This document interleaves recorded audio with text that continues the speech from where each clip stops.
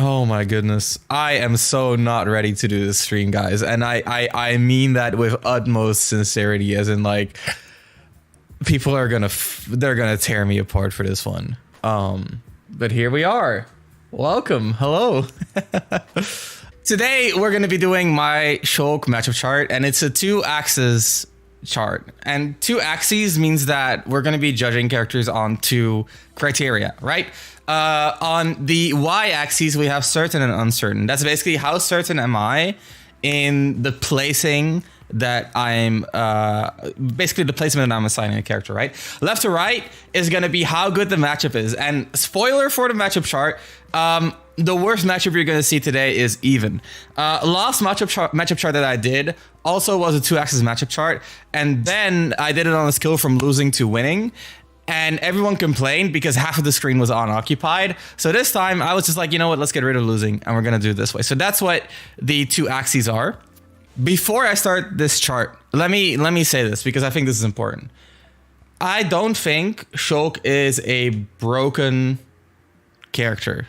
I think he is extremely strong, but I don't think he is strong in the same way that a Smash 4 Bayonetta is, or that a Brawl Meta Knight is, or that Smash 4 Doubles Cloud is, or even that like Fox or Jigglypuff in Melee is. I think the fundamental weaknesses that Shulk has make it so that he cannot really overwhelm opponents, and that any character has a good degree of counterplay against Shulk. So when I say I think Shulk loses no matchup, or I think Shulk is the best in the game, people are often like, okay, so you think Shulk is really broken. I don't think so, right? I think in terms of like quote unquote brokenness, I think, you know, like Joker, Pikachu, Steve, like Aegis, all those characters feel more broken than Shulk. I think the reason why Shulk is number 1 is because he doesn't lose any matchups, right? Which I don't think any of those other characters can say. However, those other characters have their own advantages, like they have better matchups against a lot of the worst characters, or they are a little bit easier to use, etc, etc, etc. So the furthest right you'll see, and I'll just assign this to, like, for now we'll just say, let's say Ganondorf.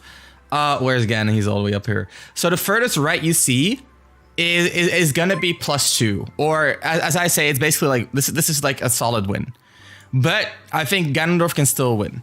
Okay, and I'm not gonna assign it like a ratio, like 60-40 or 55-45 or 60-40 or 70-30. Basically, I think what you see is that like you have even, and then at the middle, those are matches where I'm like, okay, well that's like a win, and then on the far right, that's like a solid win, which is very vague, which is intentionally so. Also, weakness is also that it is very player dependent. Like a player cannot screw up. Yeah, so Shulk has relatively low room for error. But I don't see that, like, that is not a weakness to me in terms of his tier placement. But not being dominant means that he has a lot of matchups that, you know, that will be on like the left side of this chart, right? Because he's just not dominant enough to have like a solid win over a lot of characters. Steven and Kazuya are the only characters that feel broken to me, and I don't think they are the best. Yeah, so I agree. I think the feeling of being broken is very different from being the best in the game. Certain uncertain is how certain I am in the placing. It's not that the tools are overwhelming, it's more like he has every tool to deal with slash winning game. That's exactly how I feel. It's like Shulk is always he's always in the game, right? Like even when he's down 2 stocks, he can still win, which is huge. And there is no situation there's no situation in which he doesn't have the tools to deal with it, which I feel like a lot of like even the better characters, if you think about like Aegis, a very clear weakness in like their recovery, for example, which, you know, you can say the same for like Shulk's frame data, but I think he has tools to still play those situations well, whereas Aegis is forced to deal with like a bad situation. A 3-axis. I thought about programming a like something to do a 3-axis chart, but I think that's going to be too much. Is it going to be a VOD? Yeah, there will be a VOD on Twitch. I always keep my VODs up. So let's go down the list. So what we're going to do, guys, is I'm going to be placing characters, and as I place them, like after, like let's say when we do a couple of rows, I'm gonna just take a pause and rearrange based on their relation to each other, and then I'm gonna go back to placing. Okay, so it's gonna be like a placement that I do is not entirely final, but it is gonna be just about where it should be. 4 axis charts. We're moving into 4th dimension. That's crazy, dude. This axis is technically 3, or this chart is technically 3 axis because it's winning, you know, like how good the matchup is, how certain I am, and it's moving through time, which is its whole own dimension, right? So that's like another dimension that this chart exists in, time. Anyway, let's get started. So Banjo, surprisingly enough, Banjo, I think, is going to be relatively evenish. I think we do have a bit of an advantage, but I'm not entirely certain. I'm feeling a placement around here. Again, I just want to clarify the reason that I think Banjo is... This is a hard one to start off with. Banjo has a lot of tools to deal with Shulk. Generally, his keep away game will make it so that Shulk cannot always abuse all of his arts. Banjo also has Wonder Wing.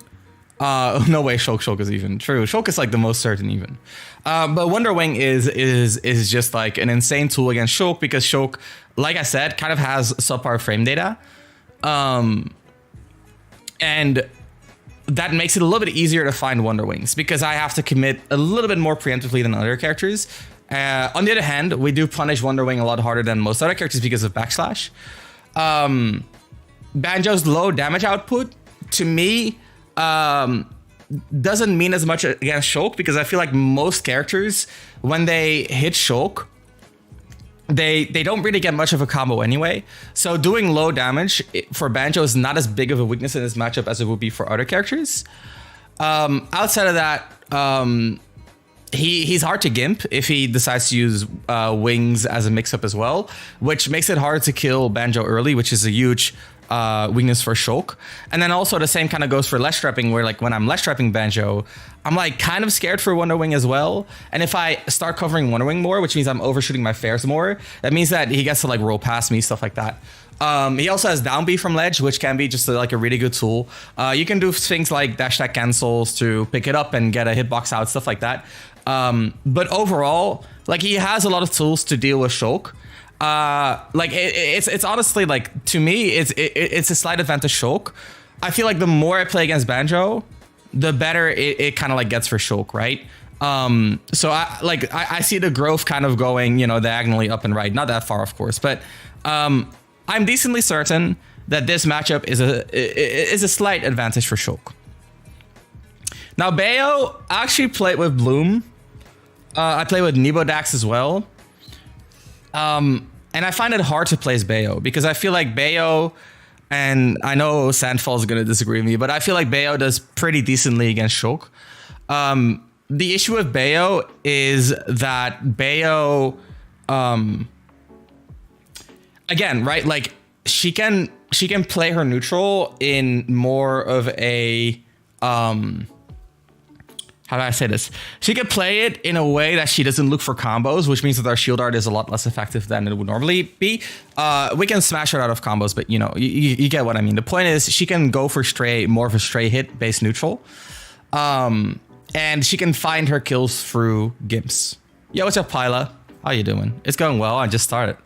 I honestly feel like we win. It feels around the same difficulty as Banjo, maybe a little bit easier. And I have to say, I'm going to put it a little bit lower in my certainty. I have played Bloom, right? But I also feel like when I play Bloom, there's a lot of things that I don't have, like I don't really have processed in my autopilot that I think would be very important in fighting Bayo. Outside of that, well, I mean, we kill her a lot earlier, so oftentimes we win because we die at 200, she dies at 100. We can up out a shield if she side Bs our shield, which is really potent as well. Not always, it depends a little bit. But yeah, Bloom makes me feel like this matchup is actually not that bad for Bayo. But I am not entirely certain. Again, I can see this going either way. I can see this being more even than this. I can see this being more winning than this. It kind of depends on how do I say this? It depends on how well the Shulks play around offstage, which I think, to me, I feel like should be pretty consistent. But at the same time, I feel like Bayo has so many options that there's also routes that people are not going to be prepared for. Yeah, so crouching in neutral is really good against her. I think shielding is good as well because her throws don't really lead to... She can frame trap you off of up throw, but if you dial store, it's actually not that bad because you can air dodge out. And even if you do get hit, it's not a big deal. Yo, what's up, Bingleton? I've been well. Thank you for asking. Welcome to the stream. We just got started. Welcome, welcome. Yeah. Even though I played the best or one of the best Bayos in the world, I'm still not sure on this matchup, which says enough, right? This matchup has a lot going for it. And I think certain things like Witch Time also just make this matchup a lot harder. And I know like we can dial cancel out of like the landing lag of aerials and negate a lot of Witch Time, but like let's say you up tilt, you cannot really rely on something like that. Or in situations where she just reads like a rising aerial, right? Something like that. And you cannot rely only on landing aerials against a character like Bayo. Heel slide is also just like pretty solid in this matchup, I feel like, because in a lot of cases, Shulk, how do I say this? If you rely on like back air or even something like forward air, oftentimes you can kind of like sneak under, and then like Nair can even trade. Of course, it's not like the most reliable option, but if you're trying to like bait things out, then the heel slide can kind of like break that zone as well.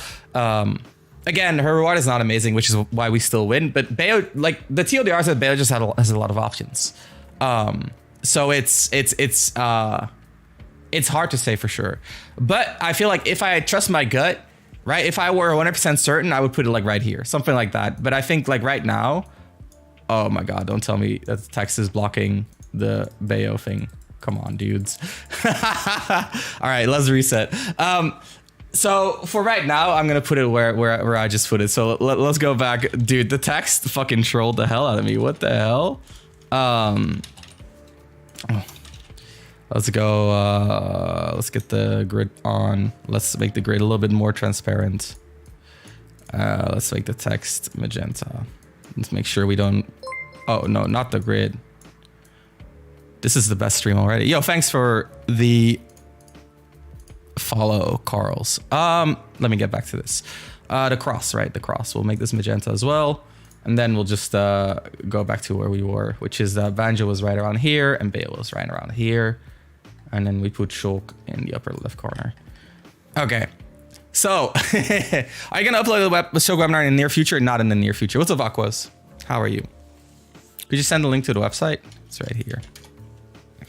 So let's get back to our list. So we are gonna go to Bowser. So Bowser, I'm pretty certain is a pretty solid, or you know, like we win, right? Like I don't even think it's a, I don't think it's a close win. I don't think it's super convincing either. But it's definitely apparent. Bowser relies on a lot of commitments in neutral, and our up out of shield just makes really quick work of, for example, like landing forward airs, a lot of his tilts, not jab though, but like forward tilt, up tilt, down tilt. We can up B, which are normally a little bit safer due to range. At lower percents, we can shield out of his up out of shield and punish him on hit. What else? If he does fuck up a flame breath and we get a roll in, then we get a buster or a smash punish, which is huge. If we get a smash punish, we can often even backslash, which is also huge. Off stage, Bowser just fucking dies. Like that is the biggest thing here. Yo, what's up, Solarts? The biggest thing is that we put Bowser off stage and we gimp him in Smash Art and he dies way earlier than he normally does. What else? Let's see.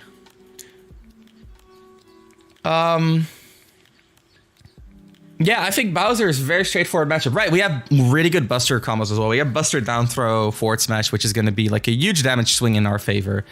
Yeah, I think I'm pretty certain that we do really well against Bowser. Pretty certain. Let's go to another character that I'm pretty certain about. So in my region, there's young Eevee. Yo, Abu, thank you for the 9 months. Do you have music playing? I do. Should I turn it down a little bit? It's really low? Yeah, it should be a little bit low. So Bowser Jr. So young Eevee is in my region, and I've played this matchup quite a bit, and I've always felt like it's actually not that bad. It's a little bit better for Shulk than these two matchups because, well, it's still Bowser Jr. But Jr. has a lot of tools that do really well against Shulk, like his side B armor. What's up, Yoda Cage? His side B armor can negate Smash Art depending on how Shulk spaces his Smash Art. His side B in general is really good at zone breaking Shulk. If Shulk relies on preemptive walling and Jr. goes for a side B, then in a lot of cases he can even go for a spin out and get a punish. Having a good grab is really important against Shulk, especially at the ledge where you can forward throw to kill against Smash or to negate Shield Art, right? The issue that Bowser Jr. has in this matchup is that another thing that's really good for Bowser Jr. in this matchup, by the way, is Rising Fair. His Rising Fair basically fucks up our mid-range, which is huge in this matchup. Now, the issue Bowser Jr. has in this matchup is that if Shulk stays grounded, Bowser Jr. really struggles to pressure Shulk. Side B, when Shulk stays grounded, often doesn't accomplish much. His dash grab is obviously like super committal, and then like his Rising Fair, if I stay grounded, I get to up B it, and if I crouch, which I will be doing a lot of the time, I can even just like, basically avoid it and then punish. And if they do commit, then they are like hard committing because they're drifting forward and fast falling, which gets the landing hitbox, which is like, pretty unsafe. So like grounded Shulk does really well against Bowser Jr. We also negate a lot of his up air combos with Shield Art as well as Smash Art. And if that is on cooldown, again, we can play very defensive and it can be really hard for Bowser Jr. to mess with that. What Bowser Jr. does have is that he's relatively hard to gimp. And he does gimp Shulk. If not always, but the situation can come up for sure. I think it's a slight edge, and I'm pretty certain about that. I would say I'm gonna move these over. I would say it's like right here. I'm not as certain as, for example, like a Bowser, because I feel like Junior has more options than a Bowser, right? Which means that there will always be more about the matchup to figure out. But at the same time, I've played it enough to know that this matchup is definitely advantageous for Shulk. What else? Did I miss anything? Yeah, I think like this is honestly a pretty good matchup for Junior, all things considered. But just kind of like the struggle that Junior has in pressuring Shulk on the ground is the biggest thing. And like on paper, the solution would be to pull a Mecha Koopa, but it's just too laggy to consistently be an answer in neutral. So, Sish asks for Sephiroth. Let's do Sephiroth. So, coincidentally, I have a lot of experience against Sephiroth for two reasons. So, one, Mr. R picked up Sephiroth when the character came out, and I played a lot against Mr. R Sephiroth back then. And two is that Azrael, who is the number 1 or 2 Sephiroth in Europe, I would say against Shulk, the number 1 especially, kept playing Sephiroth for a really long time. So, I actually have a lot of experience against this character. I think this is I think this is a pretty similar matchup to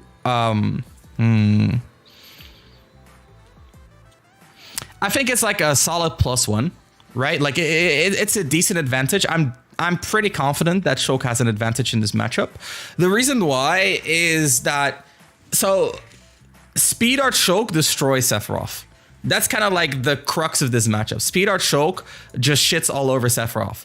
And the issue that Sephiroth has is that he cannot really pressure Shulk on his arts cooldown in a very like structured or he doesn't pressure the cooldown well. Let's put it that way. So what happens is that Shulk goes into speed, wins neutral, right? If only by just dash shielding, right? Because if Sephiroth does like landing fair or landing Becker or forward tilt, Shulk can up B out of shield all three of those and win neutral from there. And then if he doesn't get anything out of speed, he gets to go back to resetting neutral. because someone requested it, Zeno. So he still gets to reset to neutral and wait for its arts again. On top of that, a lot of things are just a little bit less effective against Shulk. Like, let's say, for example, Shadow Flare. Yeah, the 2 axes. So Shadow Flare explodes after a little while. Well, that means that Shulk has a lot of time to, for example, go to shield or even go to speed when neutral and then kind of like negate the Shadow Flare by, for example, grabbing ledge or, you know, just having his own advantage, shielding it and then going back to like neutral, stuff like that, right? So, yeah, like Shadow Flare is less effective. Shulk is really good at gimping Sephiroth, which is something that you don't hear a lot. But yeah, like Jump Art fucks up the Octo Slash startup, which makes it hard for Sephiroth to get, you know, to get his recovery off. And it can work like if I Smash Art forward air him at like 50, and then I follow up with a Jump Art forward air, he dies before he gets wing, right? So like he doesn't even get to recover. Counter collides with the Octo Slash, and when Octo Slash collides, when the fully charged one collides, it is Octo Slash when it's fully charged. What's up, Drew? When Octo Slash collides with something, the distance gets shortened. In other words, if I counter the Octo Slash, then he doesn't travel as far with his B, which adds to the gimping as well, and it can even hit him out of it, right? On top of that, a lot of my hitboxes just straight up outrange Octo Slash. If he does a diagonal, if he does a diagonal Octo Slash, then I will beat it with my LB. If he does a horizontal one, I can counter it, or I can even downer it from above. And if he does a purely vertical one, that's a little bit harder to counter or to beat. I can still counter it if it's not a wall stage. But most of the time, I've kind of fucked up by letting them get to that angle. Big fan of the broken tweet. It was a good tweet. It was a banger tweet for sure. Anyway, the thing that Sephiroth does well in this matchup is one, Scintilla is absolutely busted against Buster, but Shulk usually doesn't really get hit by it. And two, Sephiroth can jank Shulk, as you know. That's kind of like, you know, Sephiroth gets wing, and then down smash can shield break, and then back air kills at like 80, and then up smash kills at like 60, and you know, like down air 2 frame will always be a thing. So Sephiroth can still win. I just think like it's pretty straightforward that there's like a like an edge for Shulk. I would say like it's you know, like to put it in Smash terms +1, I would just say like Shulk has an edge. That's how I'd put it. We talk about Sora next. No, if you want to request a character, you can donate or sub. So oh, Riley, actually, when you subbed, you said yoink. Does that mean you want to see me talk about Young Link, or is that just you saying yoink? That's a good question before I ignore. Anyway, I hope that helps, Ish. I think the crux of this matchup, honestly, to me, is that up B out of shield is really important for Shulk, and speed art is really, really important for Shulk. And then you kill him early, which means that he doesn't get as much wing as normal, or as he normally does. And then like stuff like Rising Nair, which a lot of steps, what did I try saying wink? I don't know. I don't know what then, Chronos. You want me to review the Ganondorf form Ganon, Forma de Ganon? Anyway, like Rising Nair, I can also upbeat it out of shield, which is obviously like a huge part of Sephiroth's pressure. Oh yeah, and all of Sephiroth's strength, like I can shield art out. I also get off the ledge pretty well against Seph because my up B2 do whatever's next alphabetically. What's up, GF? Haven't seen you in a hot minute. Thank you so much for coming through. Appreciate that. Thank you for the sub, man. Appreciate that. So my up B2, if I'm on the ledge, I can drop an up B1-2, and that will like contest forward tilt range. Not like outrange it, but it is really close. And I can also do ledge jump backslash, which sounds trolly, but if I'm in like shield art, I can throw it out. If you forward tilt on reaction, I will punish the forward tilt and I will get out of the ledge trap, which is, you know, that's a pretty good deal. Byleth. So, have I played against Leo? No. So, am I confident about my Byleth placement? Not entirely, because I haven't played against Leo, but based on the Byleths that I have played, this matchup is very similar to Seph. I would say even a little bit better. I would put it around here. Am I more certain than Bayo? I'm a little bit less certain than Bayo, actually. Let's move Bayo up a little bit. Not behind the text. So, gluten-free. So here's what I think about Byleth. Very similar to Sephiroth, our up B is really potent in this matchup. Her aerials are a little bit safer, right? So forward air is -7, which means that you cannot usually up B the forward air, which is, you know, fair enough. The neutral air is -9. You cannot up B that either. But for example, like the back air, you can up B that, which is a huge part of the matchup as well. And like if they are a little bit sloppy on the forward air, you can start, you can start up Bing it, right? If they do too high, and if they do constantly do it landing, then oftentimes you can go for parries, and then the parry does lead to an up B, which is a huge part of the matchup in my opinion. Right, the most annoying thing about this matchup is by far neutral air, because it's -9, which means that we don't get to up B it out of shield. That said, this neutral air has some counterplay that people are not really utilizing. And like that's why I'm not certain yet, because I don't know how viable it is. But I talked about this with Gaku, who is a Shulk labber, former Shulk labber, now a Melty Blood player. And as you can see, let me bring up the pen. Where's the pen? There's the pen. So this has a rehit rate of 7. That means that there are 6 frames in between the hits, as far as I know. And there is 2 frames of shield stun, which means there are 4 frames of actionable time in between the hits. So the 4 frames of time in between the hits means that you can technically parry in between Byleth Nair hits. And if you do parry one of Byleth Nair hits, you can always counter the next one. That is like guaranteed. And Gaku labbed this, and from what I remember, his results were pretty conclusive in terms of this is like a viable strategy. That said, I don't know how applicable it is in practice. What I do know is that, and no, we cannot up B if it's stilled, because it's a 1% damage. So I think this is basically like the minimum shield stun in the game. I think you don't go any lower than 2 frames. Yeah, so the landing hitbox is unreactable because it's very little shield lag and shield stun. So whether they fast fall or not fast fall is basically like a true 50-50. But you can parry OS. Let me see if I have it in my notes, actually. I'm going through this way too quickly. We can chill, right? Like, dude, I got all night. I'll be here till 2 a.m. I don't give a fuck. Do I not have Byleth notes? Shut up. I don't have Byleth notes. I do have Byleth notes. I have to have Byleth notes. I don't have Byleth notes. Okay. I need to make Byleth notes. Gaku, let's see if we can find it. Gaku. Yeah, that's a stag. Byleth. Hey, look at this. You can cover every fast fall timing variation of Byleth Rising Nair with the same parry timing. Drop shield 5 frames after the 3rd hit. If you parry the 4th hit, you need to parry the landing hitbox as well. This is doable on reaction with practice. This is 2 years ago, by the way. More than 2 years ago. Ramses and chill. Note to self-play. No, I actually have a lot of Byleth experience. This matchup is just like very straightforward. It's a very simple matchup. So here's what he does. You just get this parry. Well, that's if you parry the wrong hit, right? But if you parry this one, I think you can counter before this one. I'm like 99% sure. Anyway, point being, I have 18 notifications. Let me just scroll through them. Tags, Turt. That's thumbnail. Did you guys see the thumbnail? I love it, dude. Turt. I just wanted to add the word Turt. That's why I made the thumbnail. Anyway, so the Nair, you can option select parry it, which I think is very powerful.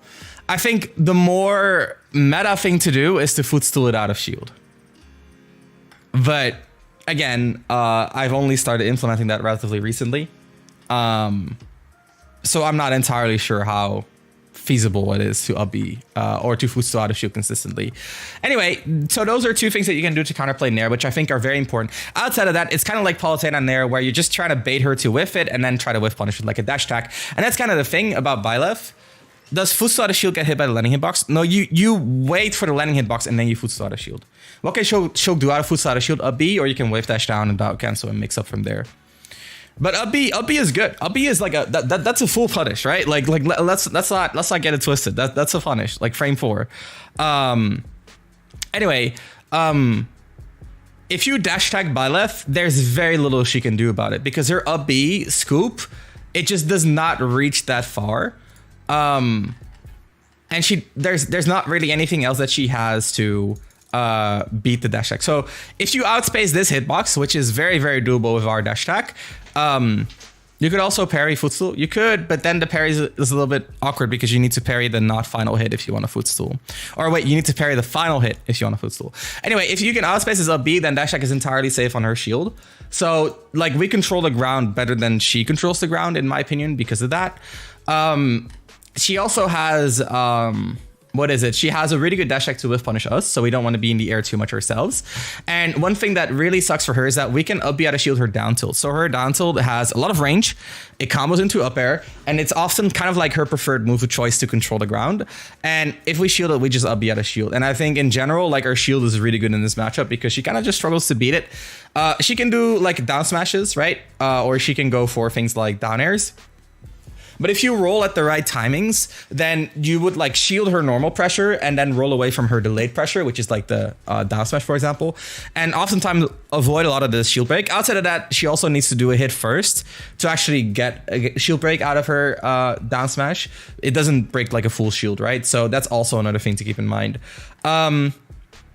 What else? Oh, right. She's a tether character, and you guys are going to find a trend against tether characters in this chart. We destroy tether characters off stage. Not the Zair tether kind. Zair tethers are actually like pretty solid, but like Min, Ivy, Byleth, you know what we do? We push them off stage, we go to jump, and then we just hit them before they get anywhere close to us. And because, especially against Byleth, like a lot of what makes her recovery work is that she can like up B you to like drag you down and then recover herself. Shulk can come from the side and negate that aspect of her recovery entirely. So like neutral is not even that dominant for Shulk, even though speed art, just like Sephiroth, speed art absolutely demolishes Byleth, right? Very hard for her to do much about speed. We have dash attack to play the neutral well as well, especially with Buster, which pushes her a little bit further out. But the most important thing is that we just kill her extremely early. One thing that kind of sucks about this matchup is that like shield art kind of doesn't work against Byleth.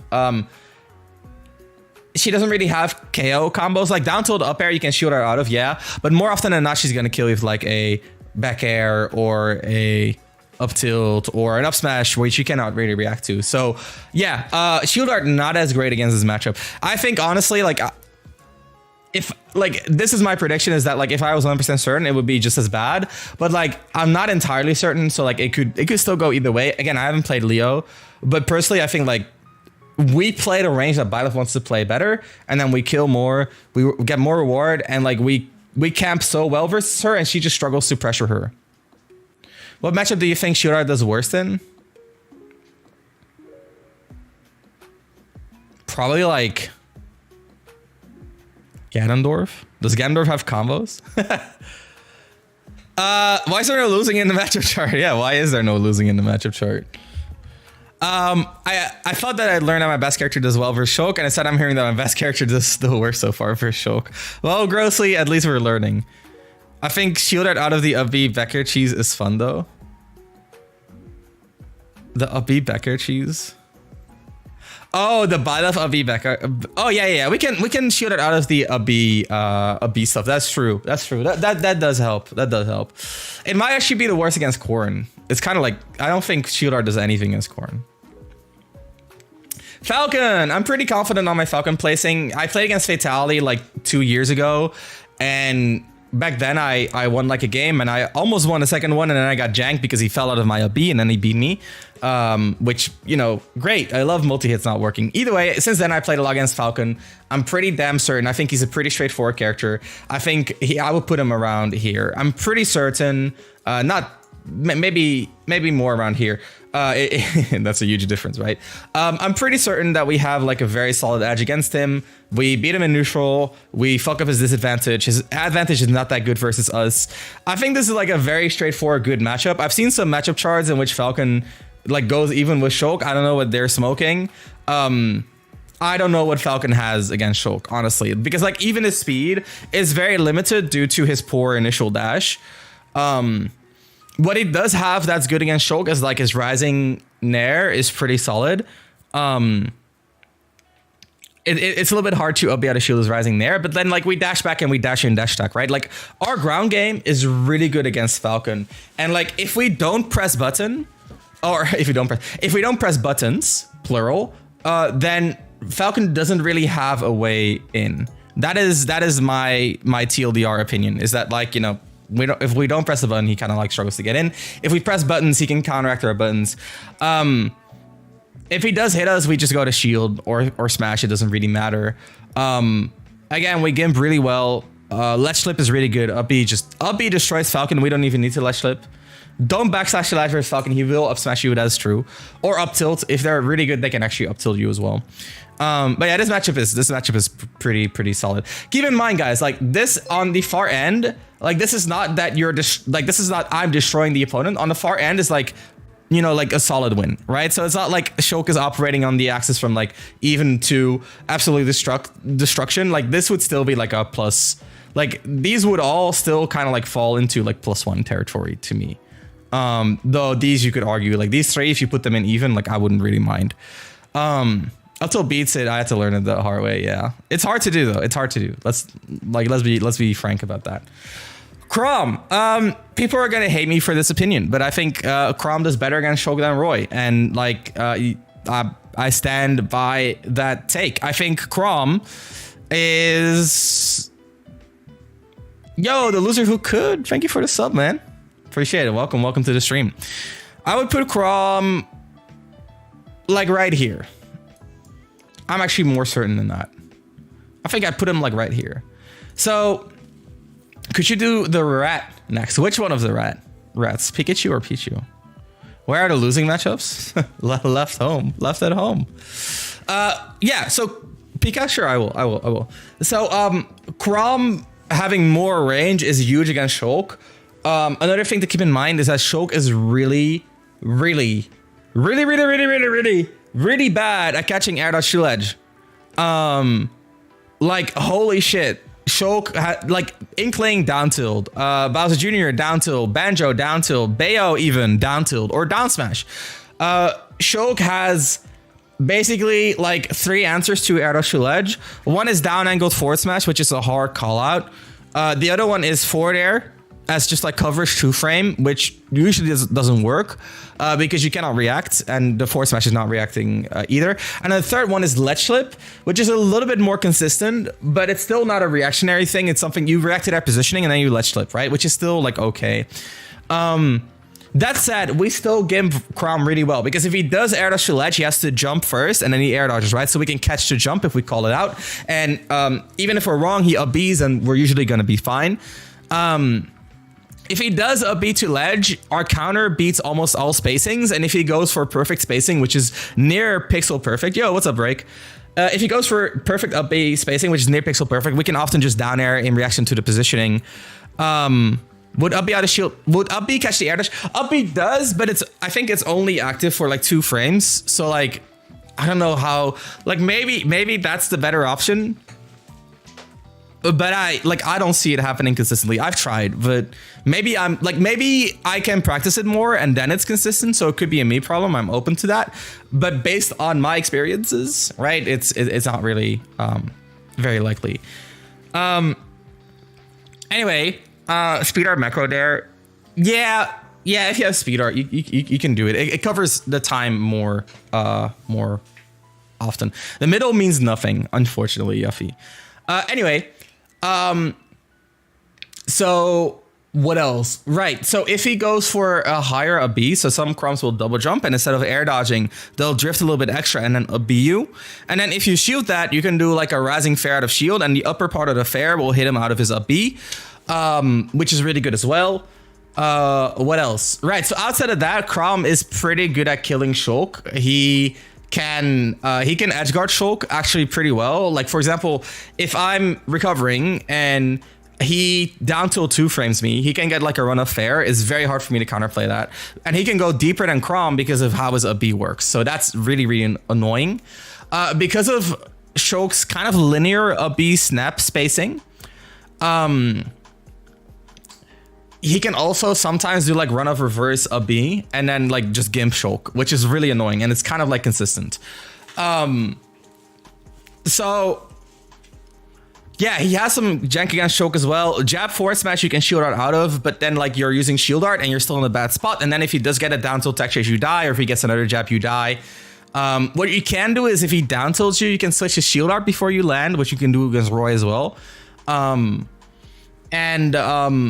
But I haven't seen another Shulk do that outside of me. And again, like you're using your shield art a lot against Crom. Like he has so much kill pressure.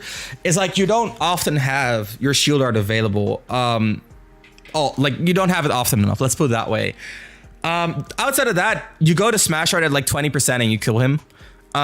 You can parry the Nair very consistently because his Nair has one timing instead of Roy's who has like two timings, right? Because he has weak hit and strong hit. Down tilt is really broken against Shulk, but jab less so because it's -10 at all spacings, which means we can almost always up beat out of shield, except the tipper because the tipper hits one frame later, which makes it -9. So that's like a little bit hard to recognize. So I don't always press up B.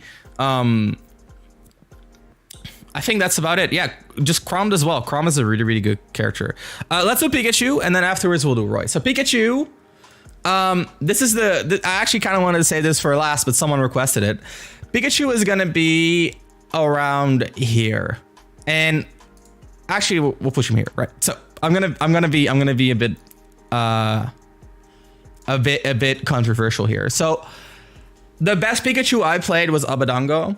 And Abadango's Pikachu is really good. He played against Kome, which showed he had a lot of experience. And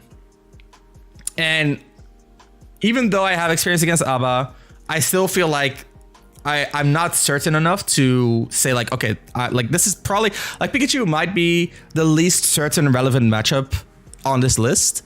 I think we have a lot of good things against Pikachu. So what are the good things that we have against Pikachu? Well, first of all, we have platform camping. So Pikachu really struggles with platform camping generally.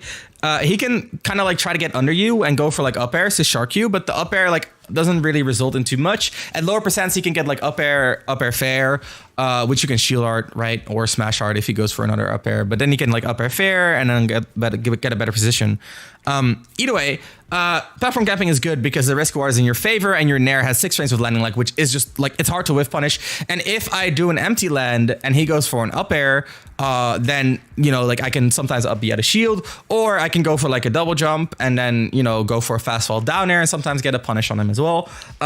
Or I can mix it between fast fall and slow fall. And if he expects a fast fall and goes for an up air based on that timing, and I do a slow fall Nair, then the Nair hits him and I get a Nair dash attack or a Nair drop fair, stuff like that. So like we have like platform camping really, really powerful against Pikachu. It also negates his entire Thunder Jolt mix-up game. Outside of that, Buster is really good against Pikachu because Buster doesn't really send Pikachu far enough for Pikachu to start up an up B to get out of the situation, which means that you often have to, which means that Pikachu often has to kind of like air rush to get out of that position. Do you have any clips of specific matches I can watch to see Shulk platform camping? There's an old match of me against Space's Inkling from like 2 years ago that shows it pretty well. Is up B at a shield versus Pikachu area something you go for often? It depends, right? So there's another thing that you can do against Pikachu that's really important is that like if Pikachu does backer on your shield, you can at a lot of spacings you can up B out of shield and Shulk kind of like crouches in his up B animation, and because of that the first hit of your up B will trade with Pikachu's back air, which is a good trade for you. But then like Pikachu can fast fall his back air to stop your up B and hit you, but then he's fast falling, which means that you can up B out of shield, right? So it kind of creates like a 50-50, which is a lot better than what Pikachu normally has on your shield, because Pikachu back air normally is like left, right, auto cancel, non-auto cancel, and now they have to like drift in and fast fall the back air, which makes it a lot more predictable in terms of where it's going to be, which means the up B is a lot easier. Before there, you cannot really up B, though if they keep mashing, you can. And down air, you can up B, but it's like a 50-50 again, because they can fall and get like the landing hit or not, blah, blah. So it's a tool, but it's not like a very common tool to use against Pikachu. Anyway, Buster is good. Platform camping is good. Speed art gives us good neutral, right, which is important. I really like down tilt in this matchup because in a lot of cases, down tilt kind of goes under his rising fair, and he can commit forward and kind of like fast fall the fair forward air to go over it. But in a lot of cases, like if you space the down tilt well, he cannot really reach you because the down tilt goes far. You can also do some smart stuff, like you can use Art Switch to go through T-Jolt, which is a nice surprise. You can use Counter to surprise reversal if they always follow T-Jolt. You can use Nair to destroy it, of course, and Nair is like, again, 6 range landing, like very hard for Pikachu to get around. Both Shield Art and Smash Art get out of combos. The issues are we don't really Gimp Pikachu, which reduces our kill power a lot, and we don't really juggle Pikachu either, right? Because of quick attack. So like if you don't get a Buster hit, usually Pikachu just kind of resets neutral. Again, that said, like Pikachu doesn't really kill us very well, especially if we use platforms in a smart way. And we kill Pikachu a lot more easily. So this is another matchup where oftentimes you'll find yourself at like 160 and Pikachu will be at like, you know, 70 and then you kill Pikachu. I think optimally play, this matchup goes to time.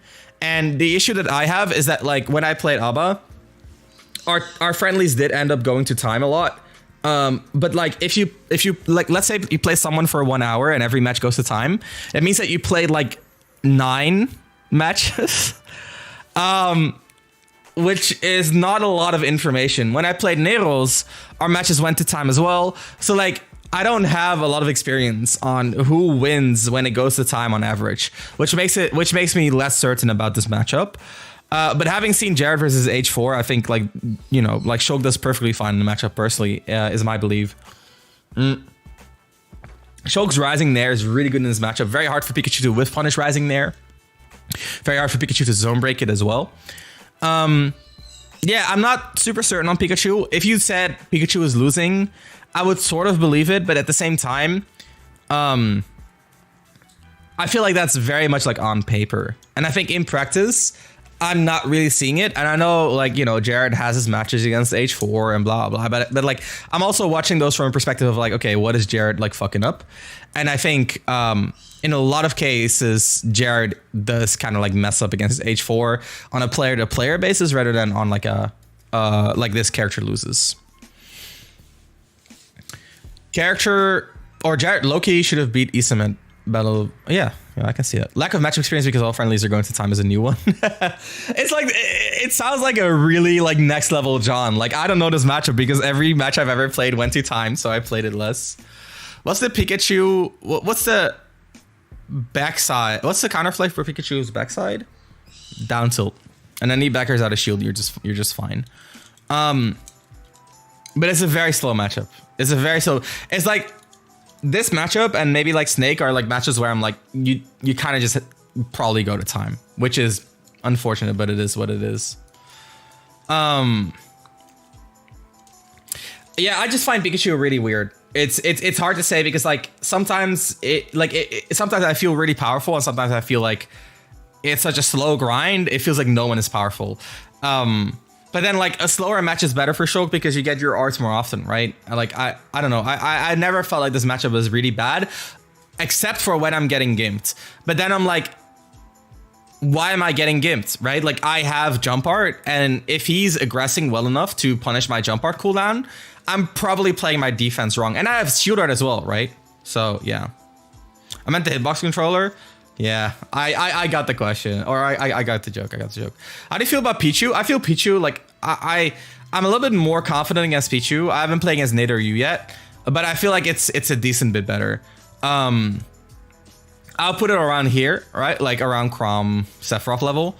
I think the thing with Pichu is that because they use percentage to aggress, your platform camping is even stronger. They have less range, which makes your disjoints even stronger. You can gimp them more easily because the 2-frame on their B is really, really bad. What else? Relies more on drag downs because of back air, in my opinion, which means you can Monado cancel more easily, and you just kill that much earlier, right? Which is a huge deal. You can also shield art out of forward smash, if I remember correctly. Don't quote me on that. But as far as I know, yeah, which is huge as well. Yeah, I don't know. If he uses T-Jolt, you go to the platform, which is just hard for Pichu to deal with. Anyway, I wanted to go to Roy. Because Roy and Chrom, they're kind of like siblings. And like I said, I think Roy does better than, or I think Chrom does better than Roy. So I would put Roy, I would say I would put Roy around, who does better, Seth or Roy? I think they're about the same, right? I would put Roy around here. So I've played in terms of air slash not working is huge, but it can work. It can work. It kind of depends. I don't really miss air slash too often.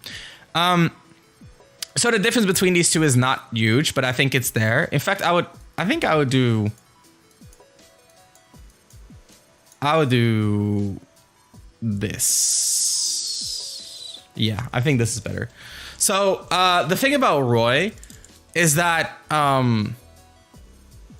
okay, before we start about that, I played against Gluttony's Roy, I played against Mr. R's Roy, I played against my local Roys, who played a lot against Shulk. I don't think this matchup is that bad, primarily because we gimp the shit out of Roy, which, like, just straight up is a huge part of this matchup, as well as his diminished range, right? He has the range, right? Yeah, he has the same range as Crom, but he has the weak hit, which is obviously, you know, not gonna lead into a lot of reward.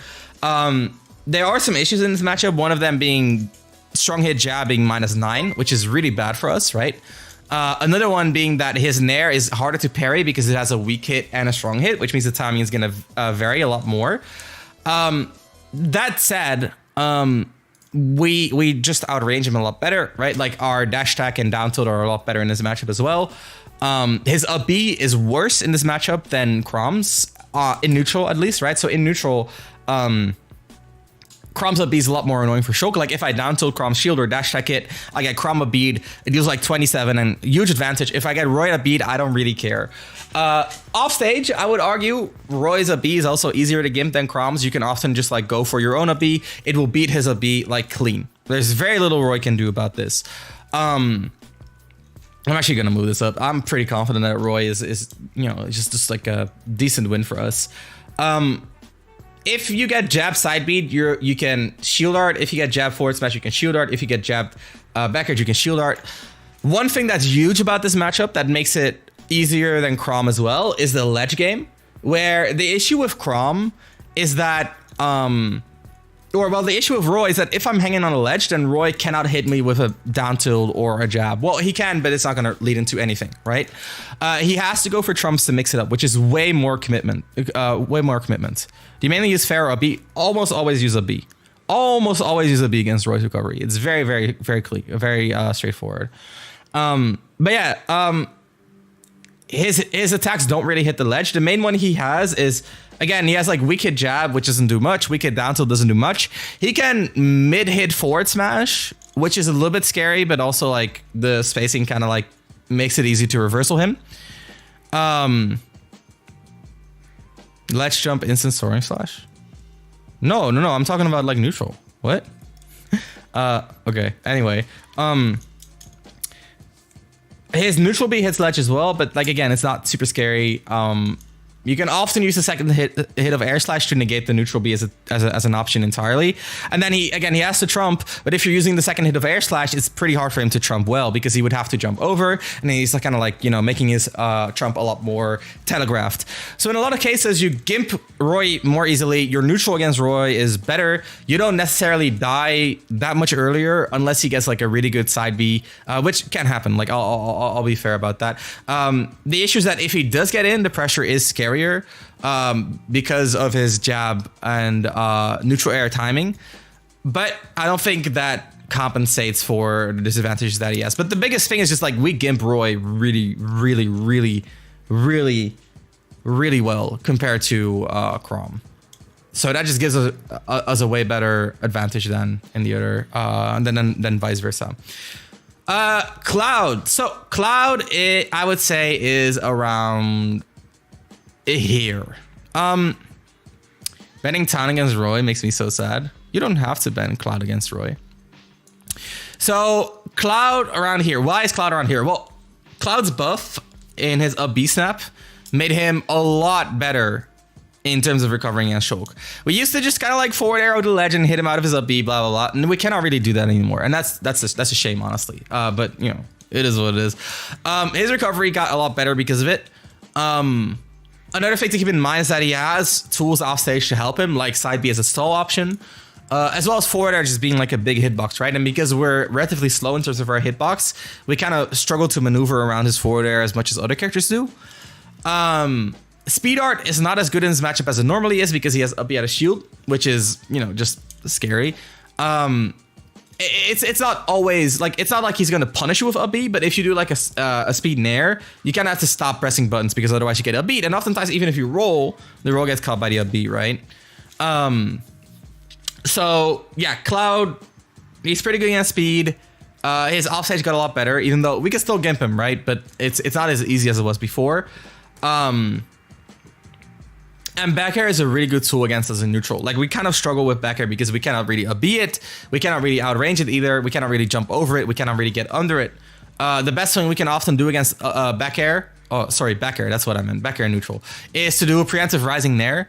And then preemptive rising nair will cover the air, and then he kind of like struggles to get over us to get his own backer off. But then if we're doing preemptive moves that are pretty committal, right? Because rising nair is pretty committal. It takes an entire short hop, whereas his jump is just like non-committal until the moment where he presses back air. Because of that, we're already like in a disadvantage. And then if we do camp for arts, he gets to camp for limits, which makes him proportionally stronger than it makes us, which is a really awkward position to be in for Shulk. That said, we hit him in speed, we push him all the way off stage, we go to smash at 20, he could just die. In a lot of cases, he can back air pressure us, but he struggles to actually like open us up because, again, we can just play it slow and let him get limits, and it's actually like not as big of a deal as limit is for other characters because we have speed to keep up with him, jump to avoid him, and shield art to get out of his side B, which is his main limit move. He could use neutral B as well, but it's like, you know, slow, blah, blah. What else is there to say? Yeah, it's actually like a very fundamental matchup, but I feel like Cloud is so limited in the way that he plays his situations that we can kind of like beat him just by being more flexible than he is, which is surprising because usually Shulk is not super flexible. I think like I played a lot against Cloud, like way more than, for example, Sephiroth, but I'm less certain because I feel like this is a matchup in which you do better and better the more you squeeze out of Shulk, and I feel like I'm still in the process of getting more and more out of that Shulk squeeze. And if you make like one mistake in terms of how clean your advantage is, that's like a huge consequence. Whereas in other matchups, it's not as much. I'm saying it's better to give him limit and always have speed than to pressure him without it. I'm saying it's a balance where like if you go to pressure him without speed, you got to be really careful because his defensive game is good. So like we should pressure him if he's limit camping, right? Because like if we're both doing nothing, then we might as well use that time to set up our own strong situations. Yeah, it's very straightforward. If he presses down B, he's giving us time to set up our own pressure. So we might as well set our own pressure up, okay? But we got to do so carefully because our pressure kind of sucks without speed. Yo, what's up, Jix? Yeah, we can. So I would say you can pressure him because why not? But like, it's not like very likely to succeed, in my opinion. Terry. There he is. I actually played a lot against Terry. I played against my local Terry, Patrino, and I played against Riddles as well. And after playing against Riddles, especially, I've grown a little bit more. I used to think it was like, you know, we body Terry. There's nothing left of this character. But the more I play against Terry, after playing against Riddles Terry, let's put it that way, I feel like it's actually not that bad. I think I would put it like right here. The reason why is that, so of course, like the obvious is that like we kill Terry really early. We have Smash Art, which puts him off stage, or we have Speed Art to push him off stage, and then we Smash Art him, and then his recovery is very limited. We have a counter as well, which is huge because if he does like Power Dunk, we can react and counter, which kills him really early. Overall, like we kind of like demolish Terry off stage, right? And that means that he doesn't always get go. The flip side of this is that Terry has a really, really good neutral tool against Shulk. Well, two of them actually. One of them is not down tilt, it's forward tilt, which is -8, which means we cannot up-B it out of shield. It's also like super disjointed because his leg becomes invincible, as you can see by the blue glow. So this is like a sword poke that is active for like what, 5 frames, 6 frames, which is insane. It occupies a lot of the range that we want to play in, which is really scary. Outside of that, he also has his crack shoot, which, as we all know, is just a really, really good move for Terry. It's -12. In essence, like in practice, it's a little bit less safe. It's like -16, I think. But that still means that the best punish we get is usually going to be like a an up B. If we're really like sure about the advantage, then Shulk can get a downer out of shield, which is really potent. But if you're late, then it's not going to be good either. So your mileage may vary on that punish. Overall, Terry struggles to set up his own pressure. He struggles to get in. He can like get in with crack shoot, but then his advantage state is not amazing because we have jump art and shield art and smash art. Jump art and shield art and speed art, which means that he doesn't really get to juggle us because his juggle is also not like super amazing, right? Especially if we're using phantom footstools against his up air. So his advantage state is not amazing.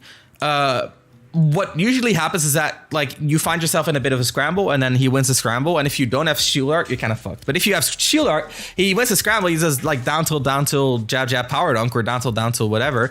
You shield art and you kind of go back to neutral. So in a lot of cases, Terry just doesn't get a lot of start against Shulk. That said, it's not that bad, right? Like it's definitely winnable for Terry. But the tools are just like in Shulk's favor. And again, I feel like this is a very straightforward matchup where like Terry's best tools just don't do well. And especially like, something funny about this matchup, if he uses power wave, I can like backslash on reaction, and the hop from the backslash goes over the wave and then it hits him. So like you cannot even use power wave in neutral. So you have to rely on like crack shoot and forward tilt, which are good tools, but they're not they're not omnipotent, obviously. Shulk can even do things like jump and then like art switch, and then if you crack shoot, the art switch goes through the crack shoot and then he gets the full punish. Or jump and like counter, and if you do a crack shoot, you counter, and the counter is really strong because the crack shoot does a shit ton of damage. So like we kind of body Terry. If he has to up B, oftentimes our downer kind of like beats it on reaction. Most of the time he doesn't even get into position to up B though, which is why we win. But definitely not as bad as I thought it was earlier. Corrin, I'm not confident on my Corrin placement at all. I played against like one Corrin total. They were not amazing. I feel like on paper, this matchup is really good for Shulk. Because, like they both are slow sword fighters, but Shulk has a little bit more range. Even though I will say Shulk, like Corrin's back air, we might technically outrange it with our own back air, but that range difference is so small. And Corrin's back air has so much like lenience because of the extra movement as well as the vertical range. Corrin's back air like effectively outranges Shulk. That said, we destroy Corrin off stage. I know we can do like let's flip Nair and actually trade with her up B, and it's like a really awkward position for Corrin to be in as well. We can even backslash into her up B, and then it will trade with her if she becomes invincible. Your mileage may vary. That said, if anyone told me, oh, Corrin is actually not that hard, or Corrin is actually really easy, then I would say that, like, sure thing, I believe you. I actually do not know. I feel like Corrin is a little bit more combo oriented than like a character like Lucina, with, like Nair, forward air, up air, stuff like that. And we can shield it out of that, which is huge, of course. If she goes for a neutral B, we can shield it out of that, which is huge as well. Overall,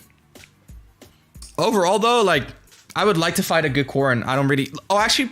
I played Takeo, who's like a decent Corrin, but it was on Wi-Fi, and like I don't know, man. I felt like if I just played grounded, it was very hard for Corrin to get in. She plays very defensive. I think she doesn't really have great aggression, and because she plays defensively, we get our arts back a lot. And I feel like she doesn't really have a great answer for speed art. Outside of like Becker walling, which is okay, but that also like corners her, and then we push her further into the corner. Like on paper, I'm pretty confident that it would be like, like around this area, but like in practice, I'm like just not really certain about the placements. But I would say she's right around here. Diddy, ooh, we're moving back to the even spectrum. Ooh, let's actually do something. Let's move everyone one over. As I said, the placements are not like final, right? I'm gonna be tweaking things. Maybe I need a little bit more room in the even category. I will make more room in the even category.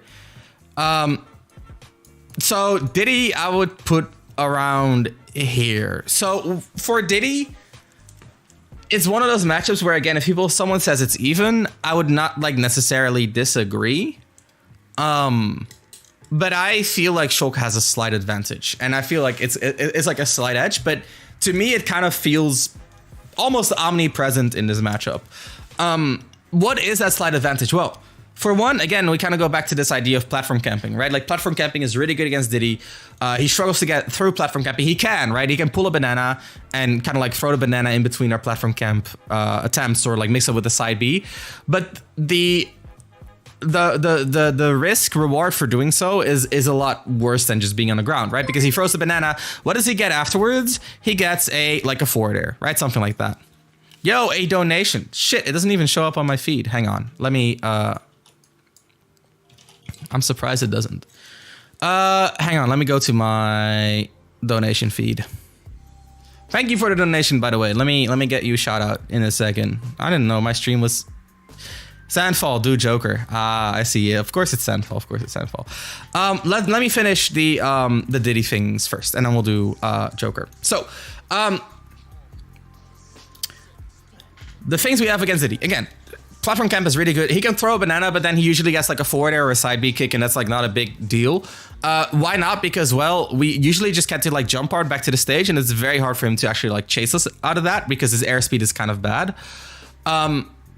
In a lot of cases, we can shield art out of a lot of his banana confirms. So if he goes banana forward smash or banana up smash, we can shield art out of the smash art, which means it's a lot harder for him to kill us out of a banana. He usually gets like banana into down smash, which is okay, but like that's not gonna kill before like, what is it, 130, 140, which is a lot earlier than banana forward smash, right? Or a lot later, sorry. Outside of that, he has the same thing as Pikachu, where if we hit him with Buster, he doesn't have the airspeed to get out of our vortex. So we hit him with Buster, he stays in the air. He doesn't really have the room to side B out. If we like Buster up tilt again, then we're gonna hit the side B startup. So he kind of struggles to get out of Buster strings as well. And then he's really light, so we kill him really early with Smash, and he kills us really late, like we highlighted before. So if we combine platform camp and the kill differential and how strong Buster is, I feel like Shulk has a very definite advantage. And if you add dial storage to the mix, it becomes even better. Like for example, you could do a downer on a shield and just switch to another art and then go from there. Another thing you can do that I've been playing around with is using wave dashes into dial cancels to pick up items, right? And I actually think I posted about this on Twitter. Let's take a look. Oh. If I look for a wave dash, it's probably gonna find like 20 million videos. Wave dash items. Banana. Pick up. Dang. Experimenting. Damn, I don't have the video on deck, unfortunately. Basically, the idea is that like you can jump into, you can get close to an item, jump, and then like wave dash, and then you can pick up the item, and then you can cancel the wave dash into something else. And then you can go from there and like, you know, make it all crazy, stuff like that. So like we have a lot of counterplay against Diddy that other characters, or against Banana that other characters don't have. We also have, of course, like a good dash tech still, which is important against Diddy, I feel like, because when the banana's on the ground and Diddy's on the other side of the banana and you're standing there, you want to have a good option to be able to grab the banana and pressure Diddy, which we have in dash tech. We can do a lot of Buster in this matchup just like Pikachu because they both have like low damage, right? So they hit us once, and when we're a Buster, we switch out. We don't have the Buster penalty again, which is a huge thing in this matchup. Let's see. I'm sorry. You don't hit confirm your cancels based on whether or not they hit a shield on an opponent, do you? Been in a lap recently and haven't been able to do it on reaction. So it depends on the move. If it's something like a down air, you can react to the first hitting or not hitting, and then you can, you know, like change the timing. Outside of that, like you can do it on reaction. It's just a matter of a lot of like a lot of training your autopilot. That's what it comes down to. What does Diddy have against us? He has a really good down tilt that we really struggle to deal with. But we have Smash to get out of the follow-ups, which helps. He has a really good out of shield game, which also is hard for us because if we speed our pressure, he gets up smash out of shield, which is like frame 5 or 6. He gets nair out of shield, which is really fast out of shield as well. He even gets forward air, which just like interrupts a lot of our speed art pressure. So speed art is less good than it normally is. As well as when he has a banana, we cannot really press too many buttons in speed art either. Diddy is definitely like one of the closer characters to even. Again, if you feel like it's even, I don't blame you. I personally feel like it's still a slight edge for Shulk. Because of the damage wrecking, because of the kill power, and because of the platform camping, which I feel like are all factors that Diddy really struggles to deal with. we like if you kill someone 100% before they kill you, like there's obviously going to be like a huge difference in terms of the matchup. Joker. So I feel like Joker is around here. So around as hard as Banjo is to me. I'm not as confident as Seth in that. I would put him like maybe a tier lower. I played a lot against Joker. Again, I played against Space's Joker when he main Joker. I played against my local Jokers who played a lot against Shulk. Shulk, S1, like I said, Space, Azriel. And I played against EMS as well. Whenever I play against Joker, I feel like Shulk has an advantage. And the reason why is, again, very straightforward. I feel like speed art is really good against Joker. I feel like Joker really struggles to deal with speed consistently. He cannot really use gun. When I'm in speed, he cannot really use EHA. He cannot really use Nair. He cannot really use shield because his out of shield is kind of bad. So oftentimes when I'm in speed, I'm often forcing Joker into the corner, and then if they full hop out, I can like deactivate and chase them in the air, or I can just stay in speed and reposition and go from there. I also play against Trim's Joker, by the way. That's another Joker I played. Anyway, point being, speed art is really good against Joker, and when we don't have speed art, he really struggles to pressure us, unless he has Arsene. What's up, Destiny? When he has Arsene, he can pressure us, but we have a lot of tools to mitigate Arsene. Again, when we have speed, we can kind of go like we still have a better neutral than he does in terms of like how often our hits will land. Though we don't want to play too aggressively though. We have jump art to avoid it again, which is really good, and we have shield art to mitigate a lot of the duration of Arsene. That said, Joker Arsene is still really broken. It's still a really, really good tool in this matchup. I think I'm gonna move this down a little bit.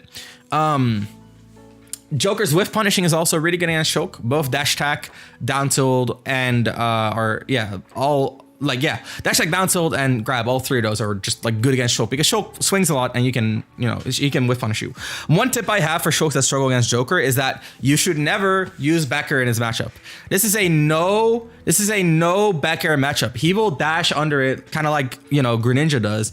Dash under it, and you will never see a Becker land. Low-key crouch actually obliterates Joker ability to pressure us since it removes Barrett's burst option. Yeah, so that is true as well. Crouch can be very useful in this matchup. It also removes like Rising Fair, and it gives us a little bit of time to react to Rising Nair, which is all good. The issue I have with crouching is that like it does open you up to dash attack, dash grab mix-ups, which I think are like that's the most toxic part of Joker is he can force you to interact. Like Joker can force you to interact with him, and that honestly makes him a little bit hard to fight at times.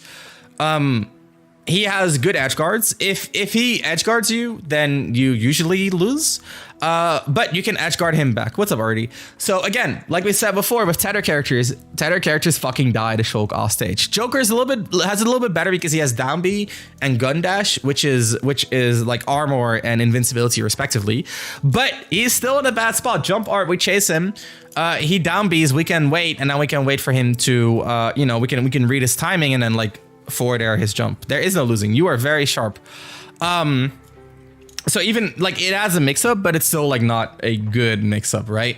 What else is there to say about this matchup? Yeah, so the way I play this matchup is I have a rule, which is if he gets a second Arsene in the stock, then I've probably fucked up. So what I like to do is I like to interact only in speed art. And then if I have advantage, I'll go to Buster, but mostly to set up Smash. Especially when he's on his like second rotation to Arsene, right? Yoshi is -1. That's interesting. So the thing about second Arsene is usually second Arsene, like either it finishes your stock or it gets him an extremely solid lead on your second stock, which is both like a huge loss condition, right? So by playing more towards speed and Smash, you're using lower damage arts, which means that he gets less rebel gauge. So for example, let's say Joker is at like 100 and he's working towards his second Arsene. I will not go Buster in neutral. And the reason is very simple. I don't want him to get a second Arsene. I will play speed art neutral, do very little damage, and then if I convert it, go to Smash, do very little damage. And if I'm wrong, I only did like 5% damage. He doesn't get any closer to Arsene. So it's a matchup in which doing damage can actually be a very detrimental thing. So I try to manage my Buster usage a lot against Joker to not get him a second Arsene in a stock. Usually he gets one. There's very little you can do about him getting one. But the second one is almost always avoidable. So I'll take more risks on the second cycle, and I'll generally play more passive and more focused around arts on the second cycle to prevent him from getting a second Arsene. Yeah, that said, he's still a Joker. He's still really good. His whiff punishing is amazing. He can, again, if he gives us, we're fucked. If he gets like an Arsene downer on our up B, we're kind of fucked as well. And he can mix it up with his own counter, right? Which is, you know, if he's an Arsene, just like almost a straight up 50-50, right? Yeah, so there's a lot of variation. If Joker has Arsene, would you opt to go for Buster after winning in neutral in speed instead of Smash? Sometimes I do. It depends a lot on the percents. Because like if I go to Buster, he also gets an insane reversal in his own down B, right? So I'll go for like Buster up tilt who does down B. I just die because it's also very vertical. So it really depends a lot. I don't think there's a correct answer in what you do. Also, we like Let's Slip destroys his Arsene up B if he comes from a little bit further out, which he should because you're pressuring him, right? I hope you're pressuring him. And what that means is that like we can go to Smash and then Let's Slip fair and then he's kind of like dead if he's an Arsene. Let's move on. So DK, I've seen some wretched opinions that DK is actually a pretty even matchup. It's really not that even. What I'll do, I'll move Pichu down a little bit. I think I played less good Pichus than good Pikachus. Even though the character is more simple, I feel like there's more that I can learn. And I'm gonna put Donkey Kong around here. So why is Donkey Kong all the way over here? Well, very simple. He dies off stage. I don't know. Everyone's like, oh yeah, but you know, Akula actually beat Kome with DK. Shut the fuck up. Like actually, like don't talk to me. Like actually, like just make a burner account and reply to me on that because like I'm gonna block you. Like here's the thing with DK. We have Buster down throw forward smash. We put him off stage, he fucking dies because we go into smash. Right, this is very similar to Bowser. He doesn't pressure us much in neutral. If he does rising backer, we just B it.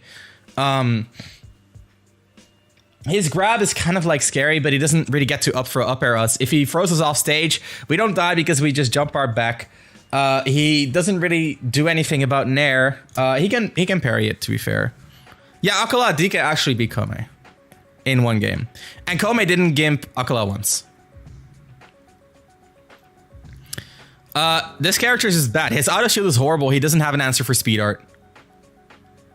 Yeah, so if you fuck up in Smash Art and he does the aerial up B, then you have to tech, which is annoying, but like it's not dangerous. It's not dangerous. Like you said, it's a matchup check. DK does decent in neutral. Like I'll give DK that. He does decent in neutral, right? DK, like he has forward tilt, he has down tilt, which are both like pretty solid moves. Rising Becker is good at covering our space. His dash attack can be safe enough to avoid up B at times. He has side B. He has a chargeable move, which is good against Shulk. That we also cannot up B out of shield. I think his neutral B is like -6 or 8 or something like that. 4. I'm sorry, it's -4. So like having a chargeable move is good, right? Like especially against Shulk, it has super armor. So he has some good stuff against Shulk, but you just hit him, he fucking dies. Like that's the issue that DK has. Like you up tilt, what does DK do? What like literally what does he do? Like literally what does DK do? So yeah, I see why Shulks can struggle in this matchup because in neutral it can actually be hard. And if you're a mashy player, then DK destroys you, right? Like if you like to wall a lot with Shulk has bad walling. Don't ever wall with Shulk. Like rising Nair spammers and stuff like that, you will struggle with DK, but it's really not that bad. It's really not that bad. I promise you guys, it's really not that bad. So many of our matchups seem to end and then we fuck them up off stage. But that's like a lot of what makes Shulk good, right? Like these two we cannot fuck up off stage. This one we don't fuck up as well, but we fuck these up off stage. All of these we fuck up off stage. And then like some of these are exempt, right? So like this one we don't. Kind of. And you see that like the better they are off stage, often the further to the left they are, right? Which is just like a huge part of Shulk, which is also like in tournament why you need to have the confidence to like pressure these characters off stage. If you don't, then you're gonna lose. And even a character like Insyn, I actually don't really think we fuck up Insyn off stage that bad, as bad as Insyn's would say that we do. Because like, yo, thanks for the bits, by the way, the loser who could. I appreciate that. Shulk is bad at walling, yeah. Like I play against Skyjai, I didn't gimp him once, but then like the neutral is ass, kind of like Bowser Jr., right? Like we don't gimp Bowser Jr., but the neutral is ass. We can gimp Bowser Jr., by the way. We actually have a really nasty thing against Bowser Jr., where if Bowser Jr. uses up B, then if we hit him in Buster, we do so little knockback that he doesn't get his up B back. So like if you're like, okay, guys, this is fucking funny. If you think Bowser Jr. is gonna up B to the stage, you can do Let Slip Nair because it's active for such a long time, it will cover a lot of timings. And if you're in Buster, you will not do enough knockbacks for him to get his up B back. And it really fucks up Bowser Jr. Don't call me out like that. He can use air dodge to get past it though, right? Like his air dodge is available very early, which is the issue. But it can catch it, like it can force a 50-50, right? Which is really, really good. Because a lot of Bowser Jr.'s will do is they'll air dodge and then they'll do the hammer and then you can beat the hammer. So actually look this up. Let's look this up.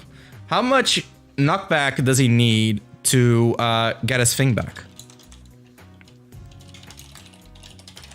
How many units of knockback do you need for him to get his up B back? Does anyone know? Is there anyone here who is aware?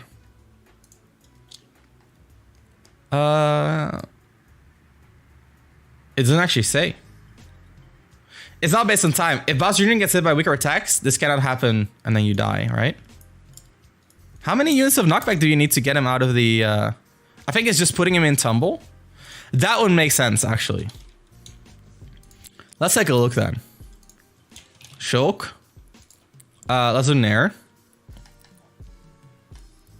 I would like to know. This is just for my personal information. So we say no clown card, so we do extra knockback, which sucks. And then we go Buster. And then we'll see that Tumble says no. And then as we rise the percentage, let's say 100, it does go into Tumble. 50 doesn't. 80 doesn't. 90, it does. So it's like 85? Yeah. 84, 83, 82, 81, 80. So until 80%, your Buster Nair will not put him in Tumble, which I think if this all adds up, yeah, that means that if he's at 80, you put him off stage, you Let's Slip Buster Nair, he dies. Like there's literally no counterplay. Anyway, gimping is a huge part of why Shulk is successful, which brings us to our next character, and one that I'm also very uncertain about, but I'll put him like right here. I think we just like kind of destroy Dr. Mario. Like I don't think Dr. Mario can do much, even though Kome lost to Dr. Mario, like the same Dr. Mario player like 2 or 3 times, and maybe that's why he blocked me, because one time I tweeted about it. Maybe he hates me. Yeah, Kome does have me blocked. Anyway, because I'm not very certain, there's also not a lot to say about this character.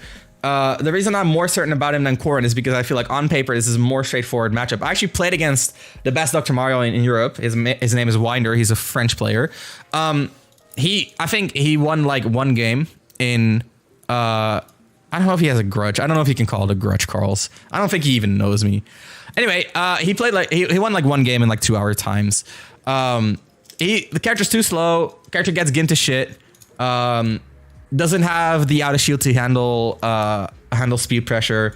Doesn't have the range to deal with Shulk. Like it's a very straightforward. Like this is all that Shulk kind of wants. He doesn't even have like great burst range. Like this, like Dr. Mario is probably like our best matchup in the game, and I'm not certain in saying that, but like I'm more certain than like Corrin. Another bad matchup. I will actually almost put this in the same tier. I'll put it like right here. Duck Hunt gets absolutely destroyed by Shulk. Like I don't see how a Duck Hunt will ever win this matchup. I think it's literally like near unwinnable for Duck Hunt. You don't kill Shulk until like 200 with like a random can, and before that, like how do you kill him? You don't. And if you get a hit, he goes to jump and shield, and you cannot track him, and you don't have the pressure to pressure Shulk when Shulk's art's on cooldown. You die at like 60, and you cannot recover. Like Duck Hunt cannot recover in this matchup. Can also kind of sucks against Shulk because Can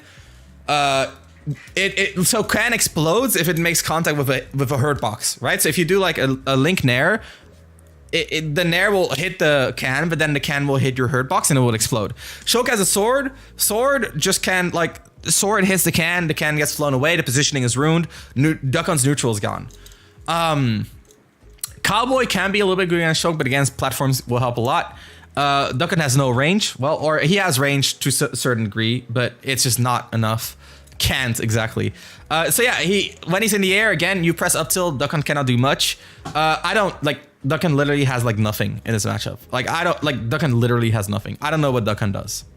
And I played against Paint a lot. I played against Squirrel, who are like the two best Duckons in Europe. I don't see it. I legitimately don't see it.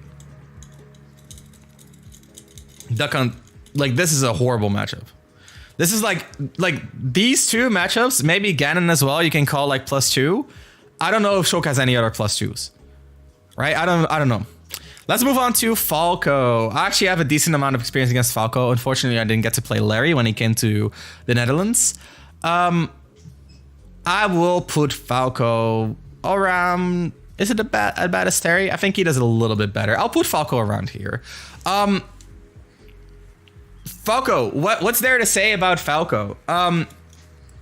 His combos don't work. He gets gimped. Not as bad as Terry, but he gets gimped still. He is slow and kind of stubby. If he does hit a forward air, which is his best range move most of the time, he has to finish it, because if he does the drag down, you can art switch out of the drag down, because it's like the grounded state lets you switch arts, and then you become invincible, and then Falco combo drops and he can even get reversaled. If I shield the forward air, even if he drifts all the way back, I can up B out of shield and I hit him, because it's -10 exactly. Yeah, this character has a bad time. His combos get negated, he gets gimped. His neutral is hard.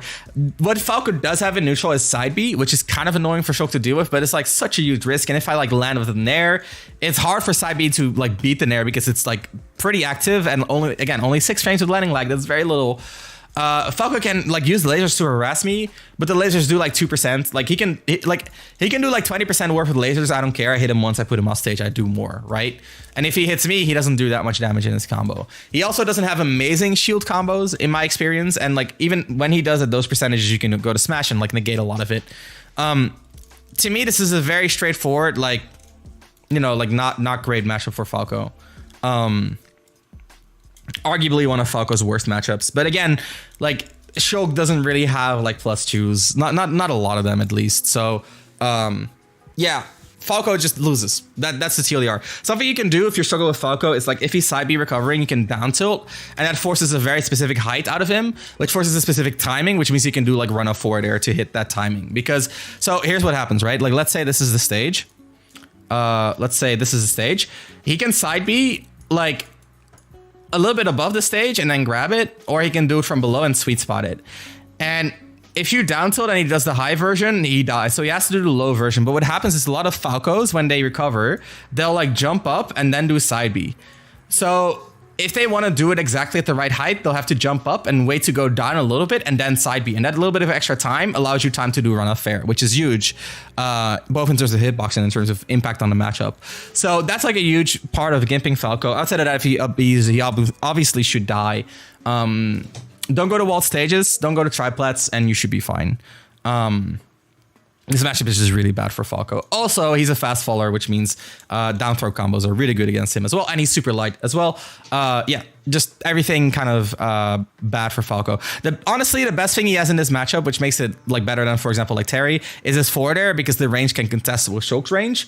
But at the same time, you know, shield art is really good. And up out of shield is really good as well.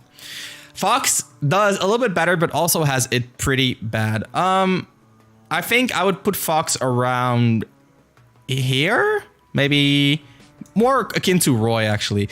Again, I'll just preface this by saying I've never played against Light, right? I never played against the best Fox in the world, but I played against a lot of good ones. I played against Streaks, I played against, again, Petrino. This matchup feels really bad for Fox. He struggles to get in against Shulk side B. He doesn't really have his own side B the way that Falco does in this matchup, because the follow-ups are a lot worse. His laser is better against Shulk, I would say, because it racks more damage, which is scarier for Shulk. But at the same time, right, if he's lasering, I'm getting my arts back, I'm shielding, it doesn't really matter. Fox struggles a lot more with shield art pressure because he doesn't have Falco's forward out of shield, which is a big difference. His recovery is also a little bit worse. I would say he gets gimped harder than Falco, mainly because he doesn't have the double jump that Falco does. If Fox has to side B early, normally he gets to do a little bit of a mix up because of jump art, he doesn't really get any. Up B out of shield is really good against Fox because all of his tilts can be up B, up tilt, down tilt, and forward tilt. It's funny, isn't it? He's a Mongo. Yeah, so pressure is hard for Fox. Rising Nair gets a beat as well, obviously. Fox can grab a lot, right? But then you grab, how do you kill Shulk? I can often decide to just like take damage, live till 200, and then kill Fox at 60. There are times where I feel like Fox does worse than Falco in this matchup. But at least Fox has like raw up smash, which is a little bit better than Falco's. You know what? Fuck it. I think Fox actually does worse than Falco. I think Fox does worse than Falco. I'm sorry. Not by much, but it's there. That said, Fox can overwhelm Shulk. Fox can do like nair, and it can be hard to react to like left-right mix-up wise, and then he gets to punish you. But like he's like, as long as you hold shield, he's still like struggling to get his first hit in. And if you mix up some smart rolls and like some smart out of shield options, it's like, you know, it's not that big of a deal. Shield art is really good here, right? You get ledge trap, you switch to shield before you grab the ledge, you kind of get off. Maybe he grabs you again. It's not that big of a deal. If he back airs, if he does like a lot of like back airs that whiff, normally that's really good against people who hold shield. But Shulk's up B will just kind of like break through. So yeah, like Fox struggles a lot in this matchup. I feel like Fox can do it, just like Falco can, but it requires a lot of like raw callouts, which a player like Light might be able to make happen. But like if I were to lose against Light, I would definitely feel like it's just because he's a better player. And I think Light even has Shulk as a losing matchup, which tracks in this situation. Ganondorf, again, one that I'm not really confident on, even less confident than Mario or Corrin. I never really played a Ganon in this game. I played like one or two that they were all not good, but I'm pretty sure this is just like, you know, a little bit better than Dr. Mario. I think he probably does better than Duck Hunt even, which is funny. He has burst range, which makes it automatically better than what Duck Hunt does. But you hit Ganon, he dies, right? Like this is very straightforward. Not much to say about this. Greninja. This is a character I'm very confident on, and one that is relatively close to even. I would say we do a little bit better against Greninja than Diddy or than Diddy. Nowadays, I would put Greninja around here. Maybe even do this. Yes, I think this is more accurate. So Greninja, I used to think Greninja was a losing matchup, but the more I play against Greninja, the more favorable it feels for Shulk. Why is that? Well, let me first drink a little bit. Why is that? Well, the reason why Greninja does worse and worse over time is because his flaws are very unavoidable, right? It's a character that loves being in the air in a game where being in the air gets worse and worse, which means he's got to be on the ground, which is not bad, but he doesn't really get much pressure out of it, right? He has whiff punish pressure through dash attack, which is not bad, but also, you know, also not something that really pressures you. His grab confirms are not amazing, which is a huge part of it as well. Shield art gets out of his down tilt up smash as well as his weak hit nair up smash, which is a huge part of this matchup. Again, and this is something that you'll see in a lot of these like matchups on this side of the spectrum. You want a platform camp. Use platforms against these characters. They're like, platforms are really important because they all struggle to pressure platforms. A lot of the times when Shulk loses, it's because his ground game is subpar. And when you're on a platform, you're shutting down a lot of your opponent's ground game, right? And there's characters who have subpar ground games, like for example, a Bowser Jr., but has really good like anti-platform game. These characters all kind of struggle to pressure platforms. Greninja can do with up air, right? But it's not amazing. I feel like having shield art available is really important. Platform camping is really, really good. He can do nair, but like if I shield, it's not that big of a deal. If I do a short hop nair myself, my nair will beat his nair. If I do a short hop forward air, my forward air will beat his nair. If he hits the nair, I go to shield art. It doesn't really matter. If I go to jump art, I can jump over all of his pressure quite easily. The issue with Greninja that makes it a little bit harder than a lot of these other matchups is that his full hop makes it so that we don't really have much of an advantage state. Even our corner pressure is kind of subpar because oftentimes you can ledge jump out of the corner or normal get up and full hop double jump out of the corner. It's really hard for us to catch that. And we cannot really up tilt pressure him in the air as much because he has Shulk install. So if we up tilt and he Shulk installs, then he can fast fall nair afterwards and like get a full combo punish on us, which is bad. He also kills with like a single hit, like for example a forward air, which we cannot shield art, and can also contest our range, which is a huge part of this matchup. He also has Gimps, which is really important against Shulk. I think like if this matchup is even, and I feel like it's still like, you know, you can argue that Greninja's even, and I would not disagree necessarily. That's how thin the margins are here. But if you were to say that it was even, I wouldn't disagree. But anyway, the Gimps are probably the biggest reason why Greninja would make it even, because Greninja Gimps are just really good against Shulk because Shulk's B positioning is relatively straightforward. This is also a matchup in which you cannot use Bear. That is true. But it's also a matchup in which Nair is really, really good. Let me think. What else is there to say? Yeah, we can up B out of shield his dash attack, which is huge. Our Nair just covers a lot of his air options, which is a huge part of why we win as well. If he uses shurikens, oftentimes we just kind of like, we can either take the hit or we can just let it go. He really struggles with speed art. I feel like, again, this is like, you know, some characters just do, like Joker, like Greninja, like to some degree like Corrin, right? Sephiroth. Greninja doesn't have the out of shield to beat shield art, and he doesn't really have like you cannot really whiff punish shield art. You can try, but you cannot really. Like if I do a jump in there, I can mix it up with him between fast fall and non-fast fall, and I can do a little bit of drift mix up. I can even do like a jump and then double jump, and if he dash attacks preemptively, which he has to do, then I will jump back in and get a punish on him or pressure. So like I can do down air instead of doing nair, which can beat his dash attack because it lands a little bit later as far as I know, especially if I do like a slow fall. And we gimp him really well. His offstage is not super amazing. That said, he has some things on us that kind of suck. Like for example, like I said, forward air killing instantly, gimps, or something like a side B read are all like really potent ways to win for Greninja. So the character has a lot of really good tools against us. I think if you would say it's even, I would not disagree again, but I think personally, we have a bit of an edge on the character also because his grab is really bad. So he kind of struggles to get a lot of reward off of it. If he does grabs by the ledge, normally he gets a forward throw, down throw mix up, where if he down throws, he goes down throw back air. But because we have shield art, we don't really care about that. And then, so we just DI in, and if he forward throws, we're okay. And if he down throws, we can just shield art out. Also, if he hits us with a 50-50, in a lot of cases, and this is different than for other characters, in a lot of cases, we can switch to jump, and we can jump out of the 50-50, and because our double jump in jump art goes so high, it's not a 50-50 anymore. So he has no 50-50s against jump art, and he has no 50-50s against shield art, which is a huge, huge part of Greninja. Oh, one thing that really sucks about this matchup is that his counter really fucks up our smash art. It's one of the few counters that fucks up our smash art because it's like flat damage, right? So if we're like forward air ledge trapping him, he can do like ledge jump counter and he can kill us at like 60. Or if we chase too far off stage, he can counter and he will kill us at like 60. Even in like neutral, if we do like a jump in nair, he can counter and he can kill us at like 120 if we're not in smash. So he really disincentivizes swings in advantage. And again, that kind of like goes back to the point that I made where if we hit him, we don't get a lot of advantage. But if he does miss a counter, of course, we just kill him, right? Where in Smash Art, he misses counter, we do forward smash, he dies. Do you use Ledge Slip fair against Greninja B to ledge? I do. I also use Ledge Slip fast fall a B, which is a little bit more potent, I feel like.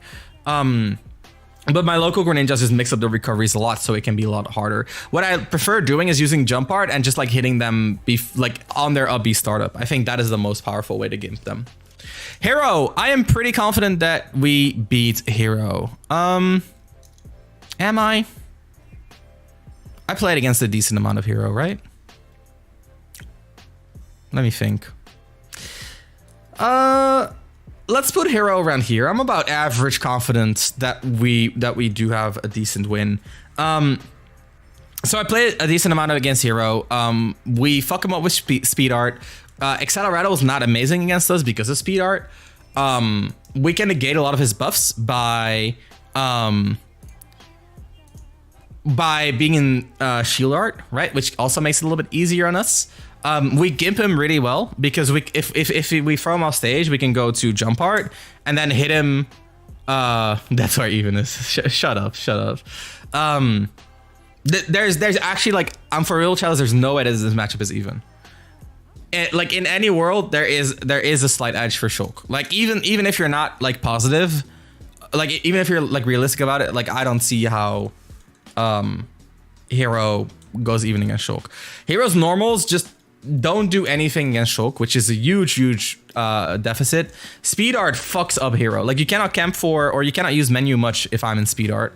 Like if you get kaboom or like a slash, you could, but even then, like I baited out once and then you're kind of like fucked, right? And if I if I just stay within my burst range, it's very hard for you to do anything about that because you don't have like a good, like let's say a young Nair or like a chic Nair to kind of like interrupt, or even something like a Corrin Becker to like wall yourself away.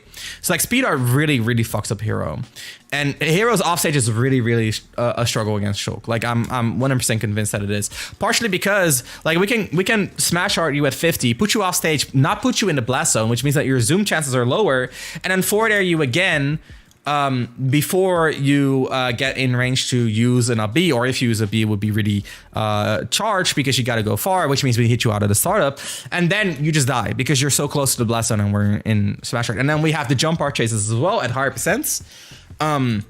Hero gets juggled really badly if he doesn't have like a zoom or an accelerato because of up tilt. You don't have a lot of an answer.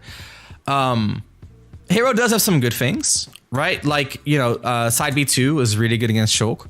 Some of the more mid-range spells are good against Shulk, like Kaboom, Sizzle, the slashes. They're all fine, right?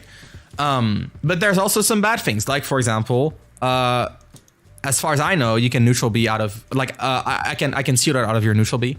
Again, don't quote me on that, but that's what I've been told.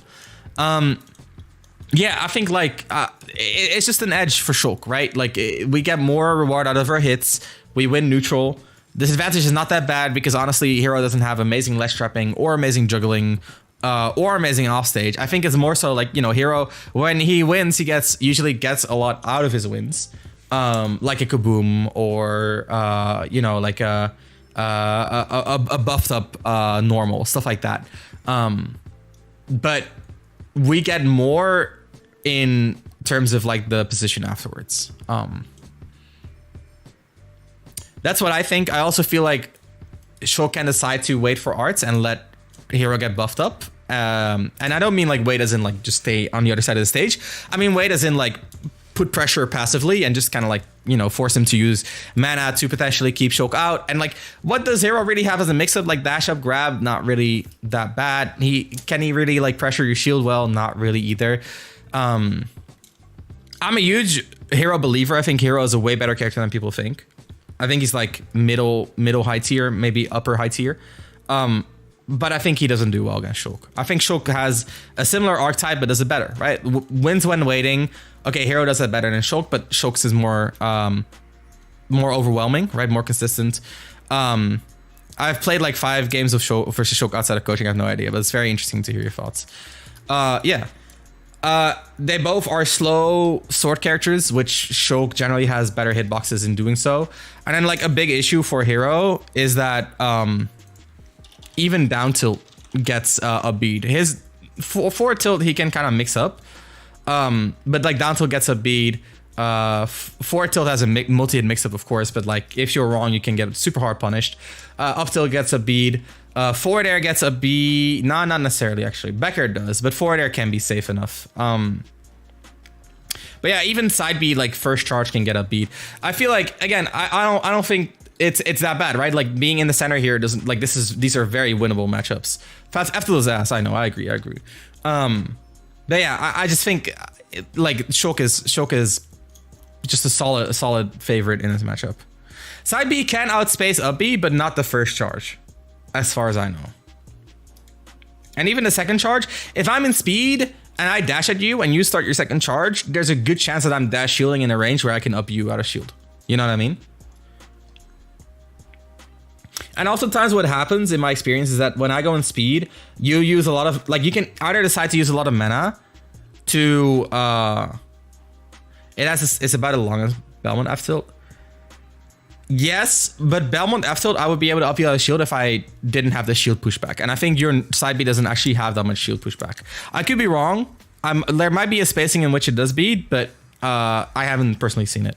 Anyway, the point is, what I usually see is that if I go to shield, Belmont either commits a lot of mana to like a lot of MP to keep me out, or they get overwhelmed by speed, which either way, it's not like a good look, right? Ice Climbers, honestly, not very sure about Ice Climbers. It sounds like a very solid win for us, right? Like, it sounds like we just do well. I know Jared has a winning record on Big D. We get out of combos. We desync Ice Climbers very well. We gimp them very well. We outrange them. If they side B, we can up B it in a lot of situations, or we can like jump side B out of shield, which other characters cannot. Again, I don't have a lot of experience. I'm not really confident in this placing. I never played an Ice Climbers, let alone a competent one. But I'm decently confident that we win. Ike, I am not super confident on either. I would say maybe a little bit more. I'm gonna lab. Okay, no worries. Shield gets you out. Yeah, Shield gets me out most of the time. So I played against a decent local Ike. And like, honestly, it felt like just a solid edge for Shulk. Ike has tools. I think I'm going to move Pichu over a little bit. Ike has the tools to deal with Shulk. He has, a fair that compares to my range. He has an up air that juggles me very well. He has an up out of shield that can honestly be very potent against Shulk. He has a dash attack that can outrange me. But, he's also slow, whereas I can get fast. He doesn't really pressure my cooldowns very well. I juggle him well too with up tilt. I can gimp him.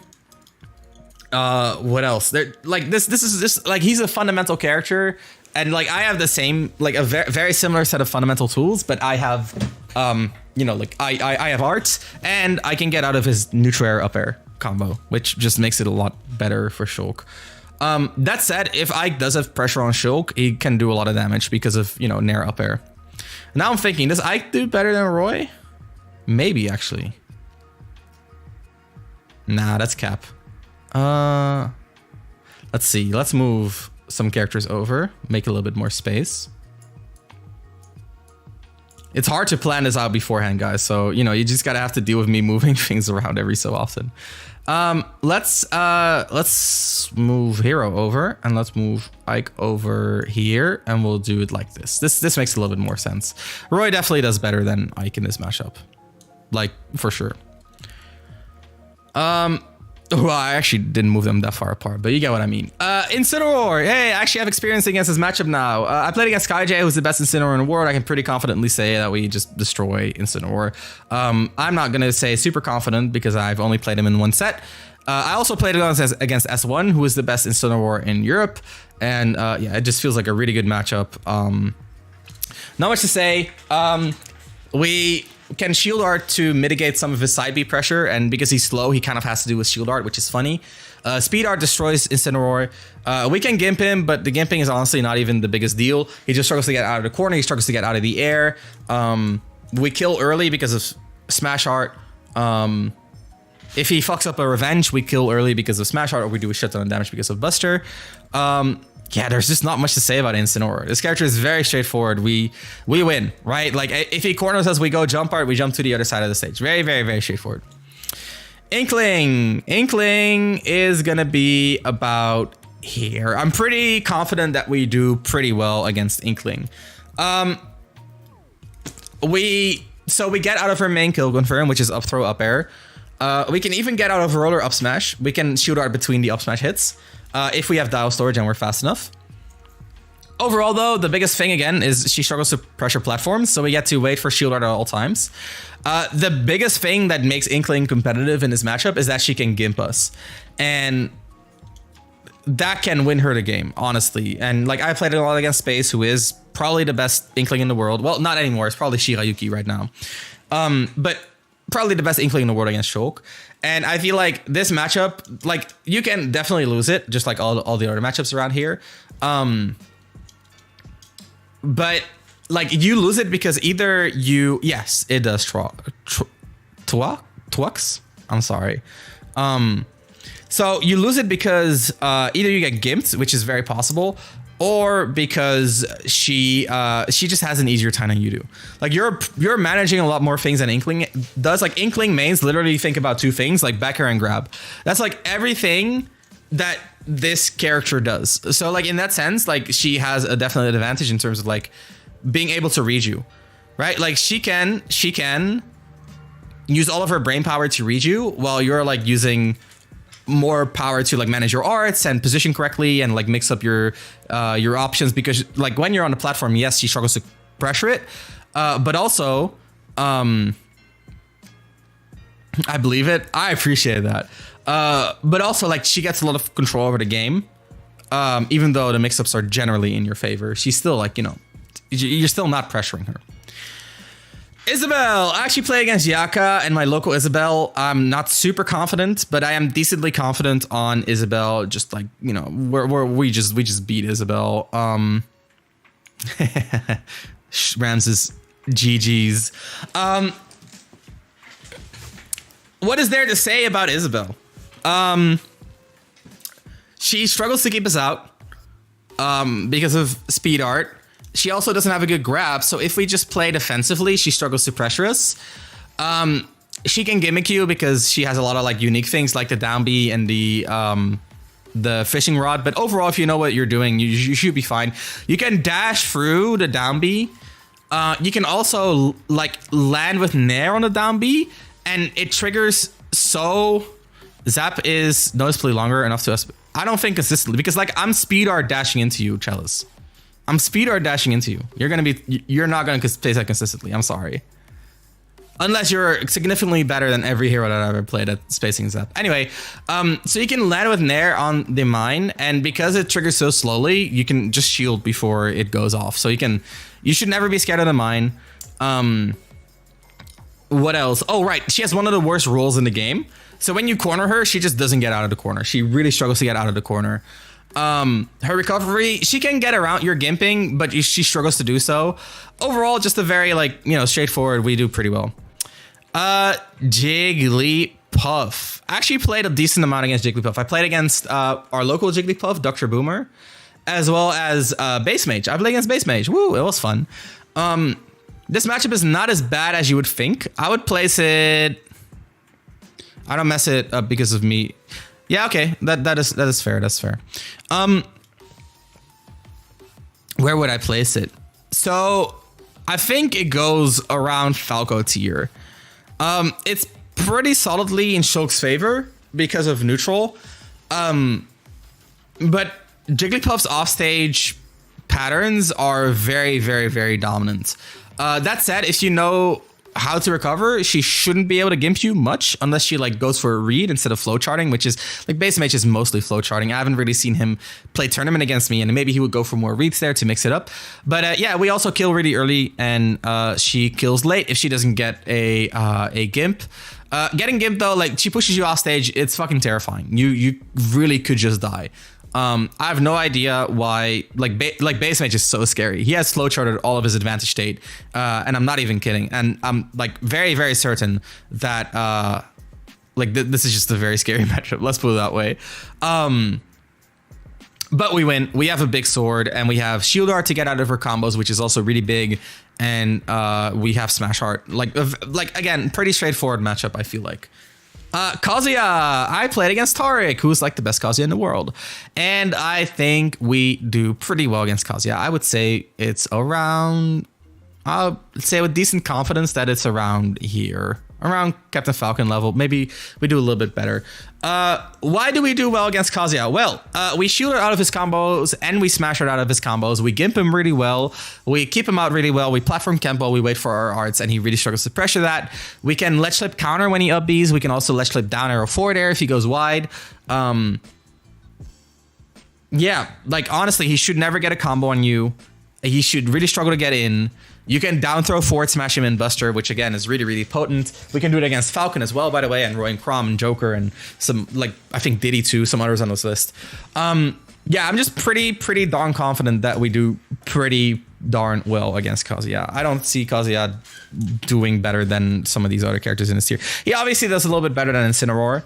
And And like he has more X factor because like he could just like, you know, forward smash you through your speed art and kill you, but that doesn't happen often. Or he gets a rage drive and he kills you.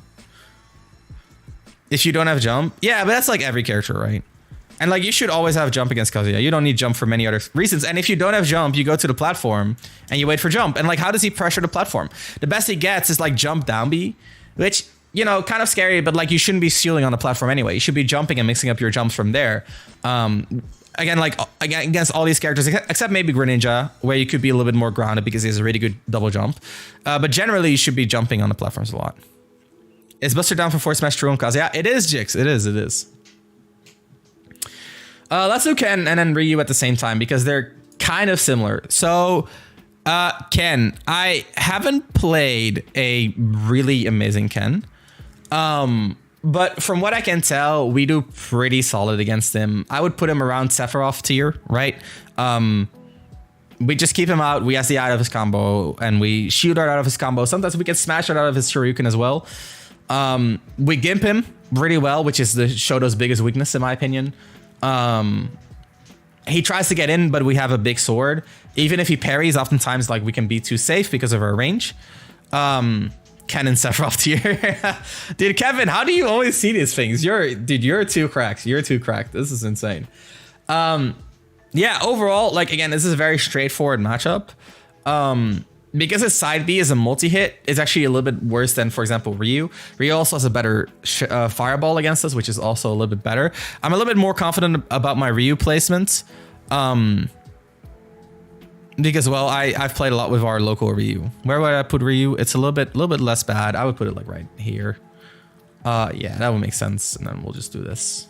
That makes sense. Yeah, Ryu, I think Ryu and Ken, very similar. We gimp them really well, which is the biggest thing. We platform camp them really well, which is also a big thing. I feel like they have some good things, like focus attack can be good against Shulk because we have a lot of single hits, but then we also have up air and down air, which are really good, which you can throw out off stage as well, and in juggles, of course. I think Tatsu is a little bit scary from Ryu because it can burst range us and kill us. So that's why I have Ryu a little bit higher, as well as Hadouken is also a little bit better. Additionally, a lot of Ryu's confirms we cannot shield out of. Like think about jab jab Shoryu or up tilt Shoryu, we cannot really shield out of. Even up tilt up air one Shoryu can be a little bit hard to shield out of. Down tilt Shoryu can be, I don't think you can shield out of it. Whereas with Ken, because his Shoryu is multi-hit, you can shield out of it until we reach the percents where his non-fire Shoryuken kills us. Putting even all the way to left is a fire move. That's what we're on today. We have one matchup in even so far, and is this boy. Let's actually move these over. So yeah, I think both of them we just beat solidly. We also have good ground control between Nair. I think is good in this matchup. Down tilt and dash attack. We don't want to rely too much on down tilt and dash attack here because they want to jump in Nair a lot themselves. So I prefer a more passive approach with smart platform usage. Yeah, that's what I meant, Matthias. Is the middle +1? It's the middle. I'm not using numbers or like ratios. It's like this is just the range from like even to winning, and like the most winning would be like that's the most winning that Shulk gets. It's not like the most winning that you can get in the game. We get a few boring ones. So DDD, I think it's just like a solid win for us. I'm not super certain on it. I think it's like, you know, it's like right here. He doesn't do too bad, honestly. I think, yeah, I think his forward tilt is really good. He's hard to gimp a lot of the times, because he's so heavy and he has so many jumps, and his up B can be hard to beat. But at the same time, it's still DDD. It's not a great character, but he does better than most characters, I feel, or most characters that against most other good characters in the game. Some of these placements can be a little bit wacky. Like I'm looking at like, oh, does Ike do as bad as DDD, and is Ryu that close to them? And I'm like, yeah, like it's hard to compare, right? Because these are I'm just like less certain about. So like you should like when comparing like everything below this line, you shouldn't take too like the lower it gets, the more flexible the placement is, obviously. And if I had more room, I would make it more nuanced as well. But DDD actually does surprise me well against Shulk in my experience, but my experience is limited. K. Rool, again, I'm not going to value my experience against K. Rool a lot. I feel like K. Rool does decent against Shulk, though, surprisingly. Let's see. I'll put him around Crom tier, actually, yeah. So, the reason why I think K. Rool is decent is his dash attack fucks up all of our walling, which is really bad. Actually, we're going to move him over. I forgot something.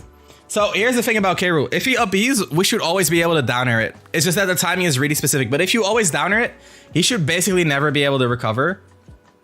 That said, he still has a really good up tilt against us, a really good dash attack against us, which I know the dash attack is committal, right? But having the option is really big, especially while we're cornering him. If I corner him in Smash, he throws out a YOLO dash attack. Yeah, what's up, Deerzo? He throws out a YOLO dash attack out of the corner. I can just die at 60, right? I'm here for Sora. Okay, well, he's still a little bit off, but we'll get there. He also has Crown, which can be a good tool, again, because Shulk is a little bit preemptive. Can also help him off stage for his recovery, but then, you know, he has to go low, we down air him again. Don't worry, Marino, you can watch the VOD. It's there. It's one of the first characters we talk about. So, yeah. Overall, though, oh, right, he has down throw bury into up tilt, which is good because Shulk cannot shield out of that. He also has down throw bury into up air read or up smash read, which is also really good. In general, his neutral air is really good for landing against Shulk. But again, if we just down air his up B every single time, he should never recover. And that's like the crux. If you can do that, it's a really good matchup. If you cannot do that, it's actually like an evenish matchup. And like, I'm actually sincere about that. Kirby, again, a character I don't know a lot about, but he's like in this area. Like it's not that bad, but it's really like bad. Like let's put it like right here. I'll put it further down. I don't know much about Kirby. I just know that like we wall him out. He doesn't have the offstage threat that Jigglypuff does. When he gets Monados, he fucks us up. I love the axis. Thank you. When he gets Monado, he fucks us up. But if he gets Monado, you have fucked up in a big way. I've seen Shulk's play against Kirby, and it never goes well for Kirby. Link, this is actually a little bit more of an evenish matchup. I would say around like Cloud area, right? A little bit more confident in this one than something like, dude, Kirby Monados is crazy. He can even dial cancel, which is crazy. Yeah, that's what I'm. If he got them, you fucked up. Yeah, Jeja makes it work. I don't know how he beats Shulks. I feel like the Shulks are kind of like doing something wrong, but you know, like I'm also not playing as Jeja, so like that's why this is like very low in a certain T skill. Anyway, Link. So I used to think Link was like really even, but the more I play it, the more of an edge I feel. I would even consider moving it over to like this tier. So why do I feel like we have an edge against Link? So if we play defensively, he really struggles to pressure us. He mostly relies on nair and forward air. And while he can forward air, if we're playing passively, if he misses a forward air, we often get a whiff punish because of dash attack. And if we play passively and he whiffs a nair, we often get to outrange him with, for example, an up B, right? Or down tilt, something like that. Or we do like rising nair, and we can even like, if we space rising nair, well, we can beat both.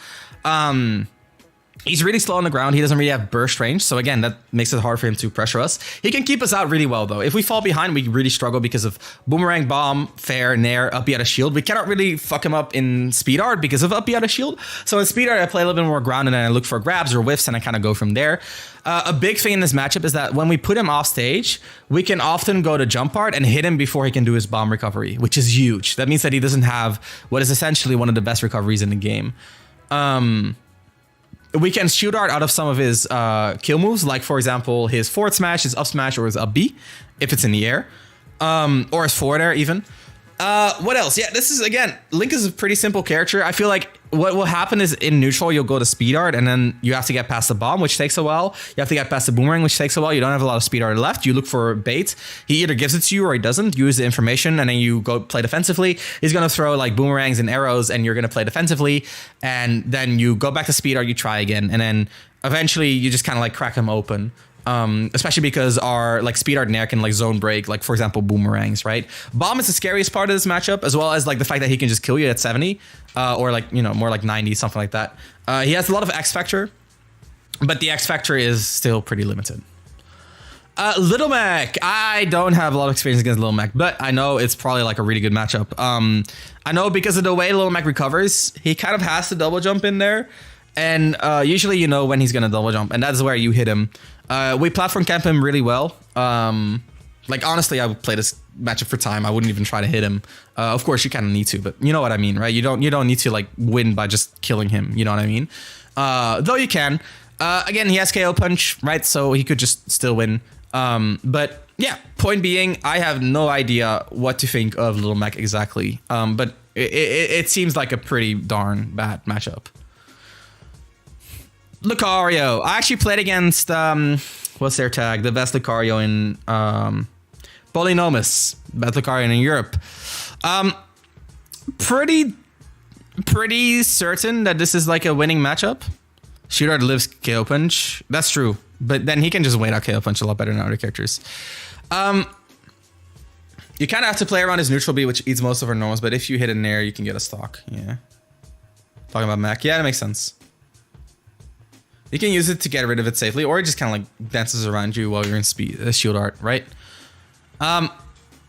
Lucario. I played against Bully, who is a really, really good Lucario player, and what I learned is that like Lucario kind of struggles to get out of the corner, right? You go to Smash, you keep him in the corner. You go to Buster, you keep him in the corner. He really like doesn't like being in the corner. He has a good ledge roll, right? But if you play around the roll in option, the main way he gets out of the corner is like a YOLO dash attack, but oftentimes you're kind of like jumping in a diagonal that he doesn't really have access to. Like his rising fair doesn't really reach there, so he has to like dash attack, but it also is, you know, you jump over it at that range.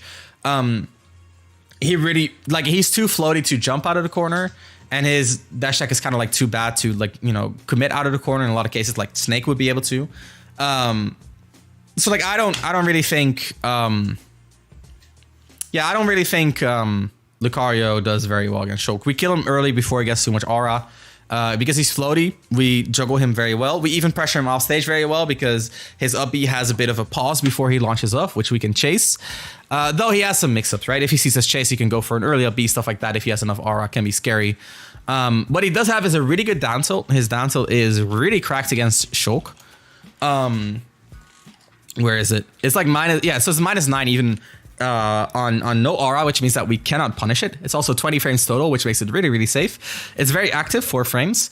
It's frame 7, which is fast. So like his down tilt is really good against us, and his where is it? His neutral air. His neutral air is really good as well. It's like -2 is 5 frames landing, like, which is obviously insane. It's 2 hits, which is a little bit annoying, but his short up fast fall is 28 frames, and his second hit is on frame 18, and then it doesn't auto cancel. So like if he does it rising, you can still like up it out of shield, and he's floaty, so you can often react to where he's going. It's kind of like fairly straightforward. We beat him because we kill well, which is a huge part of Lucario, and we also avoid some of his skill setups. Like think about like his combos into up air, right? That can kill you at like 60. If he has the R, you can just like shoot it out of it. Back air is good against Lucario. I actually like back air against this character a lot. If he has aura sphere, we can like, if he has a decent amount of aura on top of it, we can like go to Buster and jump in back air. And because our back air does so much damage, he releases the aura sphere. Our back air will eat the aura sphere and then hit him, which we can do against Sems as well, by the way. So that's like a huge part of playing against him too, where you can go Buster in neutral. Overall, just a very straightforward winning matchups. I don't really think he has a lot of like significant tools to deal with Shulk. Again, he struggles to punish our art cooldowns, and he just gets kind of like dicked down by the Monado arts. Lucas is one that I'm really like undecided on. So I play with YYZ a lot, and it always feels advantageous. I play with Nighthawks, and it honestly felt like evenish. But then like Nighthawks, he plays so different. I felt like I had zero matchup experience. So I'm gonna put it definitely in like the uncertain range, a little bit more certain than some of these others. I would put it, let's say, around here. This makes sense, around Roy level, yeah. So Lucas does pretty well into Shulk, in my opinion. As in, like, it's not horribly unplayable as most Lucases tend to think. His forward air can contest our range. His recovery can be hard to gimp because of his reversals, which is huge. His down tilt is amazing pressure against shield. PK Fire is good against Shulk because like Shulk wants to act preemptively in a lot of cases, and PK Fire is kind of like the preemptive option to beat other preemptive options. And because he has double jump cancels there, it can be hard for us to play like a more passive neutral, where like let's say we think he's gonna PK Fire, so we shield. Like he can like double jump cancels there and then getting close and like down tilt us, and it's really hard to deal with. Or he could, if we jump over PK Fire, he can just wait and then we're in the air and then he gets the anti-airs. And his anti-airs are honestly pretty solid, especially up air because he comes into more up airs. Yeah, it's a weird matchup for me to judge. Honestly, I think I should move it down in certainty because I feel like I want to play more with Nighthawks to win. Or to see what it is actually like, but it's in this range of like I'm not entirely certain. I have like an inkling of the fact that it is good for us, but I don't know exactly how good because I feel like there's a lot of tools for Lucas to beat how good it is for us, like the forward air, like the down tilt, like the double jump cancels there, like the PK Fire, like all of them like tools that are solid. And then he also has some like good gimping tools, like the up B that can kind of like randomly send you left and right, like not randomly, but it's hard to predict. Neutral B, which can also be good if we're like stalling off stage for the up B. He has two framing tools, which are obviously good against Shulk because Shulk's up B again generally used from a specific position. Yeah, and his nair can be annoying because if he fast fall nairs, then and we're waiting for the final hit, then we're too late to up B. And if we do wait for the final hit, then even then it can be -9 if they do fast fall it perfectly. Mostly just like the fast fall makes it annoying, and then they fast fall and then they down tilt, and then if we're too late, then we get down tilted, blah blah. Would you say the middle means +1? The middle is just the middle. I'm not gonna assign numbers to it. I'm sorry. I don't think that's worth anything. Lucina, where would I put Lucina? I think we have a decent advantage over Lucina. I'm pretty certain about it by now because I play against Leon. I actually play against Leon a lot. I think she does about as well as Chrom, maybe a little bit worse. She does a little bit worse than Chrom, yeah. I'll put it like right here. We definitely have an advantage over Lucina.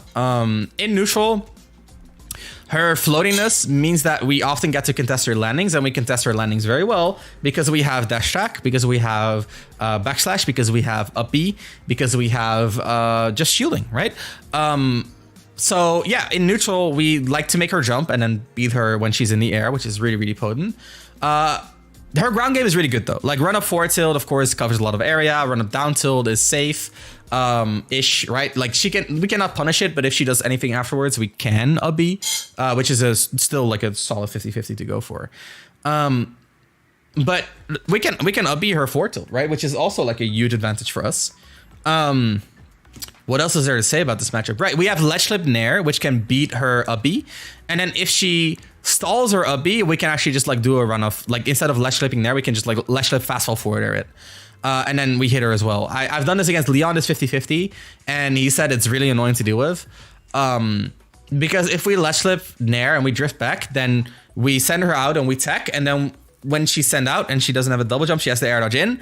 And then because we teched, we're in a position to just like double jump forward air her.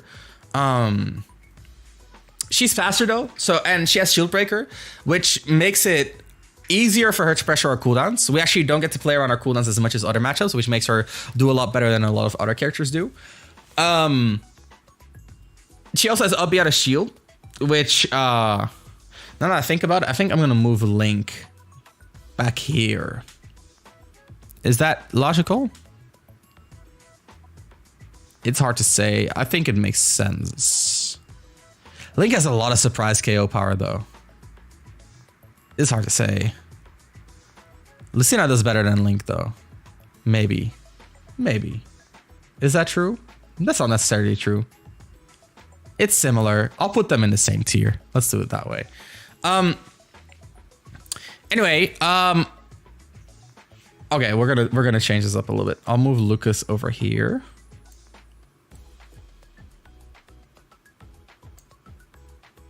Okay.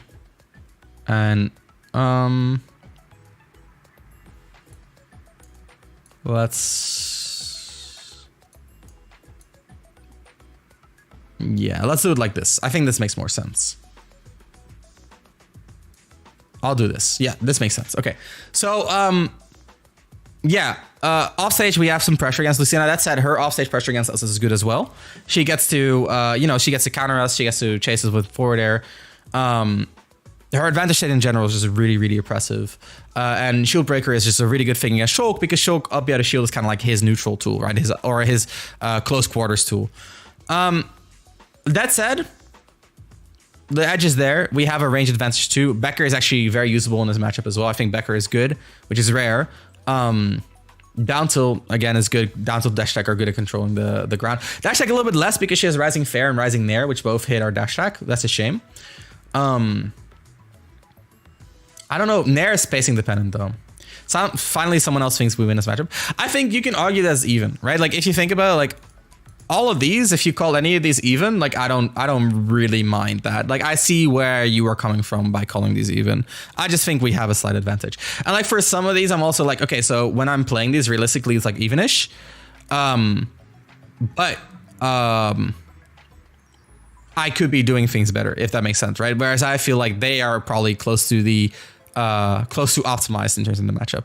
Isn't Leshlipp Nair super risky against Lucina B? What's the risk though, Jix? What do you think the risk is? These are straightforward. Luigi, haven't played this super much, but I played it enough. I feel like it's just like, you know, we just win. Pretty straightforward. I think he does a little bit better than maybe like Instant Aurora, but like not by much. He does worse than Kazuya though. Yeah, this is about the right placing. He's like right here. Mario does a little bit better, which I also played a little bit more of. Just attack it and then you might get reversal. Yeah, but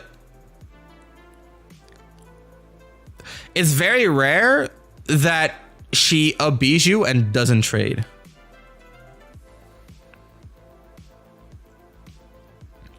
I think Lucina, like if you say Lucina's even, I can see it. I can honestly see it. I can get why. I'm gonna, hang on. I think Junior, we should move over a little bit. He's a little bit worse than these other characters. Yeah. Yeah, Junior does a little bit worse. And then Pikachu does a little bit worse too. Or Pichu. Yeah, this makes more sense. These are definitely like more evenish. But yeah, you could get reversal, but oftentimes the reversal, like she grabs the ledge and then you attack the ledge and then like it's, you know, like you just recover back to the stage. It's honestly not a big deal, Jix, because there's like a lockout when they grab the ledge, right? Anyway, Mario, very similar to a lot of like the other stubby characters. We just keep them out. We shoot out of their combos. We can gimp Mario as well, which is huge. We don't really struggle with anything that Mario does. He uses a lot of rising aerials, which we can up out of shield, which is huge. His up out of shield is not amazing against Shulk, I feel like, because the range is kind of lacking. So the speed is, you know, the speed isn't as big of a deal as, for example, let's say against a Sheik. Like, yeah, just honestly a very straightforward matchup. Flood can be annoying, but it's not a big deal. He pushes us away. We often have arts to kind of compensate for being in a bad spot there. He doesn't have amazing juggling either, especially if we go to a platform. So I definitely like staging with like dual platforms against Mario instead of single platforms to mix up our landing a little bit more. He's also slow to chase. If we're in jump, we usually just like outspeed him. Fireball, we can often just destroy or jump to the platform or jump over it or Monada switch through. Yeah, very straightforward. What are your thoughts on the Shulk Sora matchup? You can request a character with a dono or a sub if you'd like, but otherwise you can hold on till we get to Sora down here. Marth, I'm gonna put Marth in the same tier as Lucina, but I'm less sure of it. I played against probably the best Marth in Europe, Mr. R. I feel like Marth does just as well as Lucina. The reason why is that we often play in the range in which Marth gets his tippers. So it's like everything that I said about Lucina kind of goes for Marth as well. It's just like the tippers actually don't make much of a difference in this matchup, in my opinion, because he often gets them. But then like he doesn't get them often enough for it to be like an actual advantage, if that makes sense. Sometimes you just live to 180, right? And sometimes he also just kills you really early. Marth is not worse against sorties than Lucina in like any sortie matchups. I can see that. I don't have experience with other sorties, but like for Shulk specifically, especially because Shulk played like a long mid-range, like that is where the tippers happen, right? I imagine like a Roy or something will be a lot harder to deal with because Roy gets in your face. But yeah, Marth is kind of the same. Mega Man, I have a little bit more experience against Mega Man. I play against Loading and I play against Trim. I feel like in both cases, I just felt like we did pretty well. I'll put it down here in my confidence meter. Which means I am, you know, I'm decently confident. I think I haven't played all of them, but I've tried 4 and Marth usually felt worse and not better compared to her since both are spacing 4 tippers. That makes sense, yeah. So, Mega Man. Pellets. The issue with Mega Man is that like pellets don't really accomplish much, which is something that Mega Mans are also realizing in the Mega Man meta. And what happens is that a lot of Mega Mans are instead focusing on other things like his normals and his Metal Blade and you know, stuff like that. And I feel like Shulk does really well against like all those tools, right? Pellets just kind of like, you know, they hit you. What do? You take the damage and then you go on with your life. He struggles to pressure us for being passive. When we're waiting for arts. The main way he does so is when he has Metal Blade in hand and kind of like weasels his way in. But if he's weaseling his way in with Metal Blade in hand, you're fucking up because he doesn't have pallets when he has Metal Blade. Well, I mean, he can like Z drop into pallets and then like kind of try to get in through that. But like it's less accessible, let's put it that way. Because he has to pull a Metal Blade, pick it up, and then move forwards. It's very, very telegraphed if he's going to approach you, right? If he does get the Metal Blade, you can often shoot art out of the back air follow-up, which is also huge. What else is there to say? If he uses his aerials a lot, you have Uppy out of shield, which is a huge tool against him. Your Nair in general is good at getting through pellets too. I also like backslash as a way to like brute force through the pellets. What else? Speed art is good against Mega Man because his out of shield is it's okay. If he has Metal Blade, it's kind of good. If he doesn't, then it's mostly gonna be back air and up smash, which are okay, but it still leaves like a pretty huge blind spot in front of him where the up smash doesn't hit, right? That said, if you get hit by up smash or back air, it's huge. Thank you, Pila. Yeah. I'll get it sorted ASAP. What else? Yeah, so the way I play against Mega Man is I'm basically like playing defensively. I'm like, instead of me trying to zone break you, I'm waiting for like, how are you gonna hit me? What are you gonna do about me just being here? And what you'll find is that a lot of Mega Man just struggle to break through your defense. And then when you hit them, his disadvantage is like really subpar, right? His offstage is very vulnerable, and just in general, he gets combos, but his advantage state is his up airs are good, right? They're not bad, but like we can shield it out and get like mitigate a lot of the risk. If we can you nair Mega Man's lemons? Yeah, sometimes you can use reverse nair to get through it. Yeah. If you use jump art, you can often move past it very easily. And he has back air to Gimp, which is actually like the scariest thing in this matchup is that he can like back air and down air your recovery. So if you focus on counterplaying those, then you'll be fine. Really be like, nah, you gotta get... I mean, that's what you do, right? It's the same for like Link, right? Against Link and Bowser Jr., all these characters, Cloud 2, they're really good at keeping you out. So if they're really good at keeping you out, what should you do? You should not focus on getting in. That's what it comes down to, right? The more you focus on getting in, the worse it gets. The same is true for Lucas, right? Lucas's approach is kind of subpar. So what do? I wait for Lucas. Like, how are you going to approach me? And if you don't, then I'm going to get my arts back all the time. We're getting closer. We're almost halfway there. We're halfway there because we did a lot of these already. Meta Knight. I'll be controversial again. I think this is a slight edge, but I'm not entirely sure. Should you keep the same game plan if you are on disadvantage? What do you mean by that? So I think Meta Knight has a lot of good tools against Shulk. I think if he wasn't light, then he would actually, this would possibly be an even matchup. I know Abadango really thinks it's a bad matchup. When I played him, he only went Pikachu and Samus against me. So he thinks it's awful. I think it's not that bad for Meta Knight. Shulk kind of struggles to get Meta Knight. We can do it, but we struggle to do so. We struggle to corner Meta Knight because of Dimensional Cape. It can cover a lot of options, though we have options to deal with it. Like if we're playing around it, we're also not playing around like a normal getup or like a Let's Jump, right? That said, up tilt destroys Meta Knight, right? But he can still down B out of disadvantage, which is, which sucks. And if he down Bs and we up tilt, then he gets the slash us, which also sucks. He gimps us, not consistently, again, just like we don't really consistently gimp him, but he can do it. And that's, obviously a very, very bad thing. We do get out of his combos really easily. But it's kind of like Greninja, where like he doesn't get much on us, but we don't get much on him either. And then we do kill him more easily than he kills us, which I think is why I would still look at it as a slight edge. In fact, I would even make like a difference between I would draw like a line here, if that makes sense, right? Like these are characters that you can argue even a lot more easily than like these three. I can kind of see as even. Like I would not disagree when you put these three in even, or maybe even Pichu, I'm not sure, but I definitely see like a slight edge, right? But the thing about Meta Knight is, again, like we do more damage because of Buster, and he kind of like struggles to keep up with Buster damage output because he's a combo character, right? So we can play neutral in Buster, and if we're wrong, we go out of Buster, and it's not a big deal. And we kill really, really early with Smash. Yeah. Should you keep the same game plan if you are in disadvantage? Yeah, why not? Why not? But you just gotta play. You just gotta bait him out a little bit more.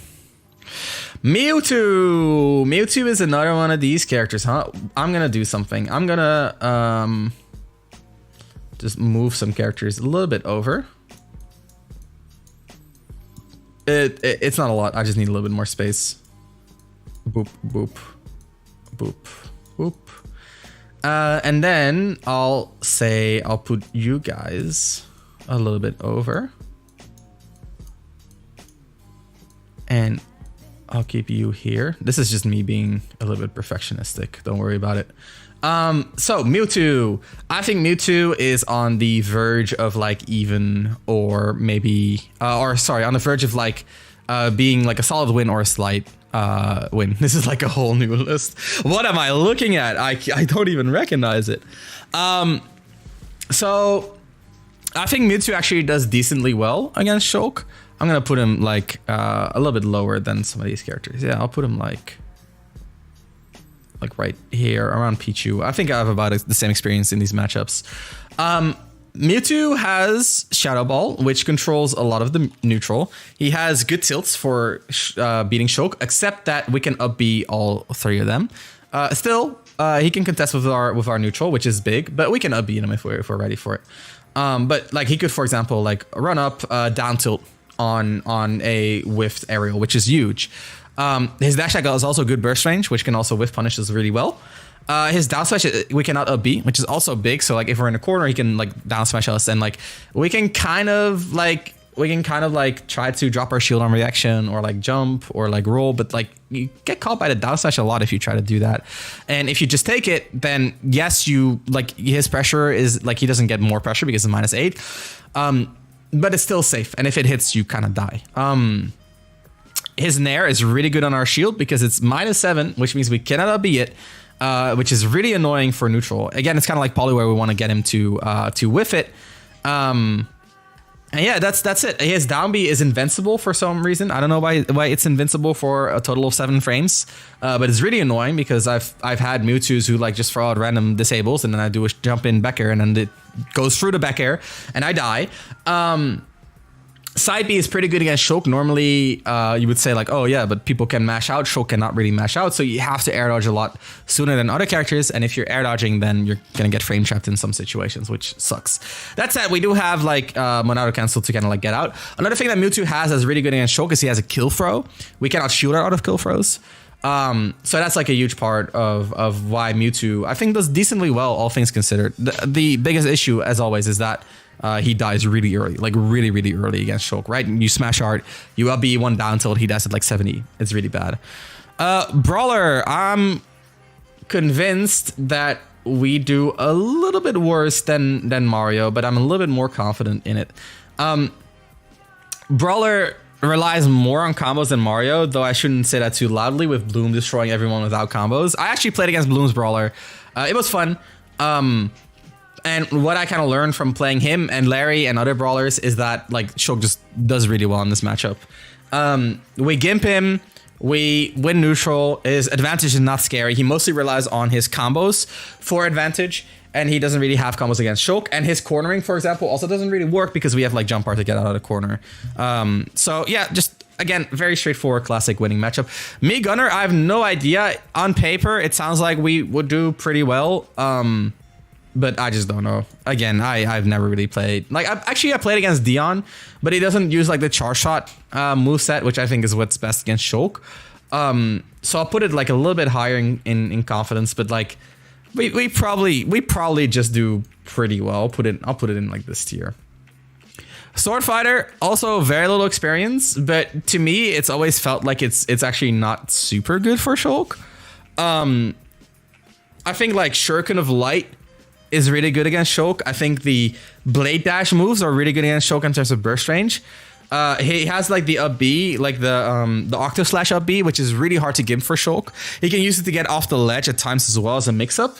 Yeah, this character actually doesn't do really that bad against Shulk in my experience, but then my experience is like super limited. Like I played against like, you know, one me sword fighter who was not a sweet me sword fighter main, and it was long ago as well. We probably do a lot better than this, but this is just based on my like pure experience right now. Min, yay, a winning matchup, but not as winning as people make it out to be. I played a lot against Min-Mins, a lot of Min-Mins. I'm more confident than Falco. I'm about as confident as Falco, but Min-Min does do better than Falco. I will say that. The reason Min-Min does better is the short up fair makes it really hard to do areas for free in front of sword fighters. I agree. Yeah, sword fighter rising fair actually controls a lot of space, but I think the burst range is even scarier. Like you whiff a move and he just like hits you and he can kill you with it. He can even get like at some distances he can even get the shuriken of light to combo into it, which is insane. It's not impossible. It's definitely not impossible. Min. So we destroy Min in a lot of ways. Like I said before, tether characters beware. I said this about Joker. I said this about Byleth. I'll say this about Min-Min. If you are a tether character, I will go to jump art and you will die. Min-Min has it a little bit better because she has arms to protect herself. But even then, what I can do in a lot of cases is like if this is a stage and here's like the blast zone, I will go down and then come from below, which is really hard for Min-Min to get around because her double jump also doesn't go super high, which is good for her in neutral because that means that she can do arms and double jump and not commit too hard. But that also means that I can adjust my jump and kind of like match it and just hit her from below. It's very hard for her to deal with. Don't go from above because then she just does double jump arm and hits you. But you can go from below and just hit her in most cases. Nair is an active hitbox that beats arms and then hits her. Back air zone breaks her very well too. Backslash is an active hitbox that hits her as well, and if she's turned around, it will like she can struggle to turn back around if she's doing an arm. So you will get the strong hit out of backslash too. She's decent at getting out of the corner because of dash attack and down tilt. So cornering her is not as easy as you might think. But if you hit her out of the corner, she's off stage, and now you are gimping her, which is really nice. Again, we gimp her really well. The reason why she does decent is that one, she can whiff punish us because of her arms. That said, her whiff punish is usually a ram, which is not a big deal. And if she does ram to Dragon, then we can often shield her out, which is huge. So, but she can still like get the upper hand through it, right? And she can two-frame us very easily with the forward smash charge. If we go high, she can go to the boom boom, and then it will do enough damage to beat out our backslash. And then if she sees us go low, she can switch to ram.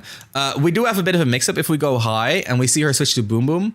We can go low and just like land to the ledge or air dodge to the ledge, and then she often struggles to go to ram fast enough. So She can get some early kills through it though, because sometimes she just sends you too low for you to really go high in your recovery. Something you can do is try to like double jump back to the stage and then like air dodge onto the stage.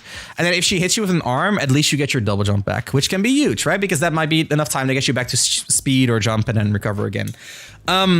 Another thing to keep in mind in this matchup that I think is important is that a lot of her things are unbeatable out of shield, right? So we talked about her dash attack and down tilt. Yes, but there's also her nairs after the nerfs, right? So down tilt is like, what is it? It's like minus 18, which is unbeatable. Dash attack minus 23, of course, unbeatable. And then there's her nairs, which I guess they're technically not unbeatable, but oftentimes she's doing ram nair, and that's like -9, which means she has to be like frame perfect, and maybe on the short hop the reduced damage even means that it doesn't even reach -9 at all.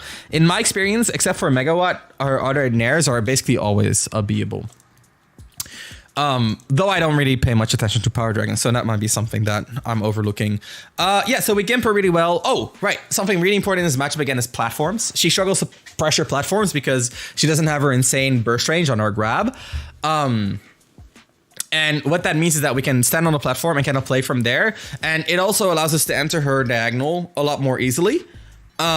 Because from the platform, right, we're in an area that she struggles to cover outside of like a late hidden ram, which is very avoidable. So it also plays well with our speed and jump to be on a platform too. So that makes sense to me. Let's see. Give me 1 second. 1/3 of the roster left. Let's check back in and see where my other characters are also losing. What the hell? What did you expect, Grossly? Did you see the chart coming into the stream? Come on, man. Let's do some of the more boring characters. Piranha Plant, I'm not entirely sure on, but I'm pretty sure. Like, I'm decently sure that we just win, right? Like, I'm like right here. In terms of like how well we do. This is like I played enough against Plant. We actually have a local Plant that I'm pretty sure that we win. Belmont's, it's a tether character. You know what we say about tether characters, we beat tether characters. I played a lot of with what's his name, Noxumbra. I win pretty consistently. It's about as bad as Kazuya. It's just that he has some X factor just like Kazuya has, but it's not great against Shulk. Neutral is not bad for him, but again, we play passive. He struggles to open us up, kind of like with Mega Man, and then he has to rely on dash grab. His dash grab is not great. If he throws Holy Water on the ledge, we can drop a B and it will beat him, and it can often clank away the Holy Water as well. So he cannot really use Holy Water as easily, and if he does, we have Shield Art as well. And if he's off stage, we go to Jump Art and we forward air him, and there's literally no counterplay. It looked like you need to play Wadi, Shadik, Big D, and Jeja. Yeah, that's true. Another straightforward one is Ness. I'm pretty confident that we just beat Ness. We probably beat him a little bit harder than Bowser, but it's you know, it's decently close. We'll just do this. No, we'll move Bowser over. I'll be rebellious. Ness. What is there to say about Ness? We win. Let's do this actually. Let's do boop boop boop. Boop. We'll just do. I saw someone put Piranha Plant in even, by the way, and I was really upset about that. So Ness, we'll actually move her over a little bit. Ness, we outrange him, we gimp him because we have counter. We can hit him before he can even air rush to ledge, right? Which is often what we try to do. We can up B out of shield if he uses fair as a poke in neutral, which is huge. If he does down smash over the ledge, we can often overshoot our up B and still hit him. Down tilt controls the ground really well. If he PK fires, we can, again, if he does it on the ground, we can backslash over it, kind of like Power Wave, and just hit him on reaction. If he does it in the air, we just wait. It's the same thing as Richter. We kind of struggle to approach him. So instead of approaching him, we wait for him to approach us.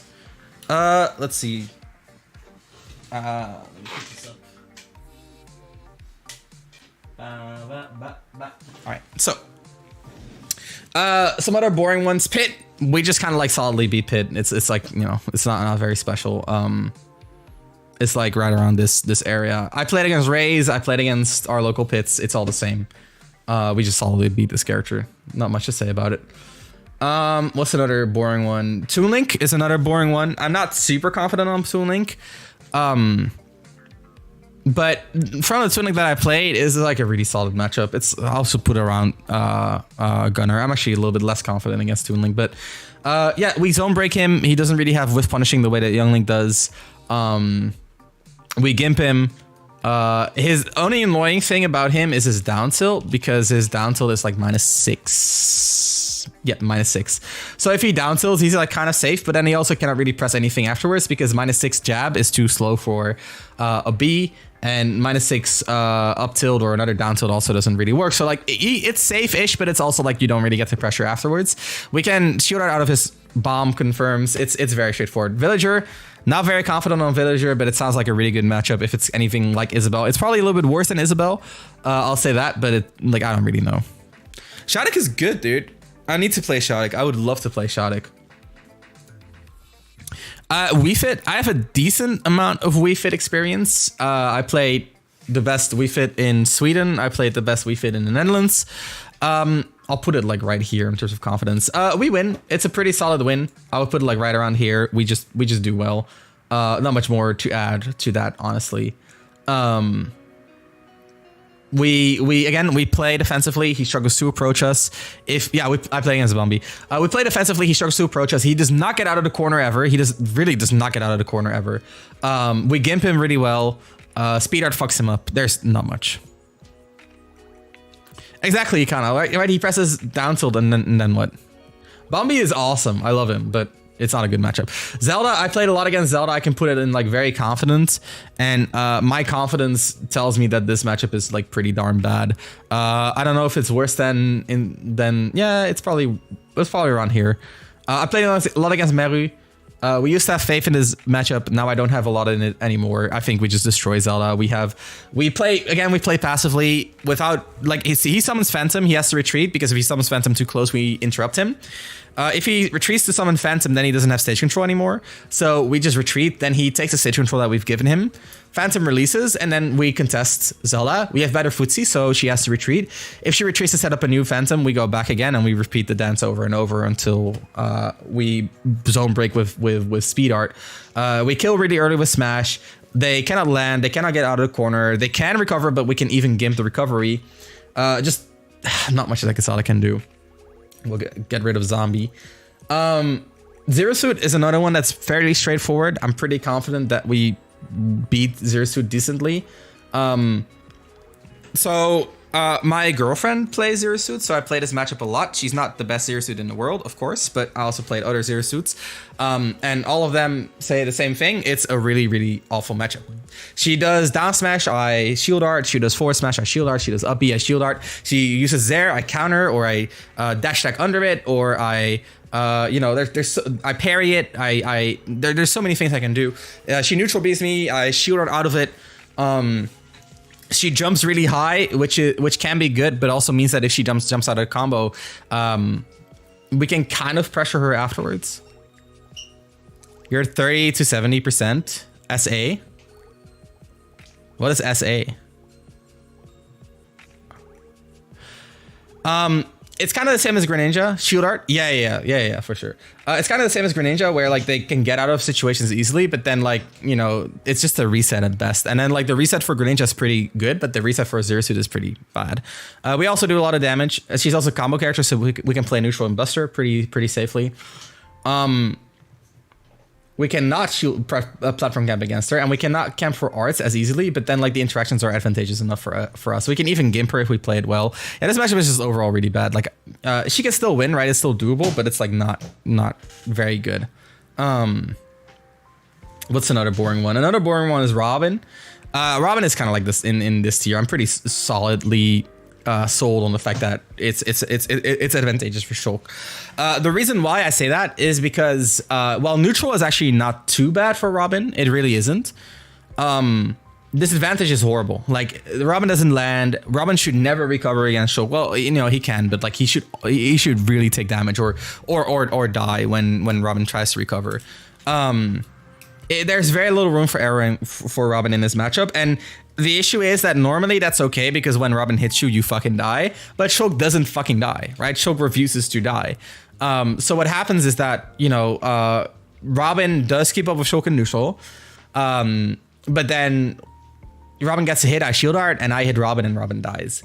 Another thing to keep in mind is that speed art is really good against Robin, and Robin can pressure shield art cooldown because he gets his he gets his tomes and sword back, right? But it's not direct pressure, so I can say like, okay, I'll play passively and we both get our shit back. It's fine. It's not a big deal, and I really do believe that.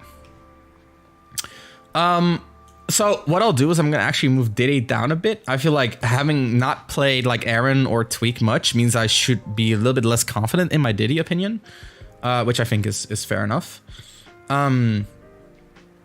For the other characters, I've played some of the, some of the best, in at least Europe, if not the world.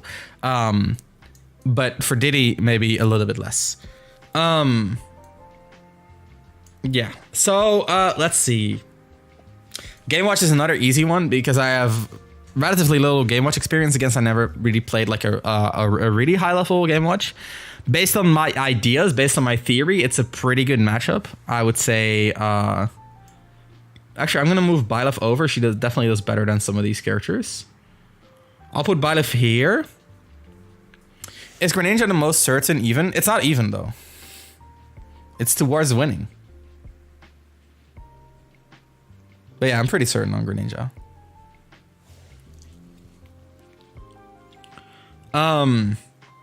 Game Watch. So I'm not super confident in Game Watch, but on paper, it's just a good matchup for Shulk, right? Like I'll put it around like Ken tier.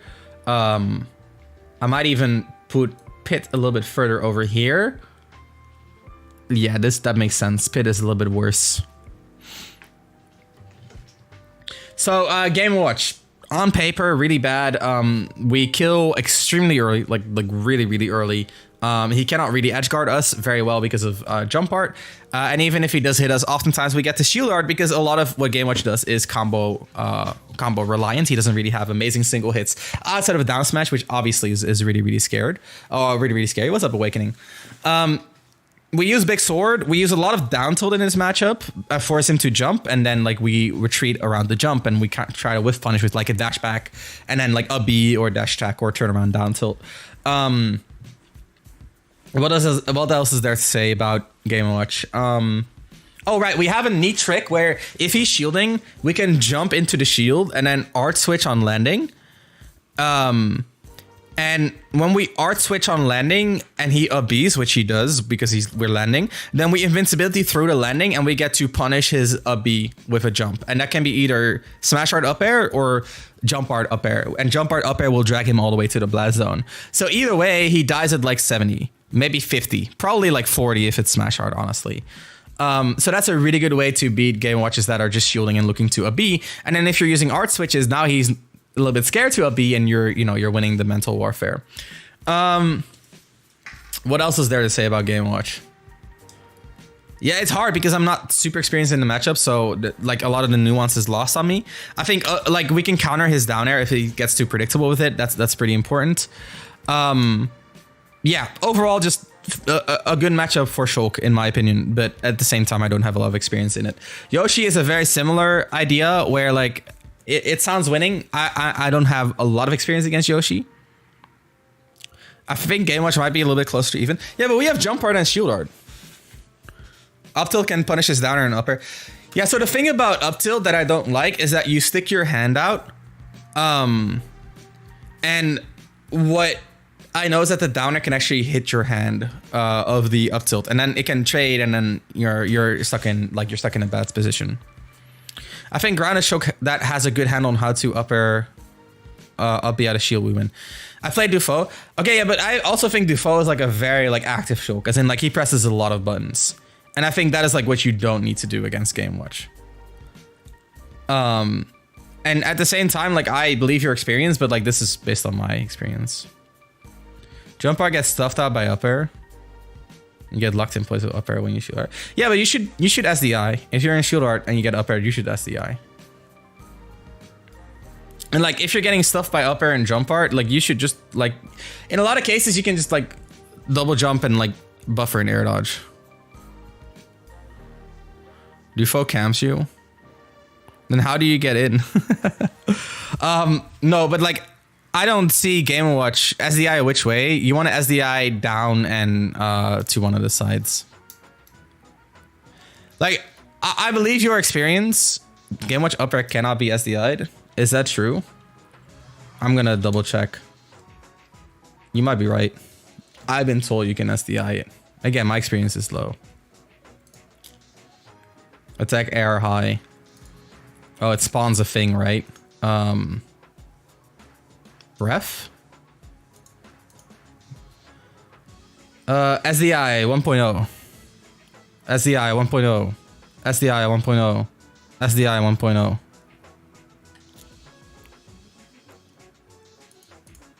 It has a 1.0 SDI multiplier here.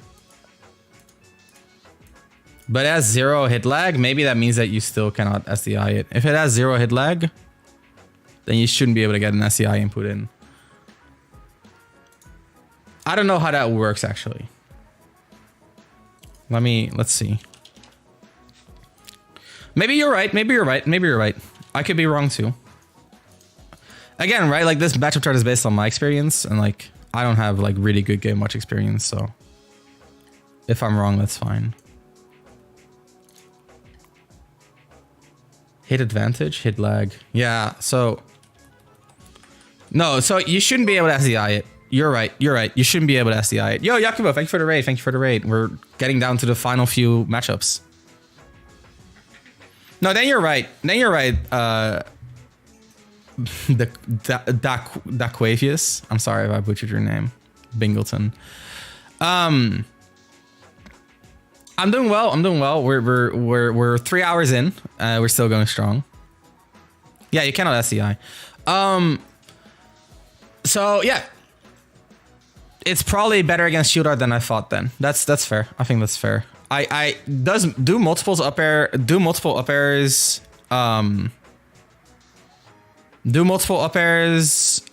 Keeping them locked though, because I can imagine there's enough time in between for them to do something. That's how you say my name. Also, that's all good. Anyway, again, based on my experience, this is where I would put it. I think this is pretty good. All things like. I just want to remind you, right? This is not like, oh, you're getting absolutely destroyed. This is like the most winning that Shulk has, which I think is not as winning as a lot of other characters have, right? So like right here, like this is like people, this is like a +1.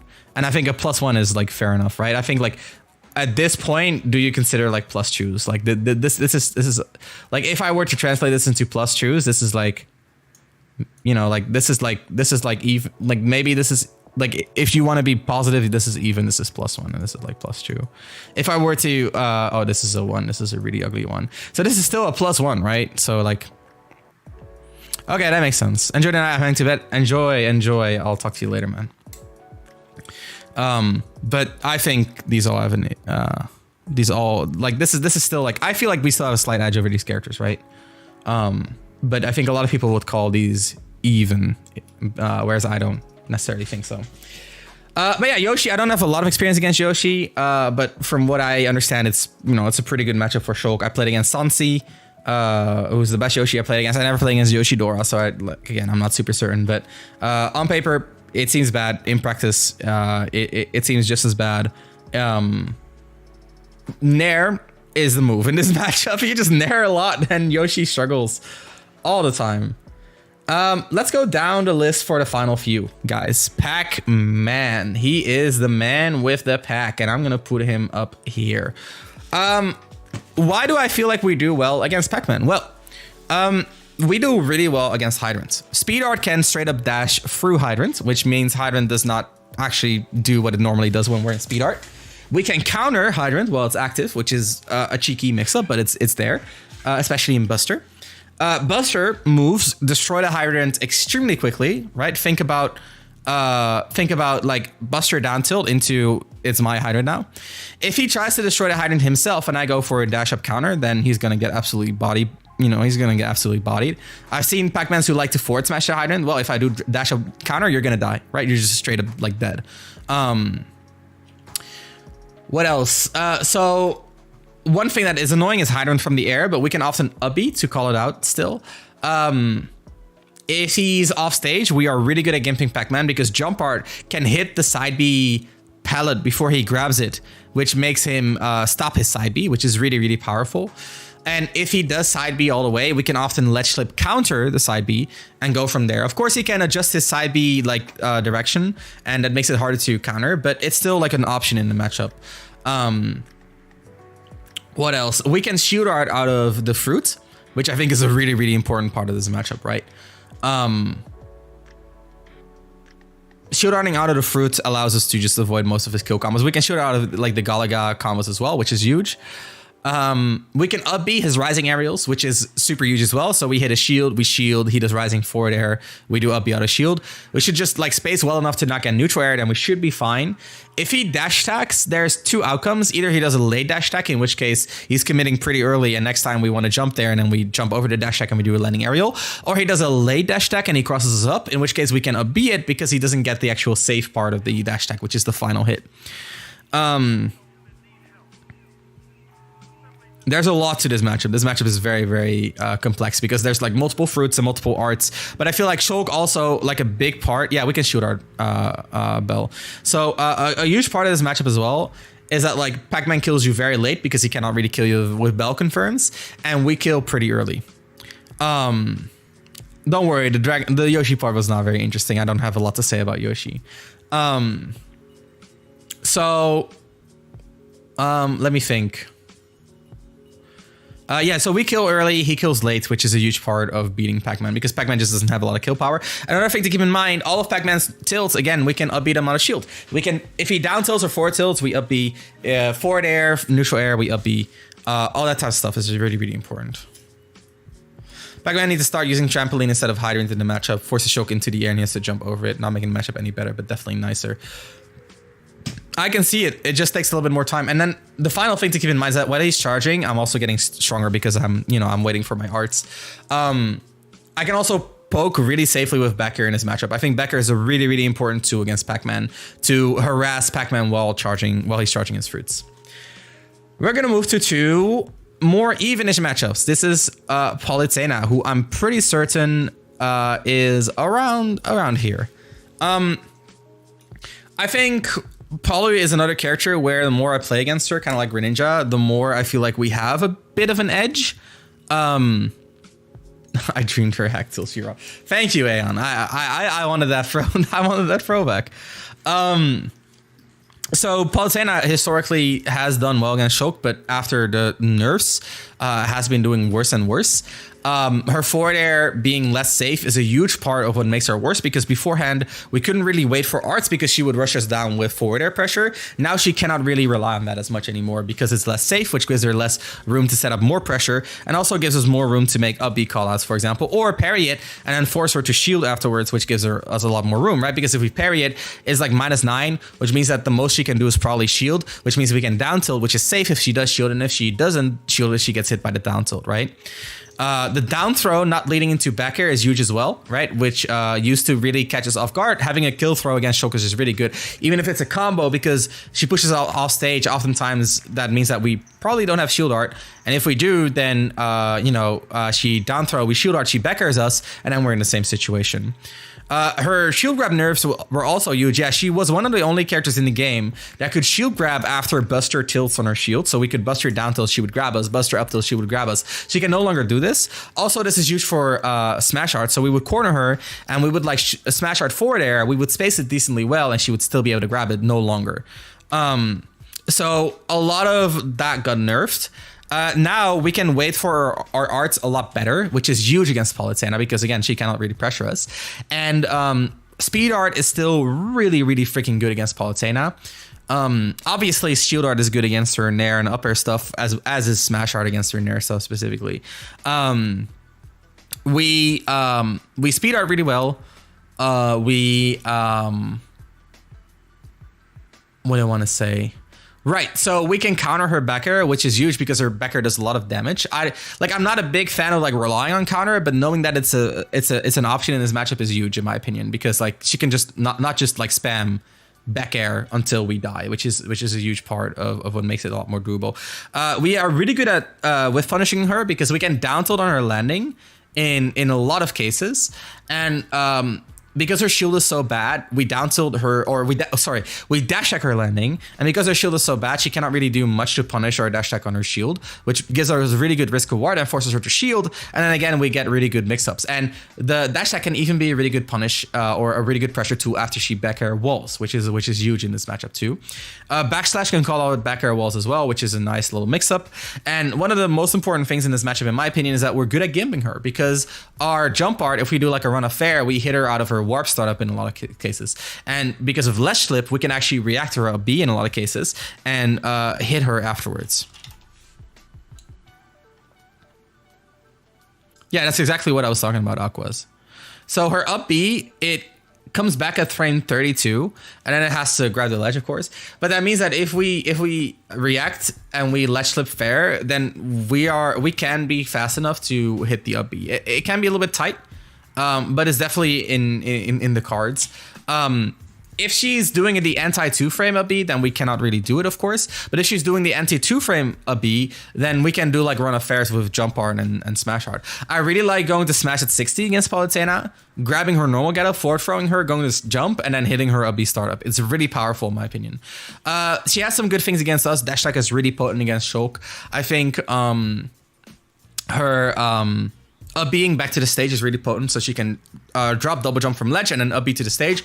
Can be really good against us. We need to adjust our spacing a lot, and then when we're adjusting our spacing, she gets the normal get up more, and when she normal get us more, she gets the dash tech more, and when she dash techs more, she gets the grab more, right? Like dash grab more. So like her getting out of the corner, getting out of the ledge, getting out of the air are all like decently good situations. I think the juggle is the worst part for her because her up to this are up to the so good, but then even then she can like up B edge cancel, right? Stuff like that is really, really annoying to deal with. I like doing like, if she does an edge cancel, I like throwing a backslash, and then like if she does like an edge cancel back air, which a lot of them do, the backslash will punish the back air afterwards. The biggest thing in this matchup, in my opinion, is that Palutena is not super amazing at killing. Whereas Shulk, we can get some really, really early kills. Is there anything else to add? This matchup is just like, again, it's a lot more than what I'm putting down, but like speed art is really good, Buster is really good, our offstage pressure is really good. Overall, we just do pretty well, but it's still Palutena. She's really solid. Her nair is really annoying. If the Palutena knows to mix up her nair fast falling, then we cannot up B it out of shield because we cannot react to whether she's fast falling the nair or not. And then if we waiting for the last hit and she fast falls, then she's safe. And if we're doing it early and she doesn't fast fall, we get hit by the final hit. I think you can like try to parry her neutral air. I know in Tri-State they do a lot of that, but I'm personally not super familiar with it. Peach is hard to fight. I'm pretty convinced that this matchup is near even. We have a slight edge, and that is again entirely in kill power, but like Peach could very easily overcome that because like the way we play slowly gives Peach a lot of room to pluck turnips, and then like the turnips are not super powerful, but they give her like slight advantages, and then if she pulls a good turnip, she can win she can win the entire neutral. Sub goal 77 why Shulk Peach is even. Yeah, I did an entire video on why I think Shulk Peach is even as a sub goal before. And the TLDR is that like she can like Peach can do like aerials, float aerials, stuff like that, and we basically cannot really react to it. Which means that in a lot of cases, did I hear that right? No, I think so. I used to think it was even. I think right now I've changed my mind. I think we do have a slight edge. So I used to think it was even. I think right now we have a slight edge, but the edge is slight, right? Again, if you say this is even, I would not argue with you. She does like float in air. We cannot really react to it, and like if we don't, then she's just inching forward. So we need to wall out, and then if she just shields, then like it's very hard for us to make a lot of progress against that. Speed art is a lot worse against Peach because like what do we do in speed art? We cannot really like dash grab is like a really bad risk reward. Dash up nair, if we nair her shield, we're usually in a bad spot if she's turned around because of her float back air out of shield.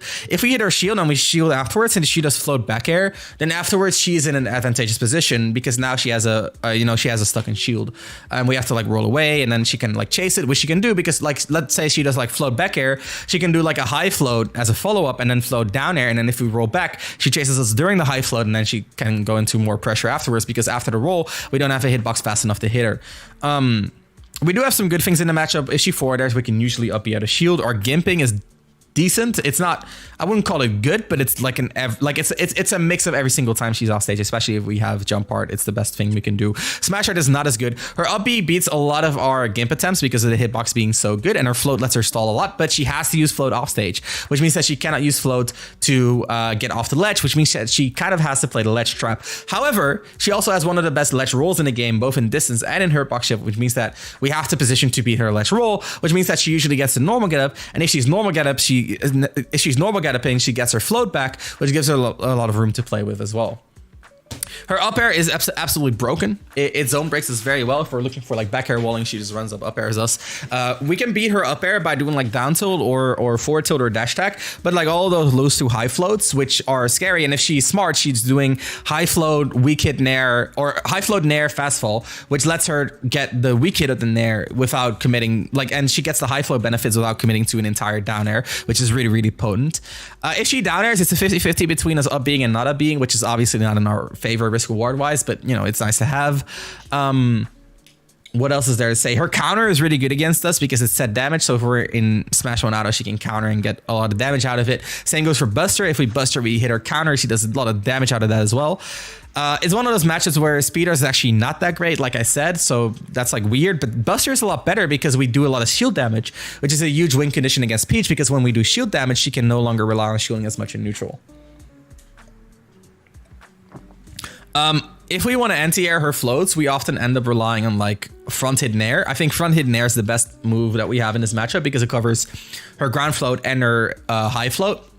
Down tilt is also really good though, but I don't like down tilt because it's so committal. And then if she does a high float nair fast fall, she gets a weak hit nair, which combos into grab at any percent, and then her grab goes into down throw until like 80, which is insane. We obviously can shield art out of her combos, but then like she still gets a lot of damage because like let's say she does like a float nair grab, down throw back air, you shield her out of the back air, sure, but you still took like 30%, which is a lot.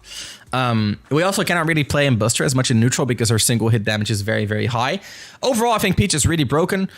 She also has some really good, nice edge guarding against us because, again, her counter is good. And she has her down air, which basically she can 50-50 because, hang on.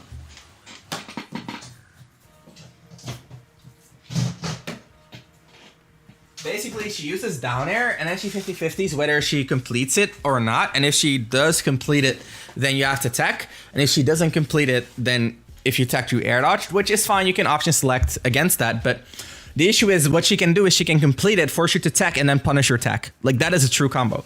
Like for real, like she will down air you. Like I'll draw this up. Like if this is a ledge, she will down air you and hit you and then move to the right, which makes the down air go to the left. So you have to take the down air and then she moves back and then she neutral airs you and she sends you that way. It's true. And you just die at 120. It's basically an unescapable def edge guard. And there's some counterplay like being wide, but then like you're not really enjoying great risk reward. Or you can be really low and go for the second swing to try to avoid the downer, but the downer is so active that you probably don't get a lot. Yeah, you get 40 frames of an invulnerability, but what happens afterwards, Jay? What happens after the neutral tech?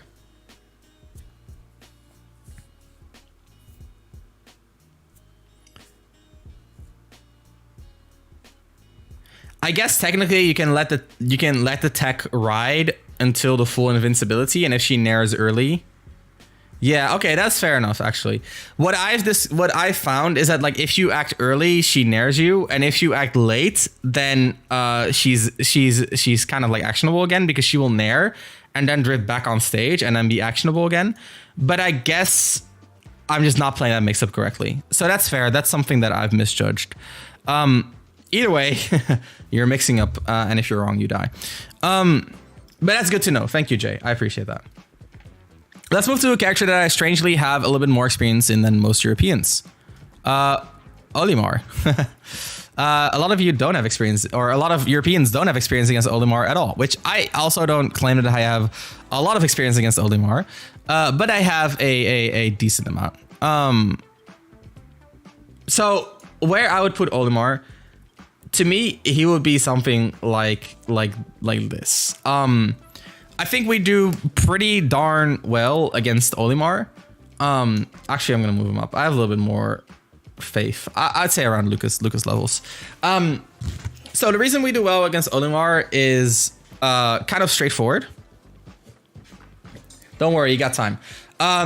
We gimp Olimar really, really well, and we juggle Olimar really, really, really well. That's like the TLDR. Also, we kill Pikmin really well. So if he gets a purple, we're pretty good at killing the purple before it becomes a huge threat in the game. What else? We can counter Pikmin, which is huge. So if you've been watching a lot of Myron and Civil, I have not. And the reason why is that they both believe the matchup is even, and that makes me kind of believe that the matchup is like that they might not be playing it as well as they could be. Because in my experience, like this matchup is not even, and I think Shuton goes Paramithra against Kome as well. So something to keep in mind is that we can up-B a lot of what they do, right? So jab not, unfortunately, but I think if it's still, we can. But forward tilt -10, up tilt, down tilt, #-10. Forward smashes are all -10 at best, which is really, really huge. Up smash is a little bit less safe, but then it's like close quarters, so we're not gonna be shielding it as much. Neutral air is kind of unsafe. A lot of the time, Olimar players will do like rising aerials to auto cancel them, right? Because they all auto cancel pretty well, and you can definitely punish those. If he does delay them, then of course they're gonna be safe. But it's good that you can punish these auto cancel aerials. But basically, it's a bit of an awkward matchup because we cannot play too defensively because then they get free purple. So we have to play towards some sort of pressure. But then like our yo, what's up, Infinite? Squaddle for sure, bro. Isn't that the CDI Zelda thing? Oh my god, that's a fucking blast from the past. My dad used to be a CDI programmer. Fun fact. He actually made a program on CDI. Anyway. Yeah, so our sword is really well against Pikmin. Buster does really well at killing purple Pikmin, which is a huge part in the matchup. And then from there, we just pressure Olimar really well off stage. Something that Olimar has in this matchup that's really good is pivot grab. It's annoying, especially because we cannot really Becker in this matchup. Our Becker is kind of too small to hit Olimar consistently, but it's fine. Basically, we're trying to pressure when he doesn't have purples, and when he does have purples, we're trying to bait out the purple, which is what most people do against Olimar, right? But we have such a huge range advantage, and up out of shield is so potent in this matchup that I think we're generally doing pretty well against Olimar. Again, I don't have that much experience in this matchup, right? I haven't played like top level Olimars. I'm gonna move the confidence down a little bit. If anything, I can see it being better for Olimar than what I'm saying right here, but I think it's fine either way. Let's see. Pokemon trainer. I am of the belief that we do pretty decent against PT. I would say around Sephiroth level, and I'm pretty confident in that. So why is PT that far to the right? Oh my god, PT is so good. I'm not a PT believer. Squirtle gets massively outranged by Shulk. Doesn't really struggle with speed art as much as other characters do. I'll give him that. But if we play speed art defensively, then Squirtle does struggle. Rising Nair, kind of similar to Pikachu, just keeps Squirtle out almost entirely. Overall, PT just like really doesn't get in versus Shulk much, or Squirtle doesn't get in much versus Shulk. And if he does, then I have Shield Art and Smash Art, which both negate his combos. His advantage state is also just like really subpar. His cornering is not amazing against Shulk. His juggling is not amazing. His offstage pressure against Shulk is also not amazing. Overall, Squirtle probably the best of PT Mons against Shulk, because it's still Squirtle, right? You're still small. You can still like parry into like maybe get a combo, and then like, you know, you get a 4-tilt grab, and then you up air, and then I shield art, so you still get like 20%, which is not bad, right? But it's not what you want. And then like the issue with Squirtle is that when I go to Smash Art, he could die at 50, so you have to switch to Ivysaur, and now you're Ivysaur, and Ivysaur is really fucking bad against Shulk.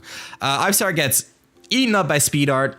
Ivysaur is a tether recovery, and you know what we say about tether recoveries, they get absolutely bodied by jump art off stage. Let me think. Back air, again, I think I said already, but back air is really good against Ivysaur. Ivysaur cannot really down throw combo you because you have shield art. Even neutral B doesn't work because you have shield art. Up B out of shield is amazing against Ivysaur's moves. If she uses Nair, you can often even up smash it depending on where she lands. Otherwise, you just get your up B. A lot of Ivysaur's faster tools, you can up B out of shield as well. And then you go to Charizard. Charizard does better than Ivy, but still is bad. Again, a lot of Charizard's tools get upbeat out of shield, though he has a better grab, so, you know, he gets to grab a little bit more. That said, Charizard struggles to recover against Shulk because his up B is kind of slow, and up B loses to my down air. And like, I say this without any sarcasm, like, or without like, oh, that sounds very impractical. No, like, this happens a lot. Like, Charizard recovers, has to up B from a very specific spot. I will down air it.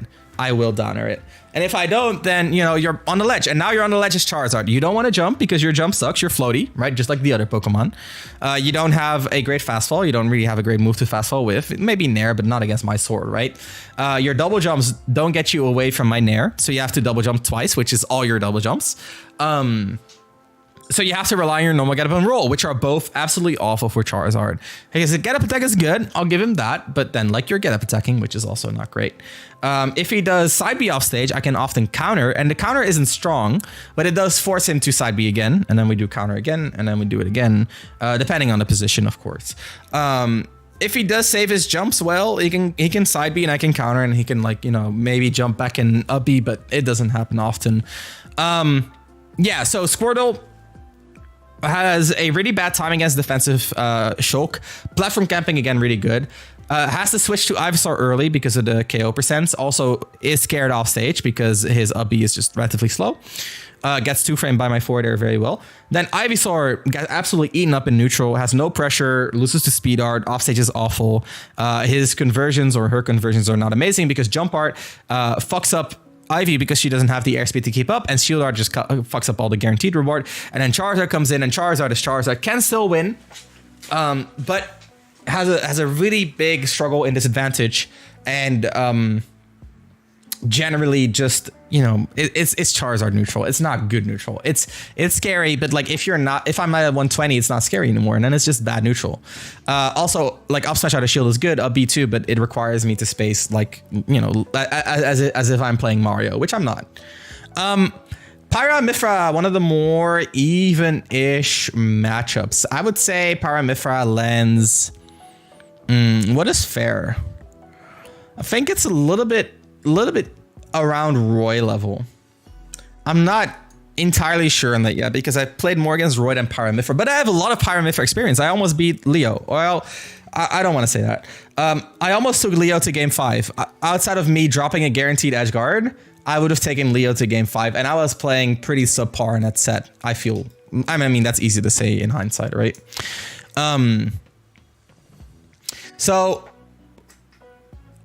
The thing about Aegis is that like Mithra struggles in neutral. Well, she doesn't struggle in neutral. She never struggles in neutral. No, Kronos, you're looking at it from the wrong way. You need Xenoblade to beat Xenoblade. So her tilts all get upbeat, and while not on reaction, especially down tilt, it's still a threat every single time. Her jump in Nair is -10, which means we cannot beat it, minus some mix-ups, but you got to keep in mind, right? If they don't shield, then we still have a little bit more room. And if they shield, then they're limiting themselves a lot. So if they nair, we have a B as kind of like either a punish or a call for afterwards. And full side of shield is really good against the nair as well.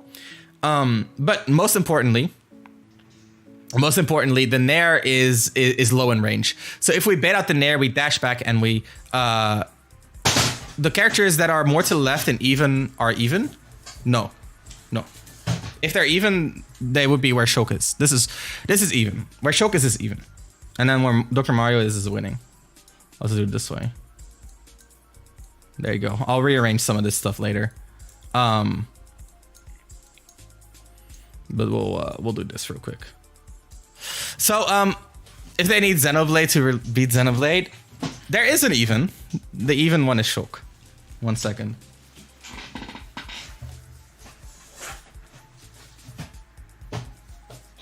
So let's go back to Aegis, right? So a lot of her neutral air can still be a beat, but the most important thing is that you try to outrange it and then whiff punish it, which is very possible because the Nair does have a lot of landing lag. The issue with the Nair is that like what she's gonna, it's 13 frames, which is a lot. The issue with the Nair is that she's gonna dash in to threaten dash attack, and then she's gonna jump and Nair you when you're shielding in case she dash attacks, and that's the scary part. That said, if she nairs your shield, it's still not a big deal. You often just roll away and you're kind of like reset. You're kind of like safe, right? Or you roll in or you jump away. It's hard for her to chase afterwards. So even if you shield the nair, you're often still like, it's not scary, right? It doesn't really win neutral. But the scary part is when she starts mixing up like dash attack with dash grab, but then she's like committing hard out of her dash, and then she has to start mixing up with feints, blah, blah. So like, the neutral, Mithra neutral is still good, but it's not as dominant as usual. And that is because, well, Shulk's punishes are insane, right? Like, let's say you're in Buster, she fucks up a dash attack. She takes a lot of damage because she's also, like you can down throw, down tilt, and forward tilt her for a long time.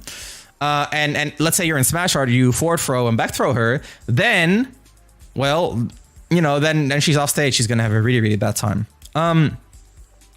One thing that is annoying about her is foresight. Foresight is really good against Shulk because for example, we use down air, she gets it, or we back air, she can kind of like foresight as an option select on our landing, or like coverage on our landing. Either way, point being, her neutral is not as dominant as it normally is, both because of our reward, but also because speed is just kind of like Mithra neutral. You have a good jump in there, you have a good dash attack. The burst range for both dash attacks for speed, Art Shulk, and Mithra, the burst range is about the same. And then you have like dash grab as a mix-up, right? The thing about Mithra neutral is that it's a lot easier than Shulk's neutral. Like Mithra just like, you know, she just does nair, and if she fucks up, she doesn't really get punished that bad, unless, you know, you whiff punish her, which is a little bit rarer, or she just jump in there, right? Or she does like a dash attack, like YOLO, or you run up down tilt. It's a lot easier for her to throw out. It's very easier. It's a lot easier for her to throw out things compared to Shulk. That said, she's really good against shield art, in my opinion. She's good at keeping advantage against shield art. She's good at keeping us off stage after hits. I think it can be hard to jump over Pyra and Mithra, especially Pyra, because her forward air is basically an up air, which I cannot complain about. That's my forward air as well. But Pyra's forward air is a lot more active. I think Pyra is she's not great against Shulk in neutral, especially Pyra neutral against Shulk is horrible.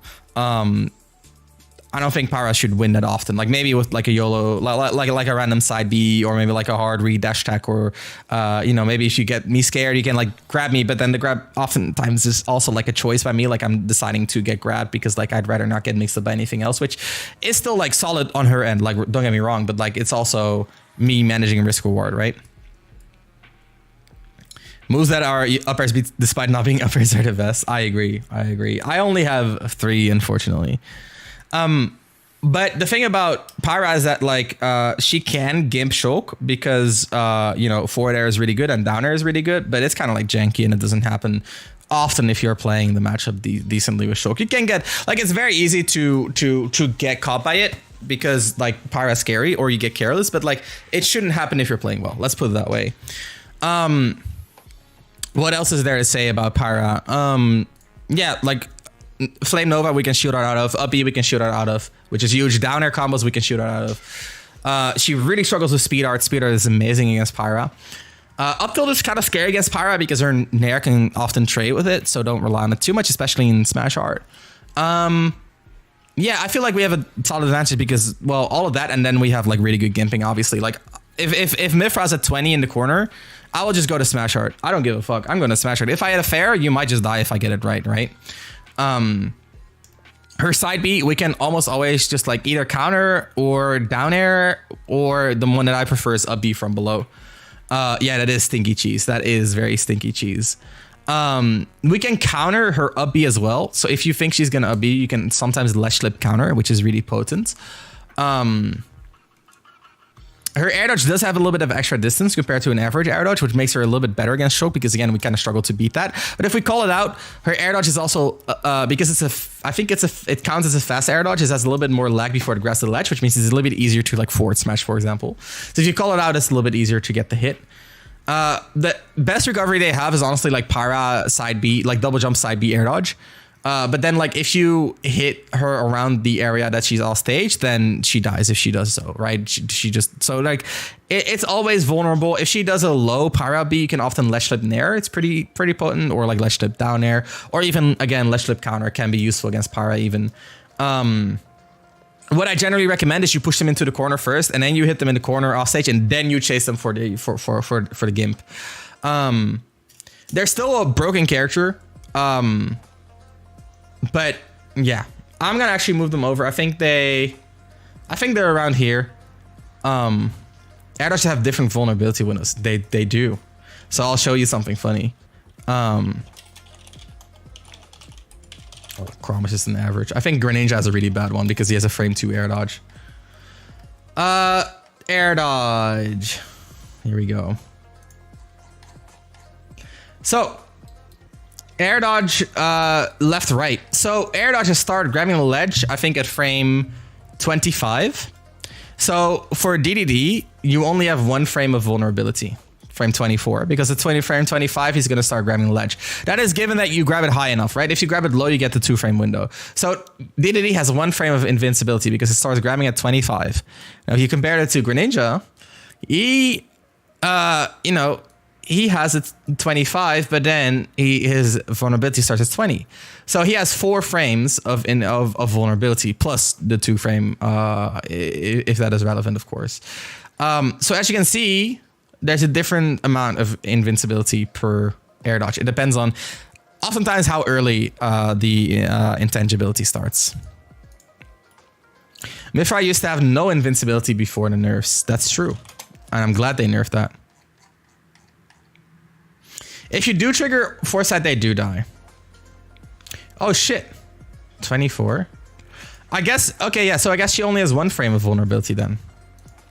Or maybe 2, right? But yeah. Anyway, so I was wrong on that. Maybe the Aegis players in my region just all angle their air dodge poorly. Point being, you want to give them. Let's stick to that. I think Aegis can be pretty hard. I might even put them here, right? But I think it's about as hard as Cloud. They neutral well, but their reward is relatively low. The issue is when they get early kills, like for example, let's say they get like a power up smash read or a Mifra forward smash read, or they gimp you, which can happen, or like a power downer. And like basically like this is basically how I look at it, is like right here, but then they have so much bullshit that it pulls it all the way like over here. This is the amount of bullshit that they have. And like if any of the bullshit happens, they might just win.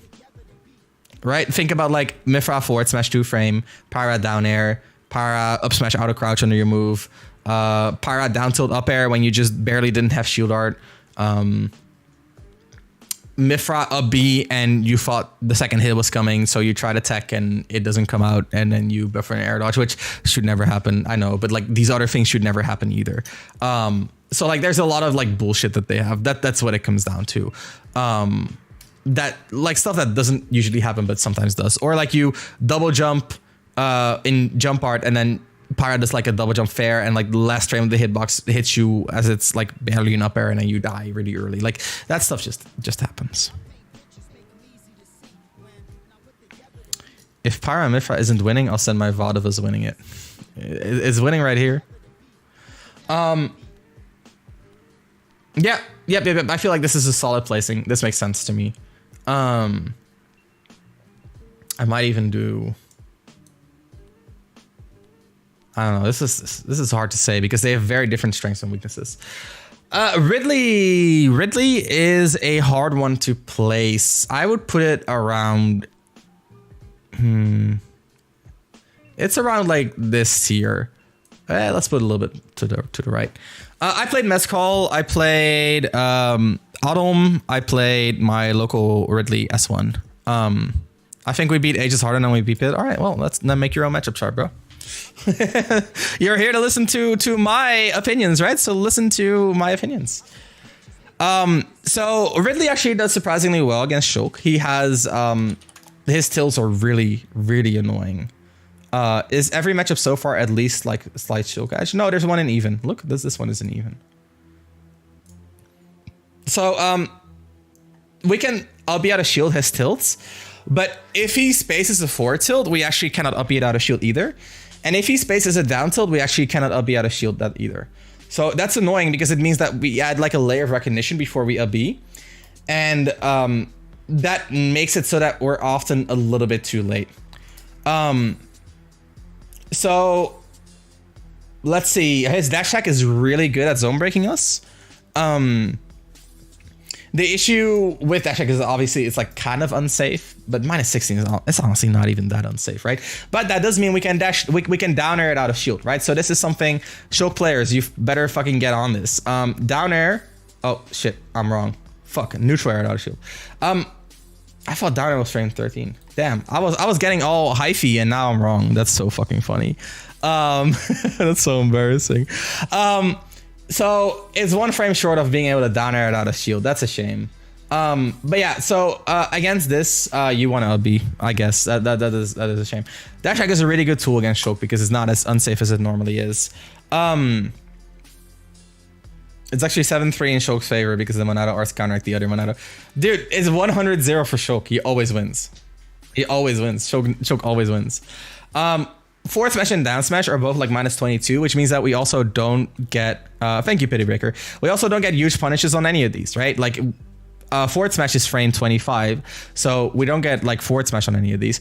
Up smash, we get like shield drop 4 tilt, which is okay. But these two, like down smash, forward smash, like he throws them on our shield, we up the other shield, or we like shield drop down tilt, which is, you know, like okay. Forward smash can be mid safe. I usually have been able to up it. Maybe at the tipper you cannot. But yeah, I like his tilts against Shulk. They're already good. Up angle forward tilt especially, but down tilt too just catches our landings. This has way too much range. Dash attack is really good. I like back air for Shulk in this matchup, but if he parries it, he can down tilt us, which is really, really scary. His aerials are really bad against Shulk though. Like his nair, we can almost always up the other shield the nair. We can always up the other shield the forward air. The back air and up air and down air, we can basically always up the other shield as well. So that's like a huge negative for Ridley. If he's in the air, he cannot really rely on aerials. And if you do a little bit of reaction practice to the side B, you can actually react to it even in game. And I've been there. I don't have the most Ridley experience in the world. I'm actually gonna switch these. I'm gonna do this. I'm gonna move the certainty down just a little bit. I don't have the most Ridley experience in the world, but I did like 15 minutes of drills and I got the reaction on the side B like consistently. Yeah, so Ridley should stay grounded as well, but then when Ridley is staying grounded, the issue is that Shulk can jump. And like if he's spacing like a back air, it can be hard for Ridley to contest, even with his good tilts. And then he has to rely on parries, which is, you know, still giving a lot of control to Shulk. And Shulk has a really good tool on the ground, which is his own dash attack. And Ridley really struggles to deal with Shulk's own dash attack. Really struggles to deal with that. Ridley can also struggle to deal with Shulk's down tilt because it contests this very similar space as Ridley's down tilts. And then, like Adam said, the biggest thing in this matchup is like, I think Ridley's neutral against Shulk is honestly good. Ridley's neutral against Shulk is honestly like really solid. Like there's very little I can say about this neutral. He has, in fact, I will say right now, he's one of the best neutrals in the game against Shulk. But then you put Ridley in disadvantage and Ridley just cries. Ridley cannot land against up tilt. He just cannot. He doesn't have a down air. Ridley cannot recover very, very well. Even without ledge, exactly, Adam, right? So like you up B from straight below that used to be safe. Now I can ledge slip counter it. You die. I think Ridley is surprisingly good in this matchup. I could even put him in like over here. I think he would be similar to these characters that we have right here. But his disadvantage is like such a huge factor in this matchup. The recovery is not all right. I played against Mescal. He side B recovered. And I down angle forward smashed him and he died at 70. Like that just works, right? It's not a good offstage, and like I can go out there to to hit you early too because you don't have a lot of airspeed, right? And you don't have like a high double jump to get over me. So if I jump hard at you, like you don't get away. You have to deal with that mix up as well. So it can be really hard for Ridley. The best thing Ridley has is air dodge to ledge, which is not bad, but then it's also like, you know, you're air dodging to ledge a lot. It's not the best idea, right? It's a mix up. Honestly, a surprisingly good matchup for Ridley, I will say. I think if people say it is near even, I think all of these are like near even, right? These could all be considered near even in this row. Robert himself, this matchup. I have to say, I haven't really played against top level Robs like worldwide. The best Rob I played is Longo, and I played against Longo a lot when I was in France. Well, it always felt like a good matchup. I actually played against a lot of Robs, just none top level. So think about anti-reflex, Longo, etc., etc. Oh, you're right. We have the Robbie mode. Let's fucking go. I gotta flex. Someone stop the... No! Kudos! All right. I'm decently confident against Rob because I think the character is pretty simple, but I haven't played against the top level Rob, which is where I lack on the certainty axis, right? So I think in terms of certainty, I would put it close to, let's say, a little bit like around Linkish, right? So maybe I move Link down. I put Rob on this one. So I think Rob is.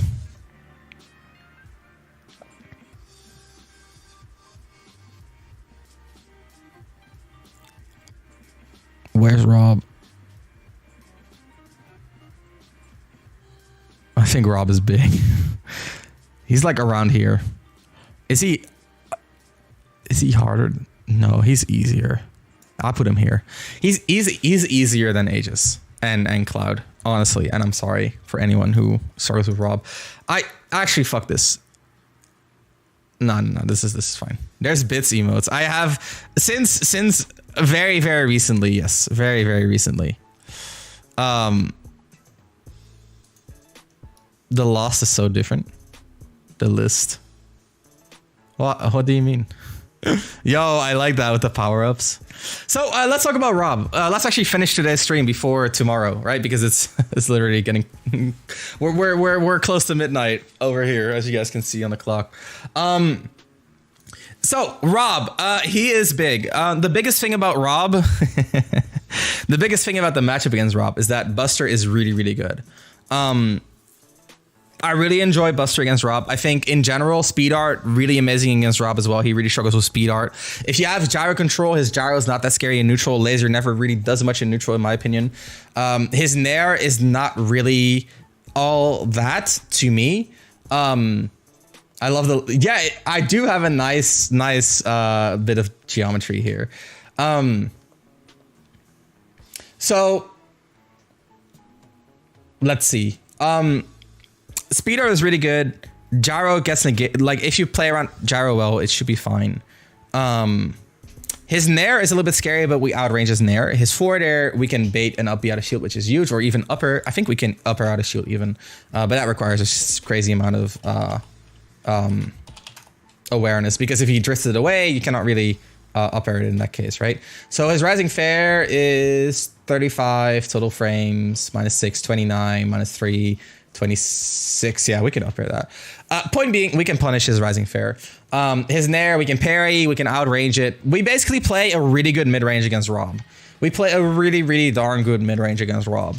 The only way Rob generally wins mid-range is by throwing out run-up down tilt, which requires him to get through our sword.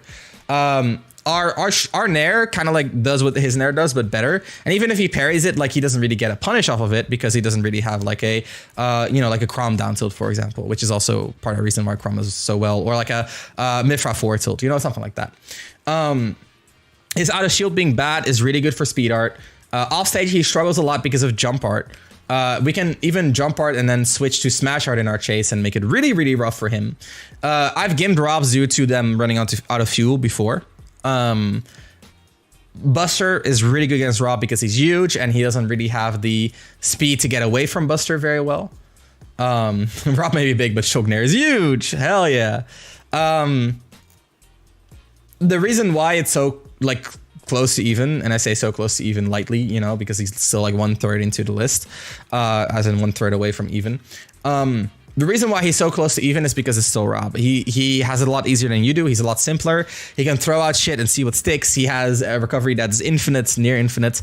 He has down tilt, which is honestly one of the best moves that you can have on Shulk. If he does get him with the Nair, you're in a world of trouble. He can down throw bury you, which can be scary. You generally should mash so that he has to up air and then shield out of up air, but you don't always have your up air, right? You don't have, or you don't always have your shield art. You don't have 100% uptime on your shield art either. What else? Character is good. He has down air 2 frames. If I lose to Rob, 99% of the time is down air 2 frames. It's really annoying. And he has back air. So the fact that he has a single hit kill option in back air, or up smash out of shield, which can be good, right? If we down air as a mix up and he up smashes out of shield, we're often kind of fucked, which sucks. And he has back air, having those is really good because it means we cannot just shield art out of all of his combos. His down air is just one of the most degenerate moves in the game. I like overshooting my up Bs when I see him jump, just in case he down airs, and then my overshoot will generally either get me hit by the weak hits or it will hit him. Rosa. So I actually have a decent amount of Rosa experience, but not, I wouldn't say that much. But we do pretty solidly against Rosa. I would put her like maybe like right here. I'm a little bit more certain about it than Ken. Yeah, I think this is a fair spot. Rosa. TLDR is Speed Art destroys Luma. Smash Art kills her really early. She struggles against Buster because she's big and she's floaty. She doesn't really land well against Buster up tilt, for example. If she does an early downer, we can often counter on reaction, which is pretty good depending on where she drifts. The counter doesn't even always hit. Her recovery has no hitbox, which means we can kill her for recovering. We up B out of shield a lot of the things that she does. We can space on Luma very well, and she struggles to whiff punish us because we have a lot of range while spacing on Luma. Overall, this is just like a pretty solid matchup for us. I would just say, like we win. She does have some good things, like up smash anti-air is good. Her dash attack is really good against us. Luma is just a really good tool, right? It gives her range to contest us, which is rare for most characters in the game. So these are actually like a lot of top tiers that are still remaining. Let's go for the simplest one, which is Wolf. I'm pretty certain that we have just like an edge on Wolf. Again, if you put Wolf in even, I would not entirely disagree with you. But I personally think I wouldn't mind putting it in +1. I know Orion thinks it's like +1 Wolf, which I think is absolute insanity. I do not know why. Probably played a little bit too much with Sir Knight, but I think there are Shulks of higher caliber that show that the matchup is definitely like slide edge for Shulk. That said, Wolf has all the tools to keep up with Shulk, right? He has, again, single hit kills like back air, down smash 2 frames, forward tilt 2 frames, up smash you cannot really shoot out of. Wolf with land OT. Yeah, Wolf is land OT. You can do well against Wolf, but it's still Wolf. He has the tools, right? He has the airspeed to reversal Shulk, which is huge. He has constant high damage on single moves, which means you cannot play in Buster as much as usual. Even when he normally combos, his individual moves do so much damage that, there's still there's still a lot of punishment for getting hit in Buster. And he can just like get reads, right? Like if he forward smashes your shield and he charges a little bit, then it is like -9, which means you cannot up B it either, which is really good for corner pressure as well. Matchup is free. You haven't played against here's the thing, right? You haven't played against a Wolf that plays the matchup well. That's what I think. I think the only Wolf that I've ever seen that plays the matchup actually really well is Charlie, because Charlie played with Nico a lot. This is still advantage, right? I still think it's Shulk advantage, but if someone says it's even, I would not disagree. Wolf has the tools. His dash attack is good burst range, which is good against Shulk.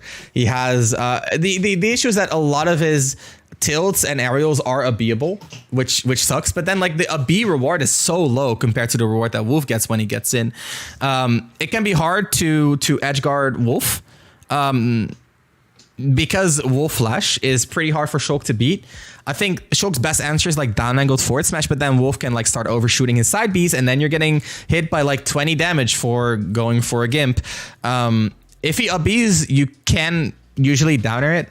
Pretty consistent, but then he also has the airspeed to get to a position to air dodge through ledge relatively consistently, and if you go out to try to punish the air dodge through ledge, he can often side B past you, and then if you're a little bit off on the side B, you get hit by the side B, and then you get spiked. Fair can hit Wolf out of the side B, yeah, but what if you're 2 frames too late? You get side B. The risk reward is really hard. Found the thread. I'll check it later. Wolf has enough against Shulk. Shulk also loves to be in the air, which, Wolf back airs, and you have to be on the ground, and then Wolf gets to jump in on you. And it can be hard to anti-air the jumps if you're not doing retreating aerials to outrange them. And if you're doing retreating aerials, he can call them out, or he can pressure your landing, or he can, so there's a lot that Shulk that Wolf still has in this matchup. And let's not forget, he has really good 2 framing. And if you want to beat the 2 framing, you got to use your second slash, and he has a down air. And if a character has good 2 framing and a spike down air, then you're playing 50-50s, and playing 50-50s is never a good thing for Wolf. Sometimes I counter the Wolf side B. It's possible, but if they grab the ledge, if they speed spot the ledge, then you're just whiffing a counter, and then they reversal you from ledge. What I'm saying is the side B, it's not as easy for Shulk to gimp as for other characters. The best thing we can do is try to hit the startup, which is very feasible. But then like his airspeed is so good. Like I see some moves that go like, you know, jump, like go jump early side B, and then you're stuck off stage, and then they down smash 2-frame you and you die at 40, right? Like that can happen. And it has happened to Shulks. I know because I've seen it. This matchup is like Wolf is kind of like Palutena, but like, you know, less anti-Shulk, right? In that sense, in the sense that you know what's gonna happen, but it's so solid that like, you know, I understand if you think it's even. I personally think it's slight edge, right? I would put it in slight edge, but I think the edge is very slight.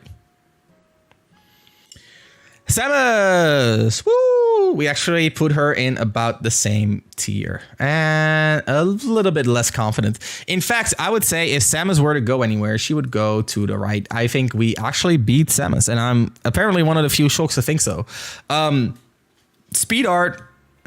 I'm often I have to say this. Chat, we need like a clip compilation of Ramses saying speed art defeats this shits on this character. Speed art does well. Speed art. Right? Like this is speed art does well, speed art does well, speed art does well, speed art does well, speed art does well, speed art does well, speed art does well, speed art does well, speed art does well, speed art does well.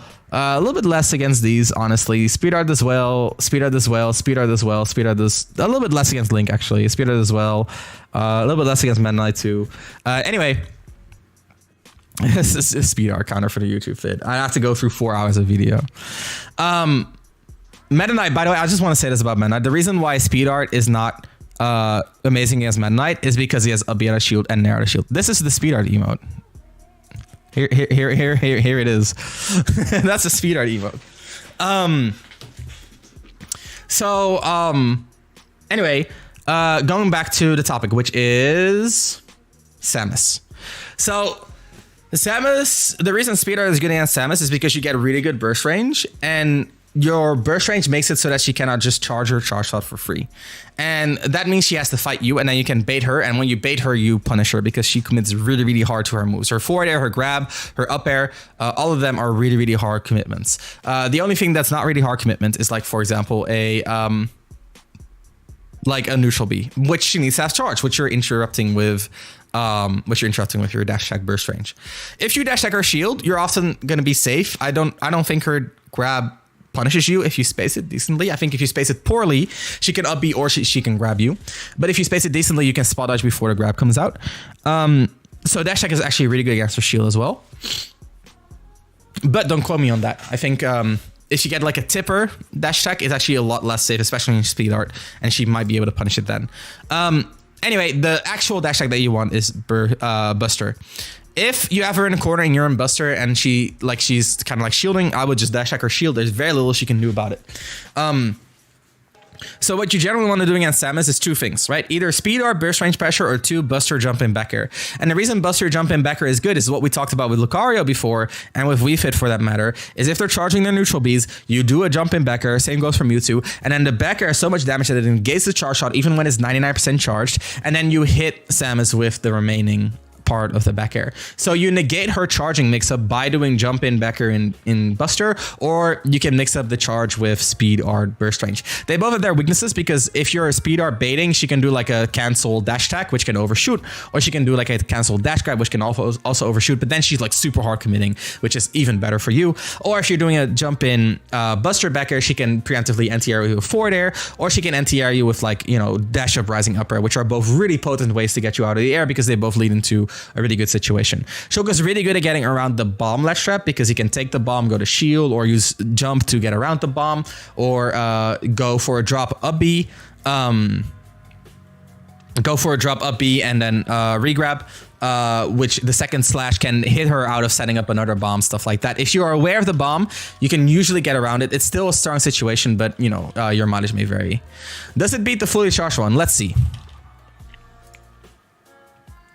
Let's take Samus, and let's go for Charge Shot. What's this song? I recommended from some. I recognize from somewhere. It is 35.28. You're very sharp, Linzel. You said it, not me. And this is 22.5. So yeah, it wouldn't be the fully charged charge shot.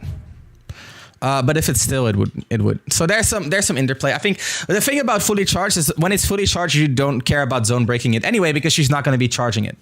So usually you should be fine with jump in Becker.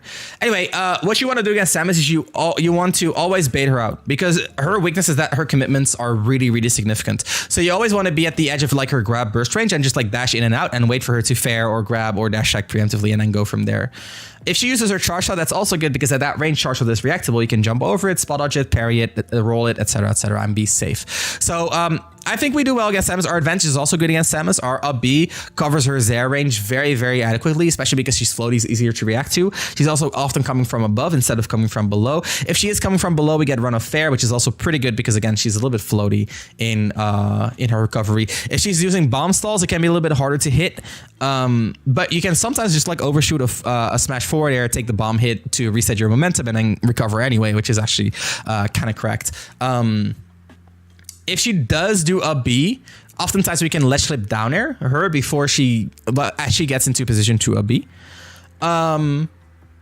What else? Oh, really annoying about this matchup, her up throw kills, which is really good against Shulk and makes our smash art pressure a lot worse, especially because her dash attack kills as well. So when we are like smash art pressuring her, we got to be careful of both dash attack and dash grab, which are both just like burst range options. So both really, really potent. Yeah, pretty evenish matchup, all things considered. Again, I wouldn't blame you for saying this is even. I would say it's even. Like, is it about a wolf? I think you could argue it's like right here on like Roy level. Is it? I think it's about here, right? So like I'll put it in between. It's evenish, but like I think we have an edge. I think the edge is a little bit more noticeable actually than Roy. So I'll put it over here. Sheik, another one that people say is, oh, so even. Oh, Sheik is such an even matchup. We should put it all the way over here. It's so even. It should be on the even text. How does Speed Art do versus Sheik? Surprisingly, this is one of the matchups in which Speed Art is not that important. So think Peach, it's not that important. Against like Bayo, it's not super important. Against Meta Knight, it's not super important. Against Sheik, the Speed Art is not super important. Where should I put Sheik? I think right here. Right here? It's around here. It's like we win, but do we win more or less? I don't know. I definitely feel like Sheik is harder than Roy. I definitely feel like Sheik is harder than Lucina. Is Sheik harder than Chrom? No, Chrom is harder. Is Sheik harder than Aegis? Is Sheik harder than Aegis? They're about the same. Are they about the same? Thank you, Konos, for your contribution here. Sheik is harder than Aegis, right? No, they're about the same. No. Okay, I'll put Sheik here. She's a little bit harder than Aegis. Just a teeny tiny bit. So what makes Sheik not so important in general? Or what makes Speed Art not so important in general? So the way I look at it is that, like, let's say Speed Art. Okay, so this is like my opinion. I think Speed Art Shulk has the best neutral in the game. Okay, just straight up, best neutral in the game. When is it not important? Well, in two cases. One, it's not important if your non-speed neutral is also good, right? Which against Sheik, it's fine to not be in speed.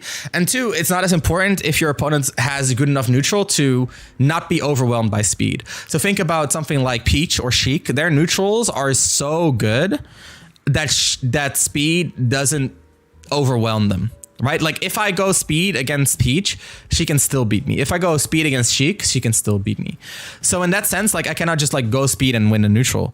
I can go speed and then I'm still playing a close neutral, which is scary. But the thing about both Sheik and Peach is that, and it's just like funny how that works out.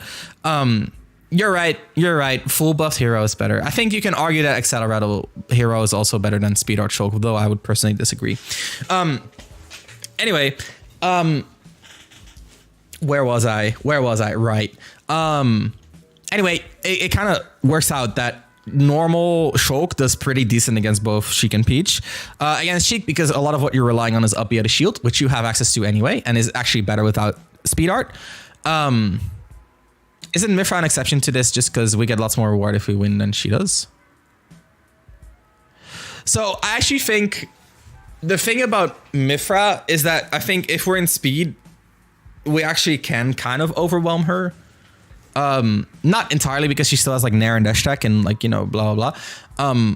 But more so because the risk that she has means that she has to play around us a little bit more. So in a way, yes, you're right. It's because of the reward.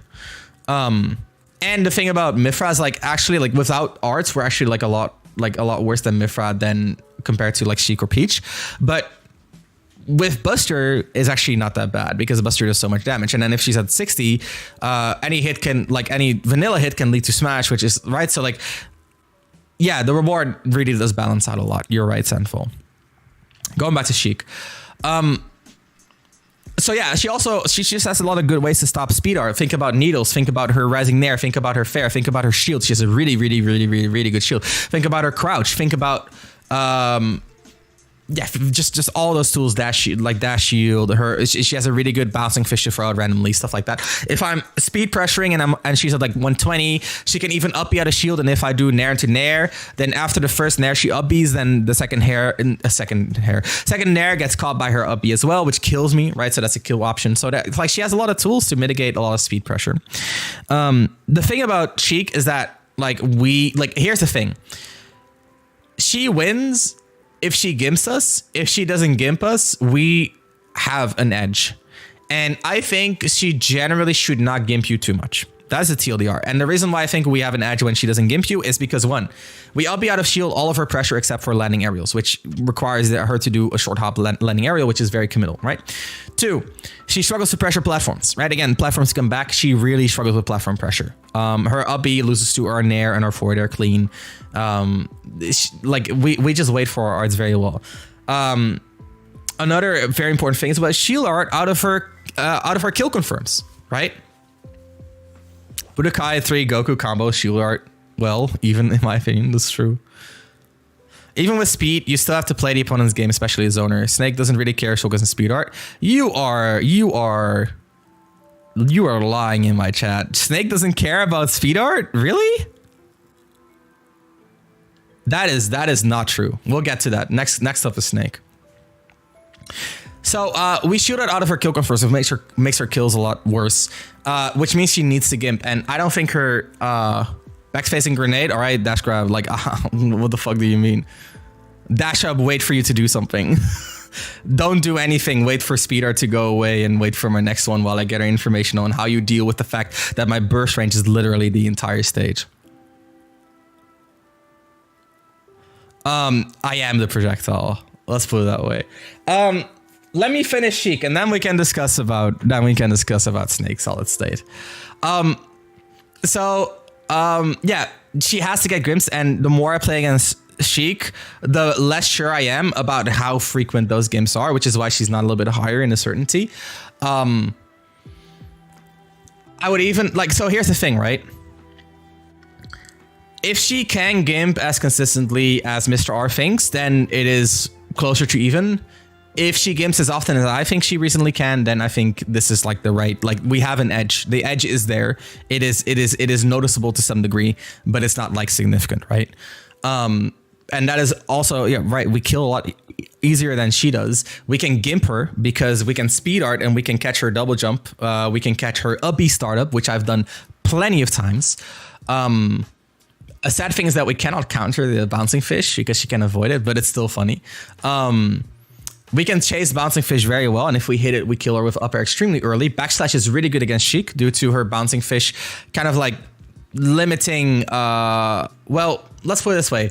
She's normally good against backslash because she's a fast faller, but she's also like, when she's bouncing fishing, you can call it out with backslash, which makes her bouncing fish a little bit worse. Let's put it that way.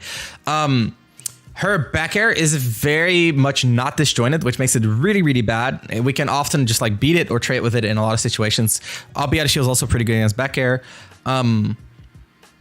She struggles to ledge trap us because I have chat second. Dude, you have... Yes, you can. On a hard read. If you hard read my death grab, you can punish me. Congratulations. You've now committed to punishing one option. So the thing with Sheik is that her ledge traps they're all non-disjointed, which means that we can negate a lot of her ledge trapping with, for example, drop up B. We can mitigate a lot of it with drop double jump nair. Like, it's very hard for her to ledge trap us the way that she ledge traps other characters because of our from ledge options. Kind of similar to what we talked about with Roy. The difference is that if she does read an option from ledge, at any percent, she can oftentimes lead it into a kill because she takes away her jump and then she punishes it very well. If we do a drop double jump nair though, in a lot of cases she cannot really hit us before we hit the ground, which is really good for us. She is good at not getting ledge trap because she can grab the ledge with a side B, which covers, the ledge trap portion of our advantage, which means that we don't ledge trap her as well as we ledge trap other characters either. So that's like a really good plus for Sheik as well. Yeah, overall though, just the kill differential is huge. The up out of shield thing is huge. It's just very exhausting to play against her. But if you know how her setups work, if you know how she works, usually we're gonna be just fine. I like this matchup. I really like playing it. I don't also feel like I'm getting janked, and if I do, it's oftentimes something like, oh, I got hit by the up B wind box, or I got pulled in by the side B wind box, which can happen, and sure, but it's very far and few in between. Meanwhile, we always have a chance to win. I've made plenty of 3-stock comebacks against Mr. R. One thing to keep in mind, if you're struggling with this, I recommend only shield arting out of her combos after she grabs you. So she grabs you, and then you take the down throw, and then you go to shield art. And oftentimes she struggles to continue her combos there. If you know her kill setups, she shouldn't really kill you very early. You can shield her out of up air, shield her out of her up air drag downs, shield her out of forward smash, shield her out of down smash, shield her out of her needle confirms, shield her out of her down tilt confirms. It's all very, very avoidable if you do it correctly. The thing is, you do have to camp for your arts, right? You do have to camp, and while you're camping, you do give her a little bit of room to get in, which is the scary part. I recommend, if you're playing defensively, to be careful for jump in nairs. A lot of Sheiks will do to approach because you cannot upbeat out of shield, but you can parry it on reaction, which is pretty big. And then she'll do a jump in delayed fair, which gives you more room to move around, blah blah. Very fun matchup. Again, if you say it was even, I wouldn't disagree with you. Snake, this is, I would put it right here. I'm pretty certain we have a pretty sizable, pretty noticeable advantage versus Snake. The reason I say this is I've played against Snake probably more than any other Shulk in the world. I've seen other Shulks do better and better against this character as well. We've seen Nico beat Apollo Kage, who's the best Shulk in America. We've seen Kome beat Shogun, who is apparently the best Shulk or the best Snake in the world. We've seen Kome beat Omart, who was the best Snake in Latin America, I think. I beat all of the snakes in Europe. I've beaten Mr. R Snake.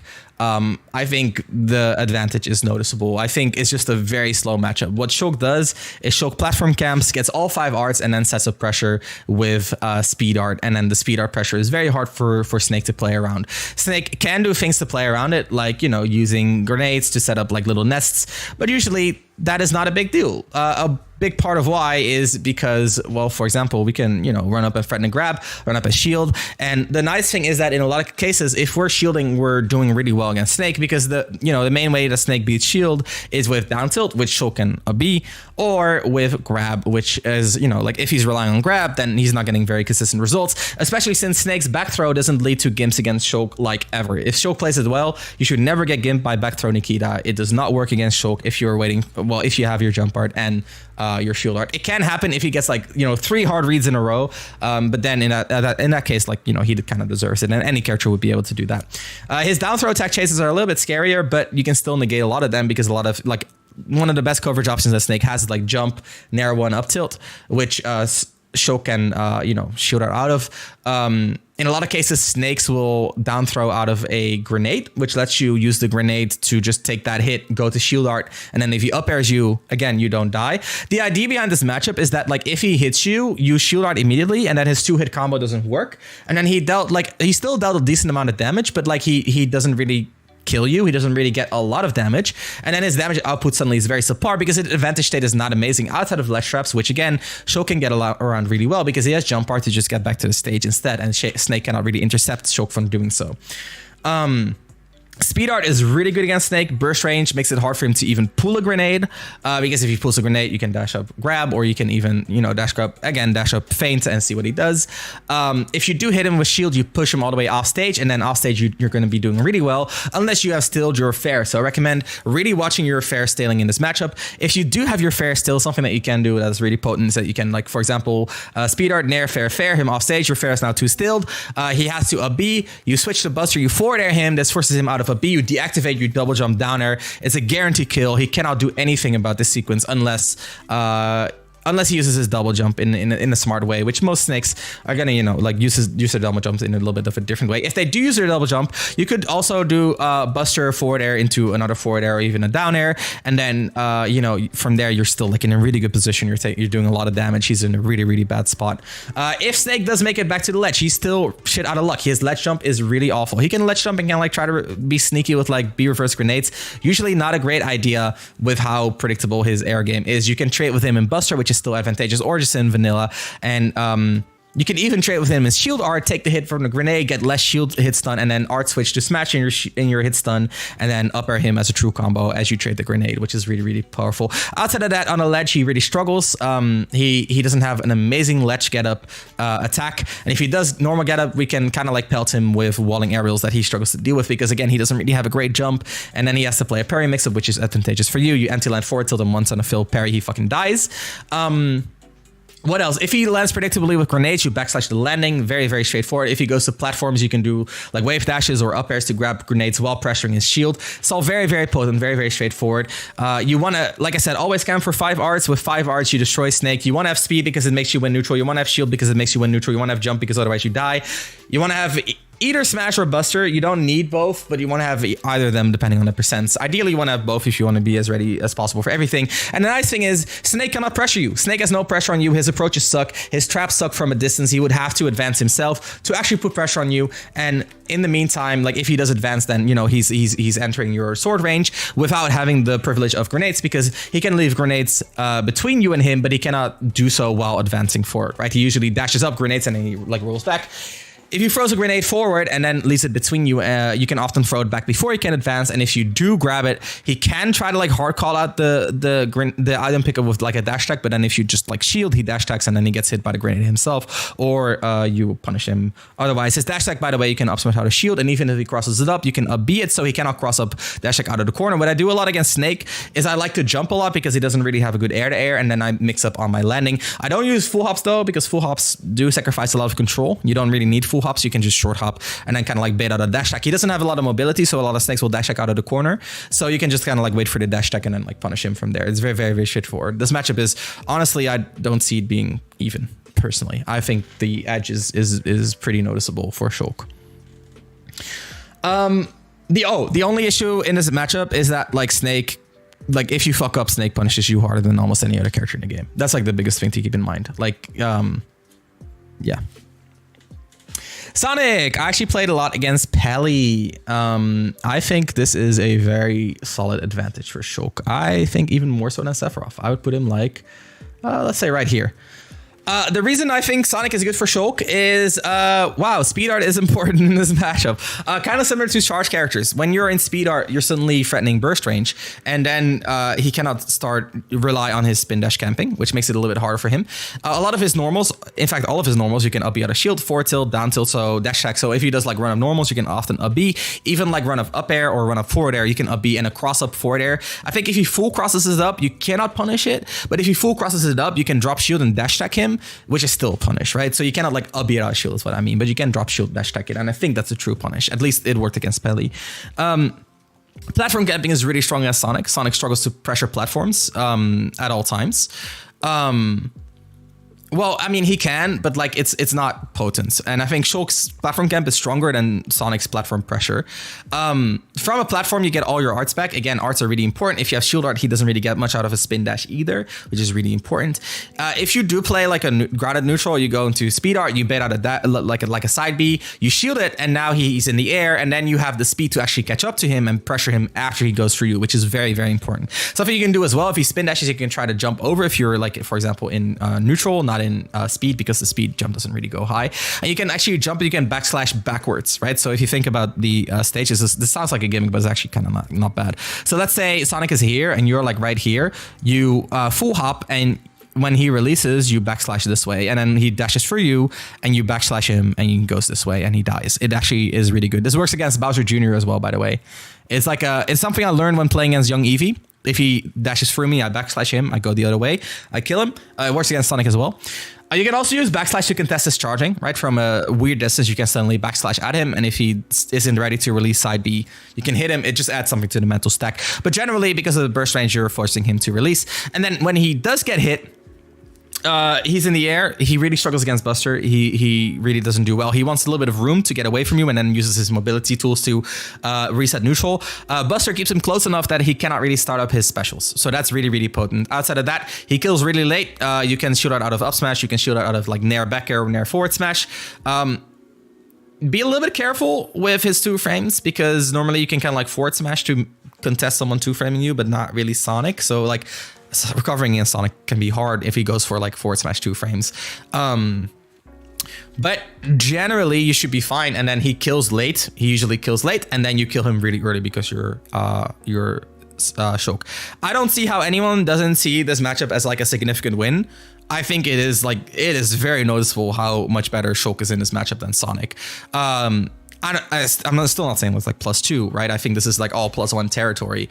But I feel like Shulk like naturally counters Sonic. I think like I don't see how Sonic wins this matchup. Between platform capping, speed art burst range, your Buster damage wrecking, which is good against Sonic specifically, and your shield art to get out of his combos, which is how he wrecks his damage, and your smash art to kill him early. Like, I don't see it. He doesn't get to time you out either because you have speed art. If you're both waiting, you're winning, so he doesn't get to wait for you even when he's behind. You have more range than he does. You can up B out of shield all of his tools. It is not good for Sonic. I don't see it being good. Okay. Let's move on. Let's see. Sora. I played a lot against Sora. I feel like Sora does decent against Shulk. I'll put him like right here. I think I'm a little bit more certain than this. I'll put him like right here, but now he's hidden. How do I fix this? Let's see. I'll just put him here. He's hidden. Okay, this is the hidden Sora. And then all the echoes. Yeah, I forgot all the echoes, Kronos. So Sora. Sora has a lot of tools to contest Shulk. He has Rekkas, which makes being a little bit harder, but the up B is still in your favor, and the Hurtbox Shift can ignore his Rekka completely. He has a counter that's really good against Buster, so that's annoying. Outside of that, he kind of struggles to win in a lot of situations. We outrange him, which is huge in this matchup. We shield out of his combos, which is huge in this matchup. We can even smash out of some of his combos, depending on the move usage. We can up B out of shield a lot of what he does. He really struggles to beat our shield, but he still has Firaga, which is probably his best way to beat shield. But then we have like Art Switch, we have Nair, and we have parries, and we have platforms. Platforms again coming in a little bit clutch here, but not as good against Sora as it is against Pikachu. So that's, Sora's Firaga definitely better than T-Jolt in this matchup. If he does hit a Firaga, we can, Art Switch to mitigate some of the follow-ups. Let's see. Pit and Disney Pit. They're both hidden, that's true. Blizzaga is how he wins matchups. Usually if Sora beats you, it's because he hit a Blizzaga. probably on Buster, and then he hit like an up air or a forward smash or an up smash, and he deals like 50%, and you just lose the entire stock, and that's like really rough. So like, what I recommend if you're playing against Sora, like really play against Blizzaga, it's his main win condition. Outside of that, maybe he hits like a forward air, one forward smash, or like a nair, one forward smash. That can happen. It's a good reversal. And the final win condition he has is counter, which can even either be like a counter on like in like neutral or like a counter on your recovery, but which both is very valid. What I recommend in terms of recovering against Sora is that you use jump to double jump towards the stage and then hug the stage as you recover. The hard thing about this matchup is that there's a lot of like combinations of variables where you have 5 R's and he has 3 spells, which all could be active in different variations. So like sometimes you want to fight Blizzaga even though you don't have your arts, and sometimes you don't want to fight Blizzaga because you're waiting for a specific one. Stuff like that is really, really hard to figure out. We do kill Sora really well. We do gimp Sora really well. Jump art does really well against Sora. He's honestly like almost a tether character in that regard. Smash art is also really, really potent. You can counter both his up B and his upwards side B, or as well as sometimes his sidewards side B. If he side Bs, he should be dead, unless it's like side B1 to the ledge. You should be able to beat him. If he side Bs through your shield, you should be able to up smash if it's close by, or up B if it's not. Is this a melee remix? Yeah, I heard a Fox Shine. What else? We can up B out of shield a lot of what he does again, right? So like forward tilt, down tilt, nair, fair, all very upbeatable. But the fair and nair can be a little bit rougher. Firaga at close range, we can also up B Fandaga as well. We can up B Blizzaga too. So if he doesn't space any of those, we are gonna get a neutral win. He struggles a little bit with speed, but he does have both nair and up B out of shield, which are both potent. So speed is a little bit less important than you would think in this matchup. Buster as well, a little bit harder to deal with. It's a very, very much a fundamental based matchup, but we have up tilt. Up tilt is really good against Shulk. Or against Sora. Sorry, up tilt is really good against Sora. And we have shield art, right? He's a very combo heavy character. We have shield art. It is really, really good. It is still like even-ish, right? I would say it's still like close to even. Maybe I would put it a little bit closer. I would put it maybe here, right? Let's unhide Sora. Maybe Sora is a little bit better than these characters, actually. Let's put Sora here. Does that make sense? Yeah, that makes sense. I think Sora's right there.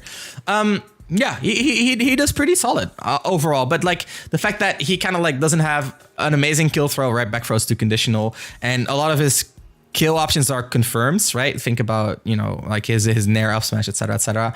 And he's very combo heavy. Like all that gets mitigated by shield art, and then we also like out damage him and out kill him.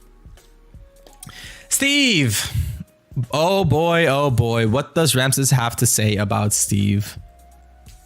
Down throw on DI in is a kill throw. At like 170. Steve! Oh, where does Steve fall? Steve is actually a pretty good matchup for Shulk.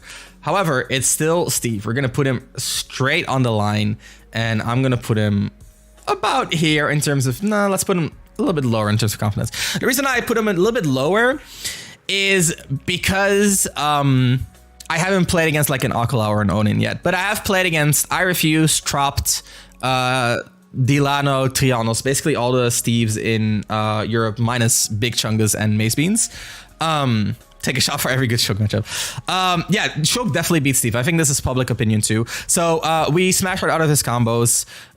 We can shoot out of his combos if we SDI as well. We can Monado cancel. We can like landing leg cancel his forward air loops.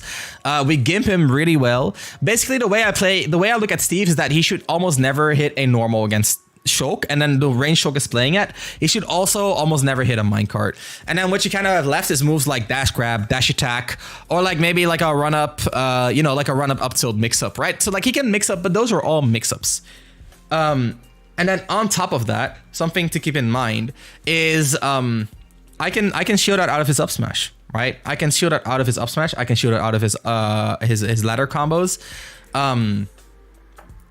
I don't really get hit by downers because I like Shulk juggles is very grounded, so I don't really chase after Steve. And when you're grounded, you can see the anvil, you can react. Same goes for minecart. Minecart gets destroyed by Shulk sword. Shulk sword like literally dismantles minecart. Especially in Buster, because Buster just destroys the cart, so you don't even get the initial like armor that Steve has, because the Buster just destroys the cart, hits Steve out of it. And because Steve has really bad properties, you get hit by Buster once, like how do you get out? It's very hard for Steve to get out. Getting off the ledge can be a little bit hard for Steve. He has a really good ledge roll though, and he has like jump block or jump side B. So like it's actually not that bad, but then being in the corner is still pretty bad. And then he can use minecart to get out, but then I'm winning the resource war, blah blah blah. Shulk is also pretty good at destroying the the crafting table because he has Buster. And like I said, he's good at gimping as well. I think this is a very like quintessential good matchup, but Steve is still a good character. Steve has up tilt, which is hard for Shulk to deal with in terms of pressure. Steve has diamonds, which leads into single hit kill confirms or single hit kill options like forward smash and back air. He also has down air, which, like if I'm recovering, it will just hit me.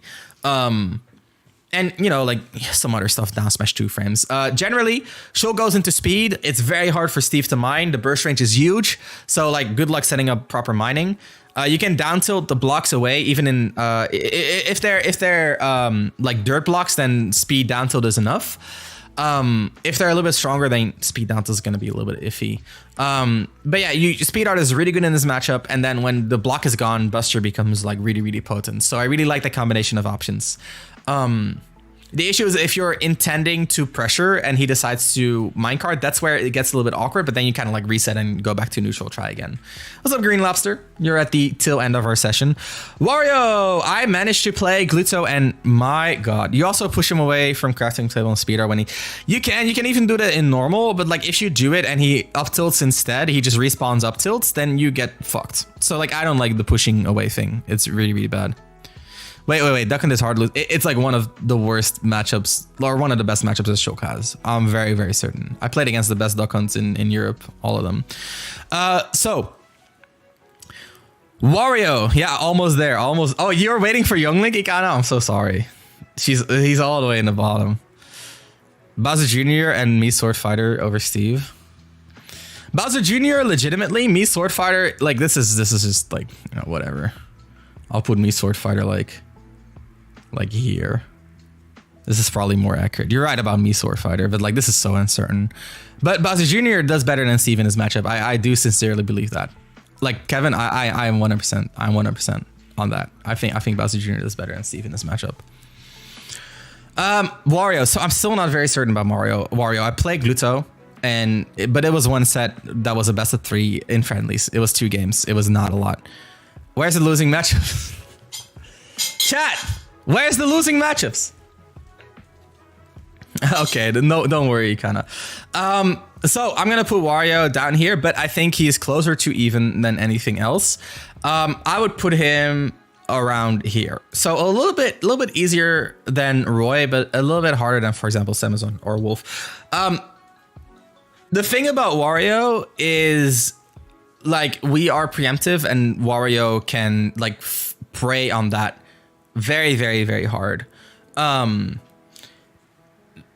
The issue is that once Wario gets in, he's in, and it's hard for Shulk to deal with. Think about Nair, right? Very hard to deal with. Even if you parry, oftentimes you still don't really get much out of it. Maybe, now that I think about it, you can like parry footstool, but then he can like drift away. So like I don't really feel it. Down tilt is hard to deal with. Wario is also heavy, but Wario struggles with Buster a lot. Wario also struggles with Buster and jump off stage. If you like Buster fair him off of his bike, he's fucked. Whereas if you like do anything else, he gets a lot more room to like set up his momentum again. At least that's my experience. I think like any hit out of like his bike jump, you kill him. Like ledge flip is really good at denying bike jump, because the bike jump actually has a decent amount of lag if Wario jumps off of his bike. He struggles to get in through Nair. Like I said, you got to play very defensive as Shulk. You can play with platforms, but you cannot platform camp, right? So think about jumping to the platform, drop through fair, stuff like that can be hard for Wario to deal with. Speed art is okay in this matchup. I feel like Wario gets a lot of reward, and like because his disadvantage is good, you get a win with speed art. It doesn't mean as much. I like Buster neutral a lot against Wario, kind of similar to Peach, but speed is still good, obviously. But I like playing speed a lot more defensively. We can kill Wario early because, like I said, Smash Art, but also Gimps, both are very, very feasible. We can shield art out of like up tilt waft, as well as like Nair waft or up air waft, which is really, really big. Usually Wario lands wafts on us through like a reed waft, which is still potent, but it's less potent than a combo, obviously. So that's really, really good. What else?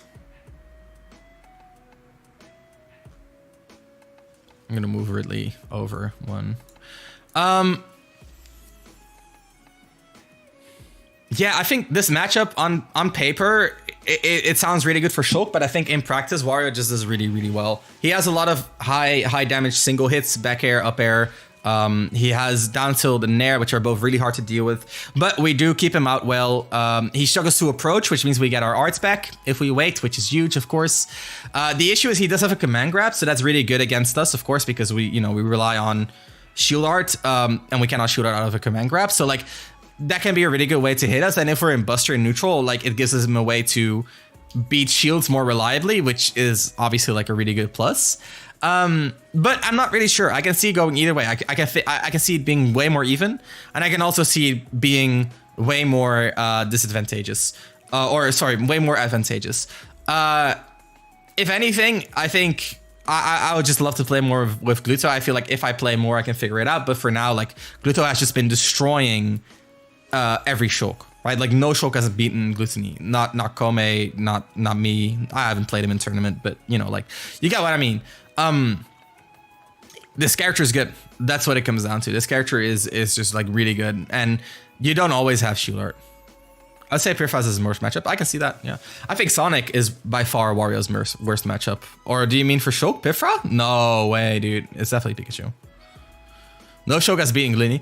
Here's the thing, right? I think Glitney's also like player skill wise way better than every Shulk, and I think like that's why it's so uncertain, because like if I were to use results, he would be like right here, right? It's a losing matchup. If I were to use results, Pikachu would be right there as well. But this is my experience, and my experience is that like he's right around here. I'm not super certain. I'm actually a lot more certain about Meta Knight than that. But yeah. Let's see. Final character for our list as we reach midnight. We're gonna put Young Link right around here. Let's put him a little bit down. Let's put him about here, actually. Have you played ESEM? I have not. So, Young Link is one of the more even matchups. I think maybe... No, we do better against Banjo and Joker than Young Link. What is there to say about Young Link? Okay, so I play against the best Young Link in the world, like every week. I used to think this was evenish. I still think it's evenish. This is still like evenish. Nowadays, I feel like more and more that there's an edge for Shulk. I play with Aeon. Young Link has all of the tools that Shulk hates, and I sincerely mean that. He can shut down speed art better than I think any other character in this list. Yeah, and like I'm for real. Like Young Link's shield goes so dummy hard against shield art. He has nair out of shield, up B out of shield. He has footstool bomb. Who's the best Young Link in the world? Super Sammy. He has footstool bomb drop out of shield. He has, those are enough. He has rising, but I say even so I have more confidence. I feel you kind of. He has rising nair that can intercept us as well. He has arrows to intercept us as well. He has boomerang to intercept us as well. If he's holding a bomb, I probably don't want to aggress in speed art at all, because the bomb just like dominates me pressing buttons first. Young Link is really good at shutting down speed art. What that means is that, well, we don't really have a really strong neutral, because if we don't have speed art, he's just kind of like throwing projectiles at us, and it is hard. It is hard for us to get in past this projectile wall if we don't have speed. Now, speed does make us stronger than him, right? Our neutral is still better than Young Link's, but it is not very significant. What does that mean? That means that if we're in speed art, we're kind of like looking for an opening, but it's probably not going to come. So we use our speed art. He's going to play around us. We're going to play around him. And then speed art goes away. And then he gets some chance to throw projectiles at us while we play defensively waiting for our arts. He really struggles to punish us for waiting for our arts. He can do so, right? He can pull a bomb and set up some pressure. He can set up pressure with some other tools. He can go for like a dash grab. But all of those tools are very limited. So when we are stronger, we cannot really pressure him. And when he's stronger, he cannot really pressure us, which makes for a very slow matchup. Now, here's what happens. He's going to run in and he's going to do a Rising Fair. And if you're not ready for it, you're going to have to shield it. And then you share, and then you shield forward air 2, he's -3. you cannot do anything. Then he does jab jab, he's -6, you cannot do anything. Or he does down tilt, same story.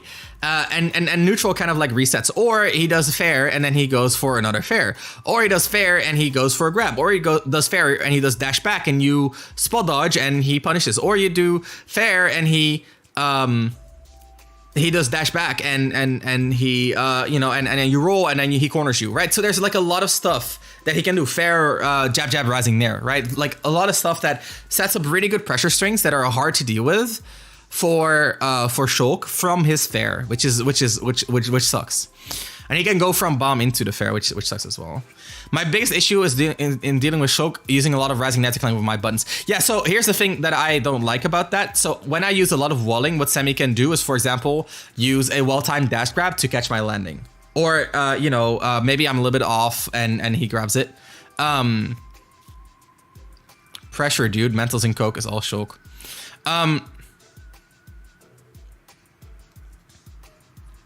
Something I learned about Youngling jab 2 or shield for Shulk. Youngling can shield tilt away to dodge grab.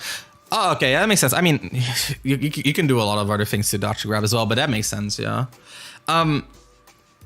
So if I do a lot of preemptive walling, Youngling has grab as a whiff punish.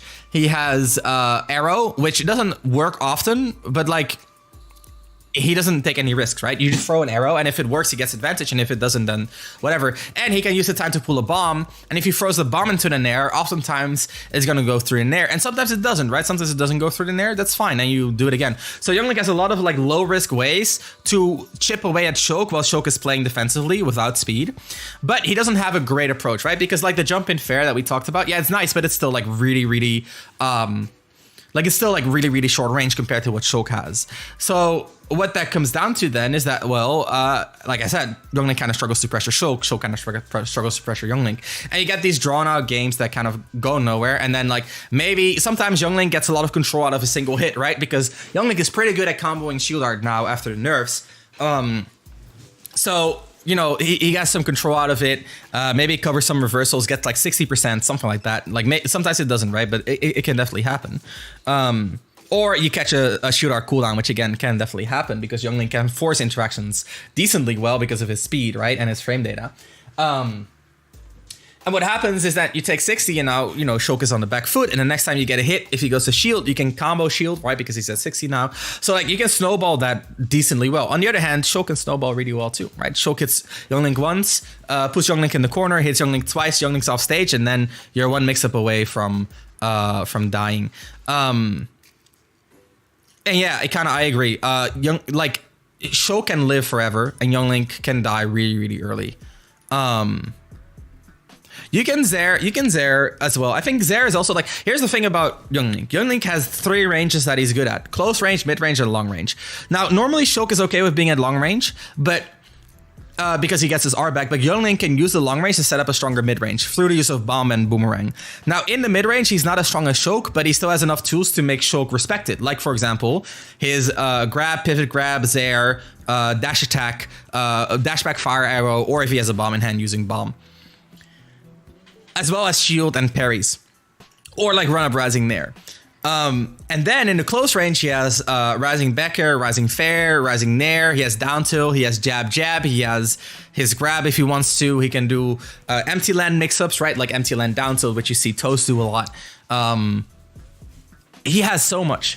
He has so much shit. It just makes no fucking sense. And that is the hard thing about playing this matchup, is that Shulk has a very linear game plan where like he wants to be in neutral, he wants to get this art, he wants to go from here to there. Very, very straightforward. But Youngling has a lot more mix-ups in what he is looking for.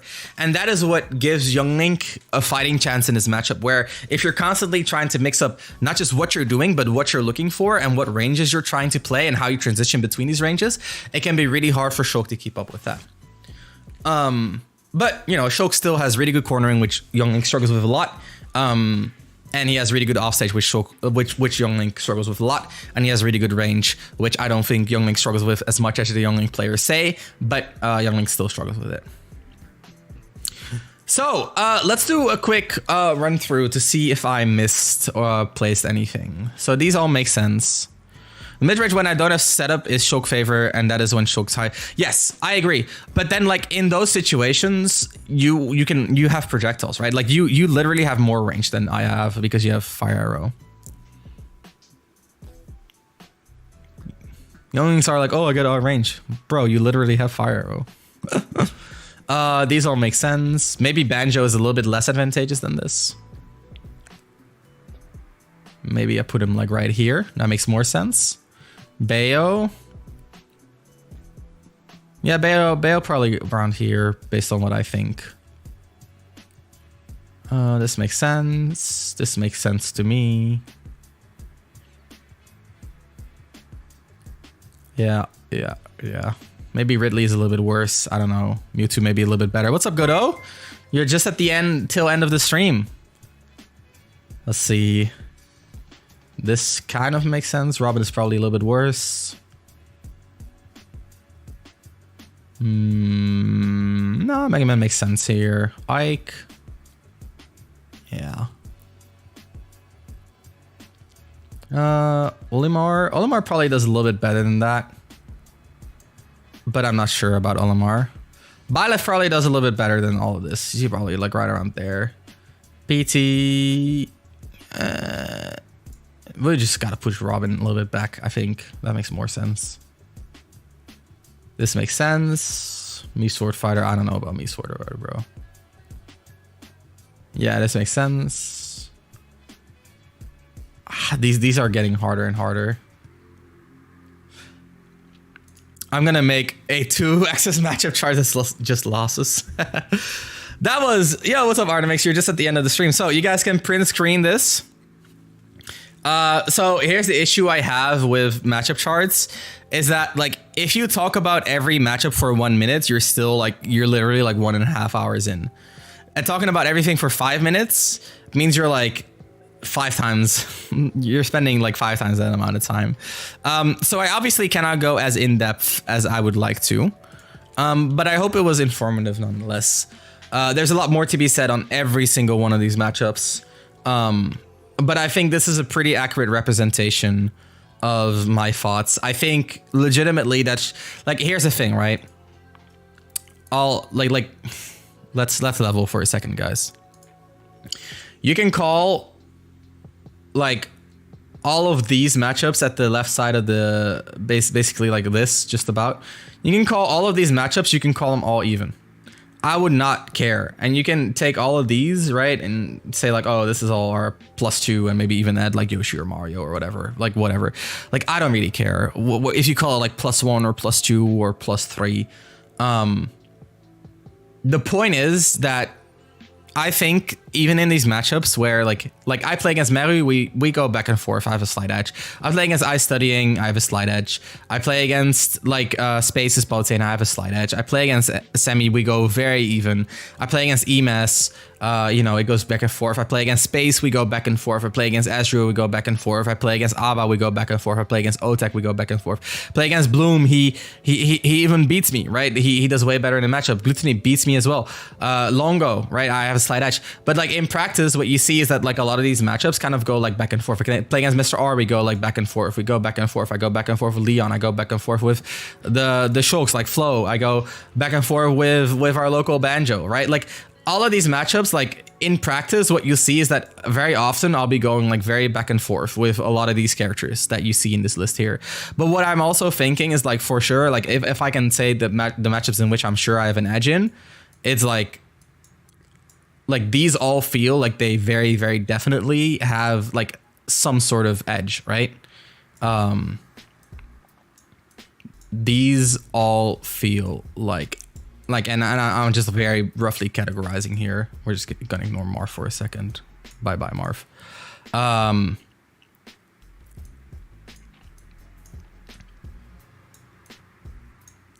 So, like, even though in a lot of these matchups we kind of go even, like let's say for example, like I go even with Sammy's Young Link, or he beats me more often, right? When I look at the matchup, I'm also like, okay, well, for one, he's playing the matchup better because it's more simple for him, and I feel like he's very close to playing the matchup as well as he could be, and I have a lot more to grow. So when I'm looking at this and I'm like, okay, in practice it's even, but I know there's so much more that I can do. That's why I think we have a slight edge, right? Because like I'm not the best player. I cannot get the most out of this character. I play against Space. We go even in Palu Shulk. Okay, yeah, but he's playing the matchup near perfectly, and I'm like, I have more to improve. When I play against Meru, right, same thing. When I'm playing against like Space's Aegis, in practice, we are going very back and forth. But I'm like, dude, he's doing literally 3 things. That's the entire matchup. And like, I have to do like 20 things, and then like we're going even, and there's more for me to get out of this. So like, even though in practice, like the results are even, I feel like the matchup is slight advantage. Just that like, I'm not getting the advantage out of it yet. And that's how I feel about a lot of like Shulk matchups, is that like, yes, in practice, it might like feel very even for the opponents. They're not seeing all of the things that they could be, like they're not seeing all the things that I could be doing better. And I feel like a lot of characters within like a very short amount of time, especially if you know how to fight against Shulk, a lot of characters in a very short amount of time are able to play the matchup near optimally. Whereas for Shulk, it takes way longer to start playing the matchup optimally. How is the matchup for more simple for Youngling than for Shulk? I feel like it's the other way around. Well, because like I'm literally like managing multiple arts, you're switching situations constantly. I have a very straightforward situation in which I'm strong, in which I have very straightforward mix-ups that are always going to be very much the same. So I need to mix up in ways that are not related to my character, but instead related purely to the player and to the like fundamental rules of the game. Whereas you can like abuse your character in a lot of different ways. You can abuse a lot of character. You can abuse your character in a lot of different ways without even having to think too much about playing the player. And in that sense, there's way more variables for me to manage because I'm managing 5 resources that are all independently interlinked and that all have various states of completeness, right? Whereas there's a difference between like, oh, it's available, it's on cooldown, it's just got on cooldown, it's halfway on cooldown, it's almost available. Like those are all like different states and they're all like interlinked. Like if I want to go to speed, I need to first wait for my shield, and then I also need to have my smash because that's how I finish my speed. But then like my smash is on cooldown, but it's halfway on cooldown, which means that I need to wait a little bit more, but you're pressuring me, which means I need, right? So like I'm managing all of my interactions in the context of my arts all the time. And when I'm using an art, I'm making a decision for like the next 30 seconds ish, which is a huge ask, right? And like on the other hand, like you get to play very direct mix-ups compared to the strategical approach. And it doesn't mean that the matchup is easy for Young Link, because I think again, like the matchup is hard for Young Link. I don't want to take that away, right? Like the matchup is hard for Young Link, but it's not as complex as it is for Shulk. It's both short. Exactly. That's what it is, right? And Young Link is a hard character. I think legitimately, if you want to think about like hard characters in this game, right? Like you're thinking about something like Bayo's pretty hard. You're thinking about something like, well, Hero's pretty hard. You're thinking about something like Joker's pretty hard. Like Link can be pretty difficult if you want to play him well. Are there more? There are not a lot more, honestly. Shulk is pretty hard. Sheik is pretty hard. Young Link is pretty hard. But like it very quickly deteriorates, right? Sephiroth is kind of hard. Peach is pretty hard. Ice Climbers, of course, as well. Where ICs? I don't know where ICs are. But like, if you look at these characters, it's already like very obvious. Like if you look at these, like Sephiroth is already like not as hard as these other characters. I think Peach is not as hard as these other characters. I think Link is not as hard as these other characters, right? Joker's definitely like down here as well. And then Bayo, and then you get like a tier of like, something like this or something. This is what I think. Macro wise hard. I don't really put a lot of effort into mechanically hard personally. Though Shulk is both. And Ice Climbers is both as well.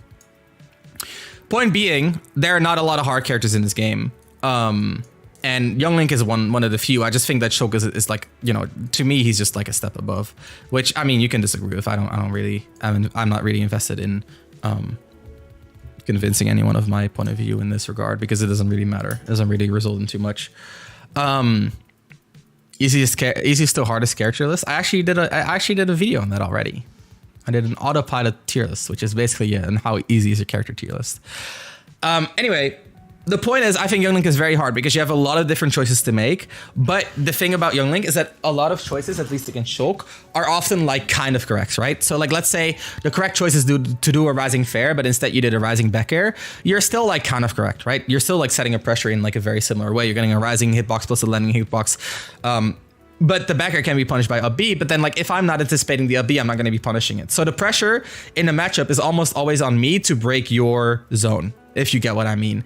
And that puts more pressure on me to be correct, whereas like you kind of like, there's a lot of moments in which Young Link just kind of gets to throw shit out, right? Like, you know, boomerang, bomb, arrow, with an air, like with like, and I mean, like, it's not like you can get away with that all the time, right? Like I'm not saying that, but